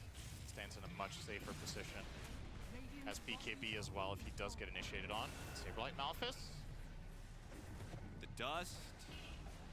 Don't opt to go for that, just go for the buildings. 25 seconds till the Shadowfiend's back up. A half health Nisha. I've got to be a little bit careful. If Sandkin gets out of vision. Oh. Got the chance to jump in soon. They take the one building and go. Okay. Mission accomplished as far as I'm concerned. I think getting even any barracks there is good enough for Liquid. That was not an easy push. They had to, you could tell they were very cautious with their approach, but they get it done. Roche's early respawn is in less than a minute, and you know that's what Liquid have on their radar as their next play here for sure. Okay, I'm back. So see if they can control that area. But my camera is off. Okay. TA, both the timer and the traps for the Roche. All right, the Sand King has 45 armor, and he could activate Craggy Coat for an additional 12. Yep. He could go up to 57 armor. That's a lot of armor. If he could actually get Liquid to try and hit him, if he could, you know, cause such a ruckus that he tanks their attention, create space for Sumail and Miracle to make plays. Do you think he should finish Bloodstone for that reason? Like, he's going Yules by the looks of it in his quick buy. When you have that much armor against this type of lineup, the EHP is ridiculous on a Bloodstone, actually. Yeah, I would say so. Maybe he's tired of the TA disengaging and getting away from him, so the Yules is like... And it could be later turned into a Wind Waker as well, which will help out against the Enigma, so... A lot of the time, TA is the type of carry that does end up buying Nullifier, though, because she needs it against Ghost Scepters anyway, and Force Staffs. Yeah, that's true. But, yeah, still not mad at the idea. Both carries are completing their BKBs pretty soon here. Miracle's gonna get his first. Yeah. This had to happen eventually, though, right? I mean, we were playing this, we were trying to create space and split push the map, especially against Monkey King versus Enigma. It's gonna happen. Yeah, that was just a flat-out map read. They had no vision on him forever. They just realized the Monkey King has to be farming top half. They're gonna push out the bottom lane, see if they could deal with these TA traps. They've got a gem for it. Roshan 23, so... Dude, he's just littering traps all over the place. If Liquid are in the pit at the time it spawns, they could maybe kill it before Monkey King's alive. Full vision of all these heroes. Noob is still going to jump in, and he does draw attention. Look at him. He is shrugging off the hits of Mickey pretty easily. Nisha comes through the gate, doesn't immediately get jumped, though. He's going to drop an EMP on Noob. They're going to try and burn him out. Black Hole does manage to land on 2 immediate hook shot. Try and cancel that one out. Sableye did get pushed away, but chased after by Miracle. He demolishes the Enigma. Can he do enough to Mickey here? Mickey pops a BKB, fights back. Miracle's not winning this fight. Too much damage from the Templar Assassin with an alacrity on top of it. It is overwhelming. Boxy, he'll get a helping hand from Mickey to deal with the supports. GH is on the run, pulling a creep wave with him. But either way, it is Liquid owning the pit at this point. The courier spots him. Oh, he gives him the Viston for the cold snap. That was so smart from Insania. Clutch. Big brains. What and how powerful was EMP in that fight? Sand King just couldn't reinitiate. He had no mana the entirety of that fight, so his hero was just not there. And that's one of the risks you take when you are frontlining like that against Invoker, is you will become the target of that EMP. And now he's going to have his Eul, so now he has counterplay, but that time around... A ver. Yes, he can't burn out the HP, burn out his mana. Yeah, the hero does nothing like that. So, yep, this is going to be another Liquid Roche, number 3. But there is some good news for the side of Nigma Galaxy. Now they have this Eul on Sand King, which is very, very useful in that hero, and they finally get the Monkey King BKB. So Sumail might have some fight in him yet to try to stabilize the upcoming fights. Agarre, es cuando yo pues pierdo plata, ¿no? Joda. He actually ate the axe. So Marcy Aghanim Scepter. Boxy wants to skin. This is going to be interesting with a BKB and a Basher. He goes in there, that AoE silence plus the individual targeting of Basher. If he goes straight to the SF, what is going to happen in that fight? I also think this potentially allows Boxy to actually maybe kill Sand King, because the damage is just that ridiculous when you have the Ags as well. And if nothing else, like you said, you just want to stick on targets and bash. Yeah. So what? Let's see. Boxy's so far. Nigma have been very patient, I would say, for this game, and they continue to do so, not giving Liquid a pick-off that'll let them go high ground. They're saying, if you want to do this, you're going to have to do it the honest way. 5 versus 5 with the extra life of the Aegis. Do they have... So, Nigma have 1 Force Staff. Missed Burrow Strike. Noob loses about 1/3 of his health. But they do manage to deal with the banner and back away. Boxy gets the grab on him, pulls him back in. Miracle's forced to use BKB, but here comes the bashes. They have to use the hook shot to try and help out Miracle, but at Boxy, he dies to the physical damage, but he did enough. Nisha is able to finish the job, though he is quite low and has to back away. Mickey is also dropping a bit low here, and he's not doing any damage to Noob right now. So they can reset and still go for a high ground with the Shadow Fiend dead with no buyback available. This is still such a difficult push. Just the constant poke, all the stuff they have to get through. And they do still have Epicenter. Yep. And Noob with the Sand Shroud, he can place a Sandstorm that's really scary for them to get into. This exact position looks very nice. Gonna stinger out the wave, and at any point he could start channeling an Epi and jump on them if they go on the I think they're gonna disengage here. I just think this is too difficult. They go for a different lane. Immediate hook shot goes out, changed into a cookie. Nicely done. They've taken the Aegis and haven't lost really much for it. No heroes die. Noob jumps in, immediately Burrow strikes as a reviving Mickey underneath the tower. Still, without the Shadow Fiend, they lack the full sustained damage to bring down the enemy carry. Just trying to keep him outside of the base for now. Boxy's gonna go in with his Unleash, and oh man! That is some damage. The single target focus of Mickey at Boxy puts the Sand King down, and that is a staggered death right as the Shadow Fiend was coming back up. Nice cookie onto 2, a rebound straight to the back line of the 2 supports. They don't manage to kill anything there, but Sumail is slowed down by Nisha's initiation, and that's where the kill is found. A second core death. as the Shadow Fiend is back into play. Damn, they're just dying at the worst possible times on these individual heroes. And it's just Boxy finding jump after jump. This is not how I thought this game was going to end. It's honestly a little bit of a shame because we could have had a glorious team fight to finish the deal, but instead, it's just going to be Nigma bleeding one hero after the next. Now with the Megas and plenty of time. I mean, now they have buybacks because Omar went and picked up 3 bounty runes. But it's a little bit late now. They got the idea. 10 more seconds. They're going to try and hold on to the Sand King buyback. Samael has to use his, though. Back to being dirt poor once again. From king to pawn. I don't know if he was king for a good 4 minutes. And what a king he was.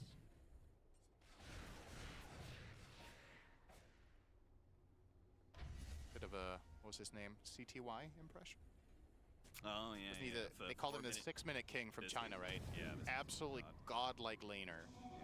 That then had a tendency of overextending in the mid-game. I'm not going to say that's exactly what happened to Samael here, but it was just reminiscent of that because the early game was so impressive and then, well, the laning stage was so impressive and then it didn't really, it all came crumbling down from the rotations from Liquid. Yeah, then we came into this whose mid +2 supports can be more effective around the map, and that was definitely Liquid with their Enchantress rebound ganks.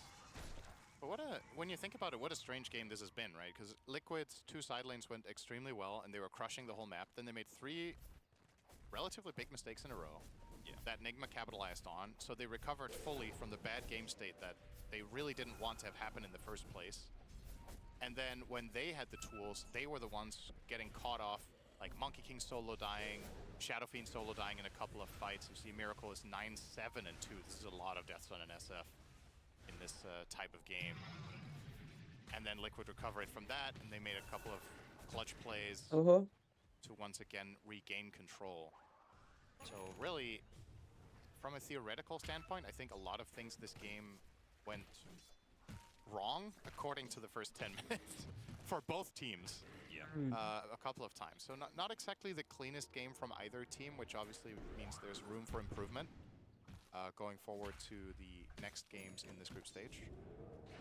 Oh, no. There's room for improvement there as well.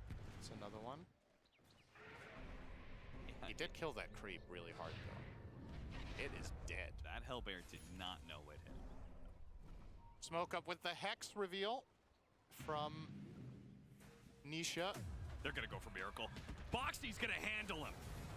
He does so much damage. He's going to pop the rebound. BKB goes off. 2-man black hole immediately canceled, but Boxy is still enough.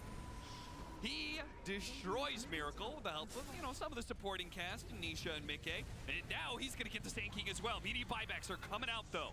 The Shadow Fiend back into play, trying to use the Requiem to bail out Noob. Does manage to do so. Samael is in with the Boundless Strike, and he wishes he wasn't there. He will manage to hit a Gleipnir onto 3, which lines up the kisses.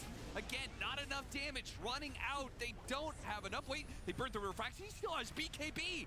Mickey only just now using it as the epicenter is put on him. I guess the only real threat. Managed to blink over the hook shot there of GH. Returns fire onto him. It looks like the Enchantress was going to die. One finally dead on the side of Liquid. The attention to the back line, though. Nisha and Sableye not able to finish off Samael. Sid, Tornado on through. A bunch of heroes that they're trying to catch. Both Sableye and Nisha, as they're backing away, don't have the detection for it. Omar on a sliver of HP is going to back out. The Ancient is also under threat here. Liquid are backing away, but they can keep going. They could just go for the throne if they wanted to at this point. Is Mickey's going to do just that? A couple of shots into the throne to keep Nigma honest and attentive.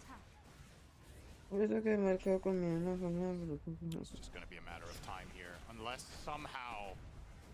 I mean, what kind of an opening are they really looking for? I think you have to try to burst the TA. They're going to do exactly that.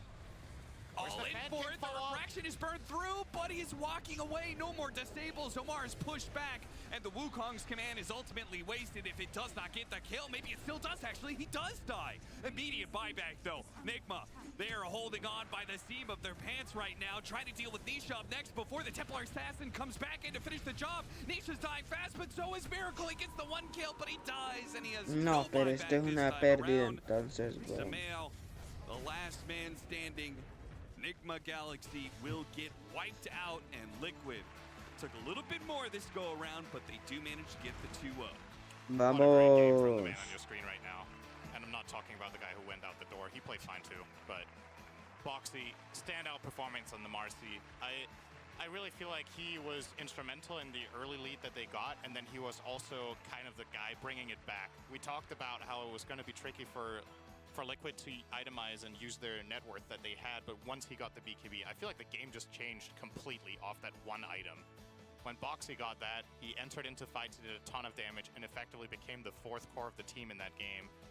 Multiple fights in a row, he's just isolating and killing cores on his own, more or less, as a support hero, and that's what Marcy can do like none other. So they got there. Not the cleanest game. They're still going to be happy here. Liquid getting a 2-0 win and getting themselves closer to potentially getting out of group stage 1 for once of this event, which it's ironic that this tournament has just been so hard for them when they do well seemingly the rest of the year. Yeah.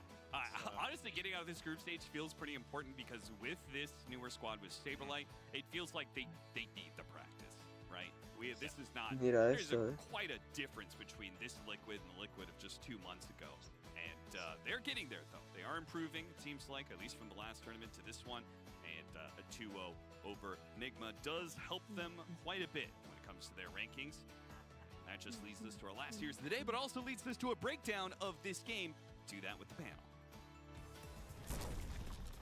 While there may be some changes in terms of the players, at least Bueno, es que es lo que yo digo. Okay, is the thing what I'm saying.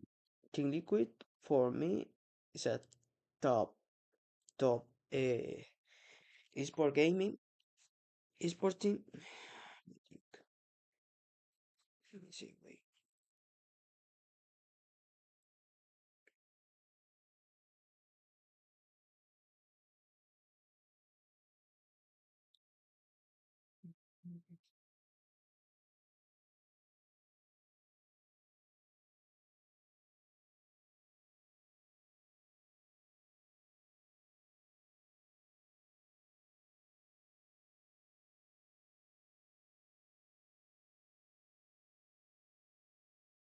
See, I know.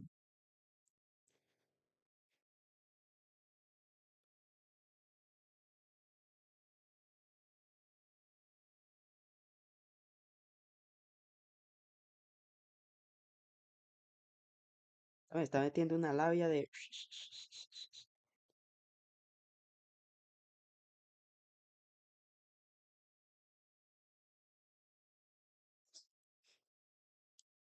¿Cómo va? Va perdiendo, weón. Dice que la academia de mi VR. I don't know. Was there one in the last game? Yeah, there was one. I think it was only one round, though.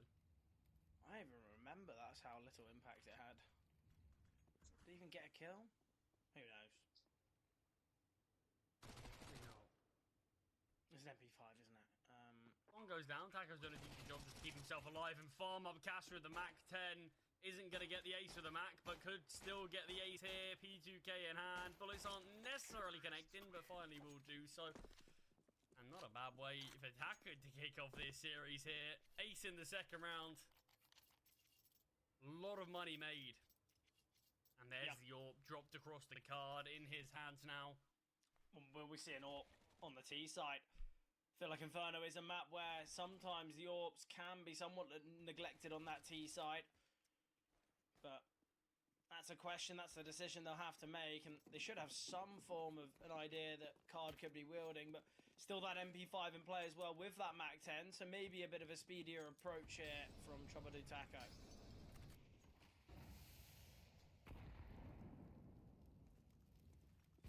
Yeah, I mean, 2 SMGs in play. Not the most ideal situation to find yourself in, but with 5 surviving in the last, Taco making as much money as he did with the Mac 10. Not going to have too many issues if the SMGs do become a bit of a hindrance, but MP5 dropped back across towards Che in his hands once again, due to him being slightly chipped away at.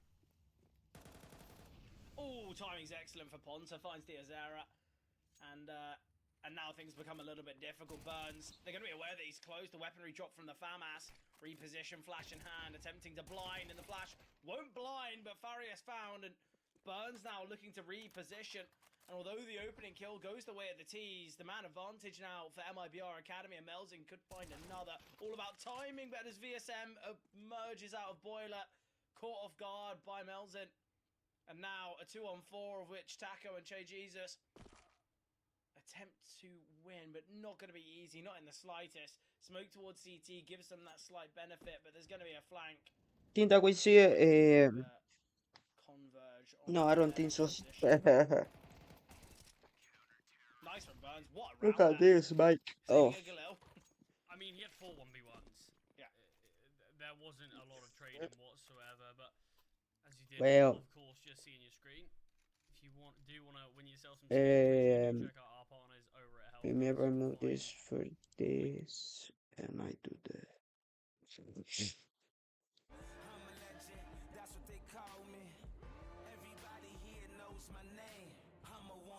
I know 10 minutes. You can see this for now. 2 minutes. When the wild calls, you need a boot that can take you anywhere. I don't know why I'm gonna take a shower now,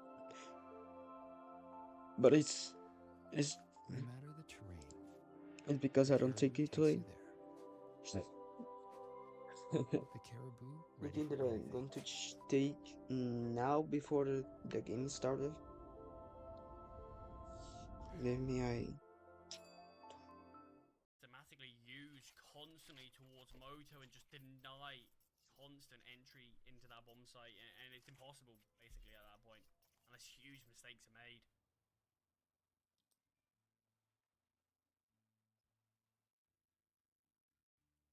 Bien, ahora que nos encontramos con el protagonista. Instant bounce back though from the T's. Yeah, I think right now they've reclaimed some ground and kind of re-established dominance and somewhat resettled. Something that I think we've got to talk about is although we haven't seen much synergy from the Chopper attack and not many games played as a unit, this is somewhat of kind of a benched super team with Taco at the helm. Yeah, we Because take a obviously we've got chocolate. VSM also with benched on Fluxo alongside Che Jesus, and then same with Ponta I'll be back. on Onyx. So it seems like Taco's seen a lot of the success. He's seen kind of a lot of these players, and okay, yeah, maybe they're not kind of right for their respective teams beforehand, and these are teams that are kind of top 100, kind of creeping their way into top 50.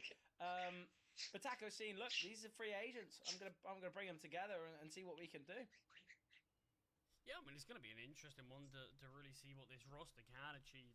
I think a lot of the love that does surround a player like Taco is always going to have fans and people interested in terms of what he can achieve. And oh, for sure.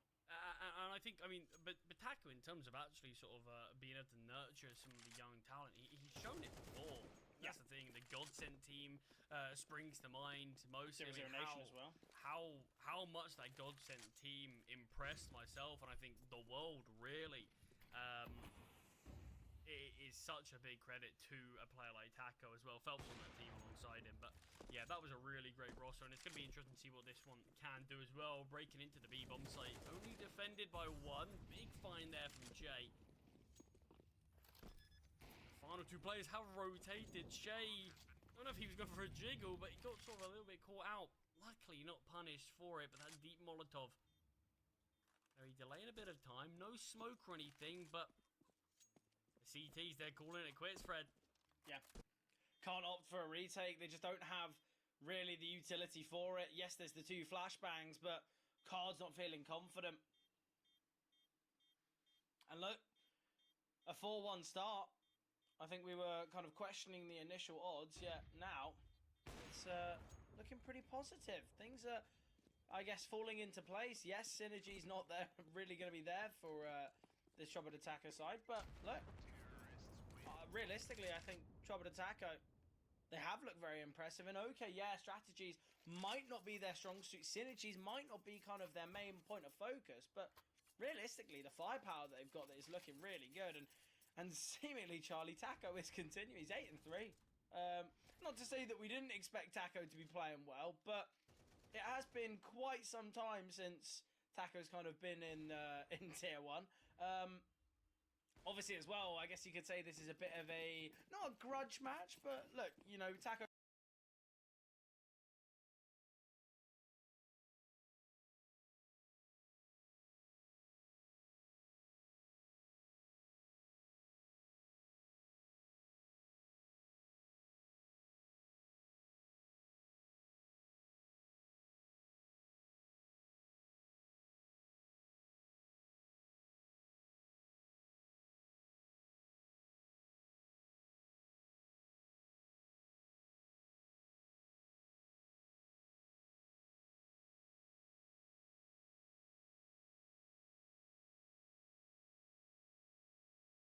Takes down the player towards Mini. I love it.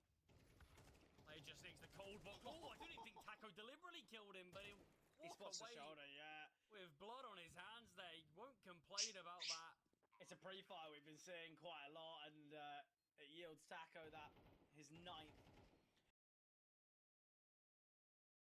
Yeah, Charlie, we've had cards saving this orb. He's had the opportunity for it time and time again. Yeah, I feel like it just isn't having that impact. And obviously, it's early doors in the series, early doors in Inferno. And I think a lot of the time you do want to kind of cling to the orb. You don't want to be throwing it away. You don't want to be going for those aggressive peaks and losing your life. But I think quite similarly, we need to see Card maybe playing a bit more on the front foot. I mean, that's the issue. There's a lot of times where if you sometimes are just a bit more of a passive or a timid AWPer, and you're playing Inferno, you can just sometimes feel like you're locked out of the round, or it feels like every sort of option as to where to go, you constantly get the feeling, I'm making the wrong decision here, I'm in the wrong places at the wrong time, and just due to the nature of having to constantly save in these scenarios, it sometimes can just be a bit disheartening. I've had my primary weapon for this many rounds. We're 6 rounds in, we've lost 5 of them, I've only got 2 deaths. Yeah, only 2 kills though, and I think that's the problem. But I think you're bang on about the kind of decision making. It seems like Card, there's been many moments whether he's playing deep towards Library, whether he's playing kind of towards long.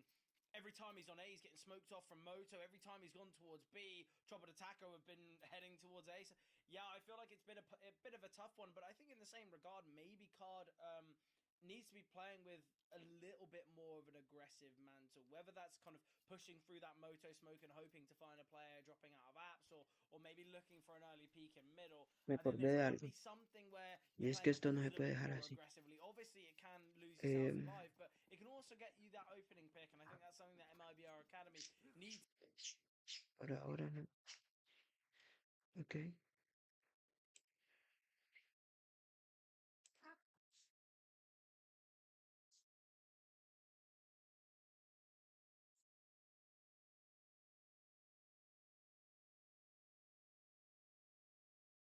Me olvidó.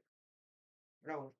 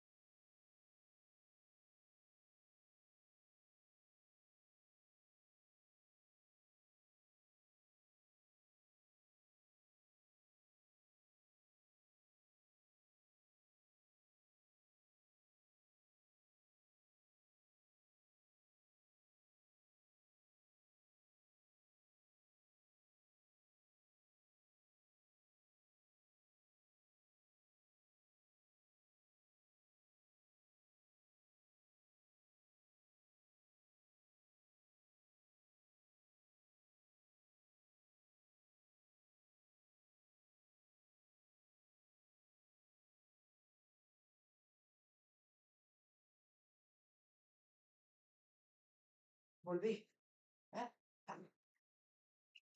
Ay, a ver. The AWP on card. First pick comes through, but Farias prepared for it, and card falls. Melzin will retrieve the AWP, but card. It's been a tough game. I think it has to be said. Whether it's saving the AWP or finally an aggressive peak and somehow Troubled Attacker are prepared for it. VSM needs to be worried. His gun battle was surely going to be spotted. If the player in apartments peaks even further, all the decision making is error. They're going to have heard this. They've got all this information. I'd actually really like Renanzin to try and push down and peak, but it will be the Azera attempting and Taco holding, and now Renanzin. It will be his time to strike. He knows that VSM's up top here. Renanzin's got this information. I think he's maybe just a bit paranoid that, okay, if I peek out, is Taco now going to emerge from the stairs and take me down just at the worst timing?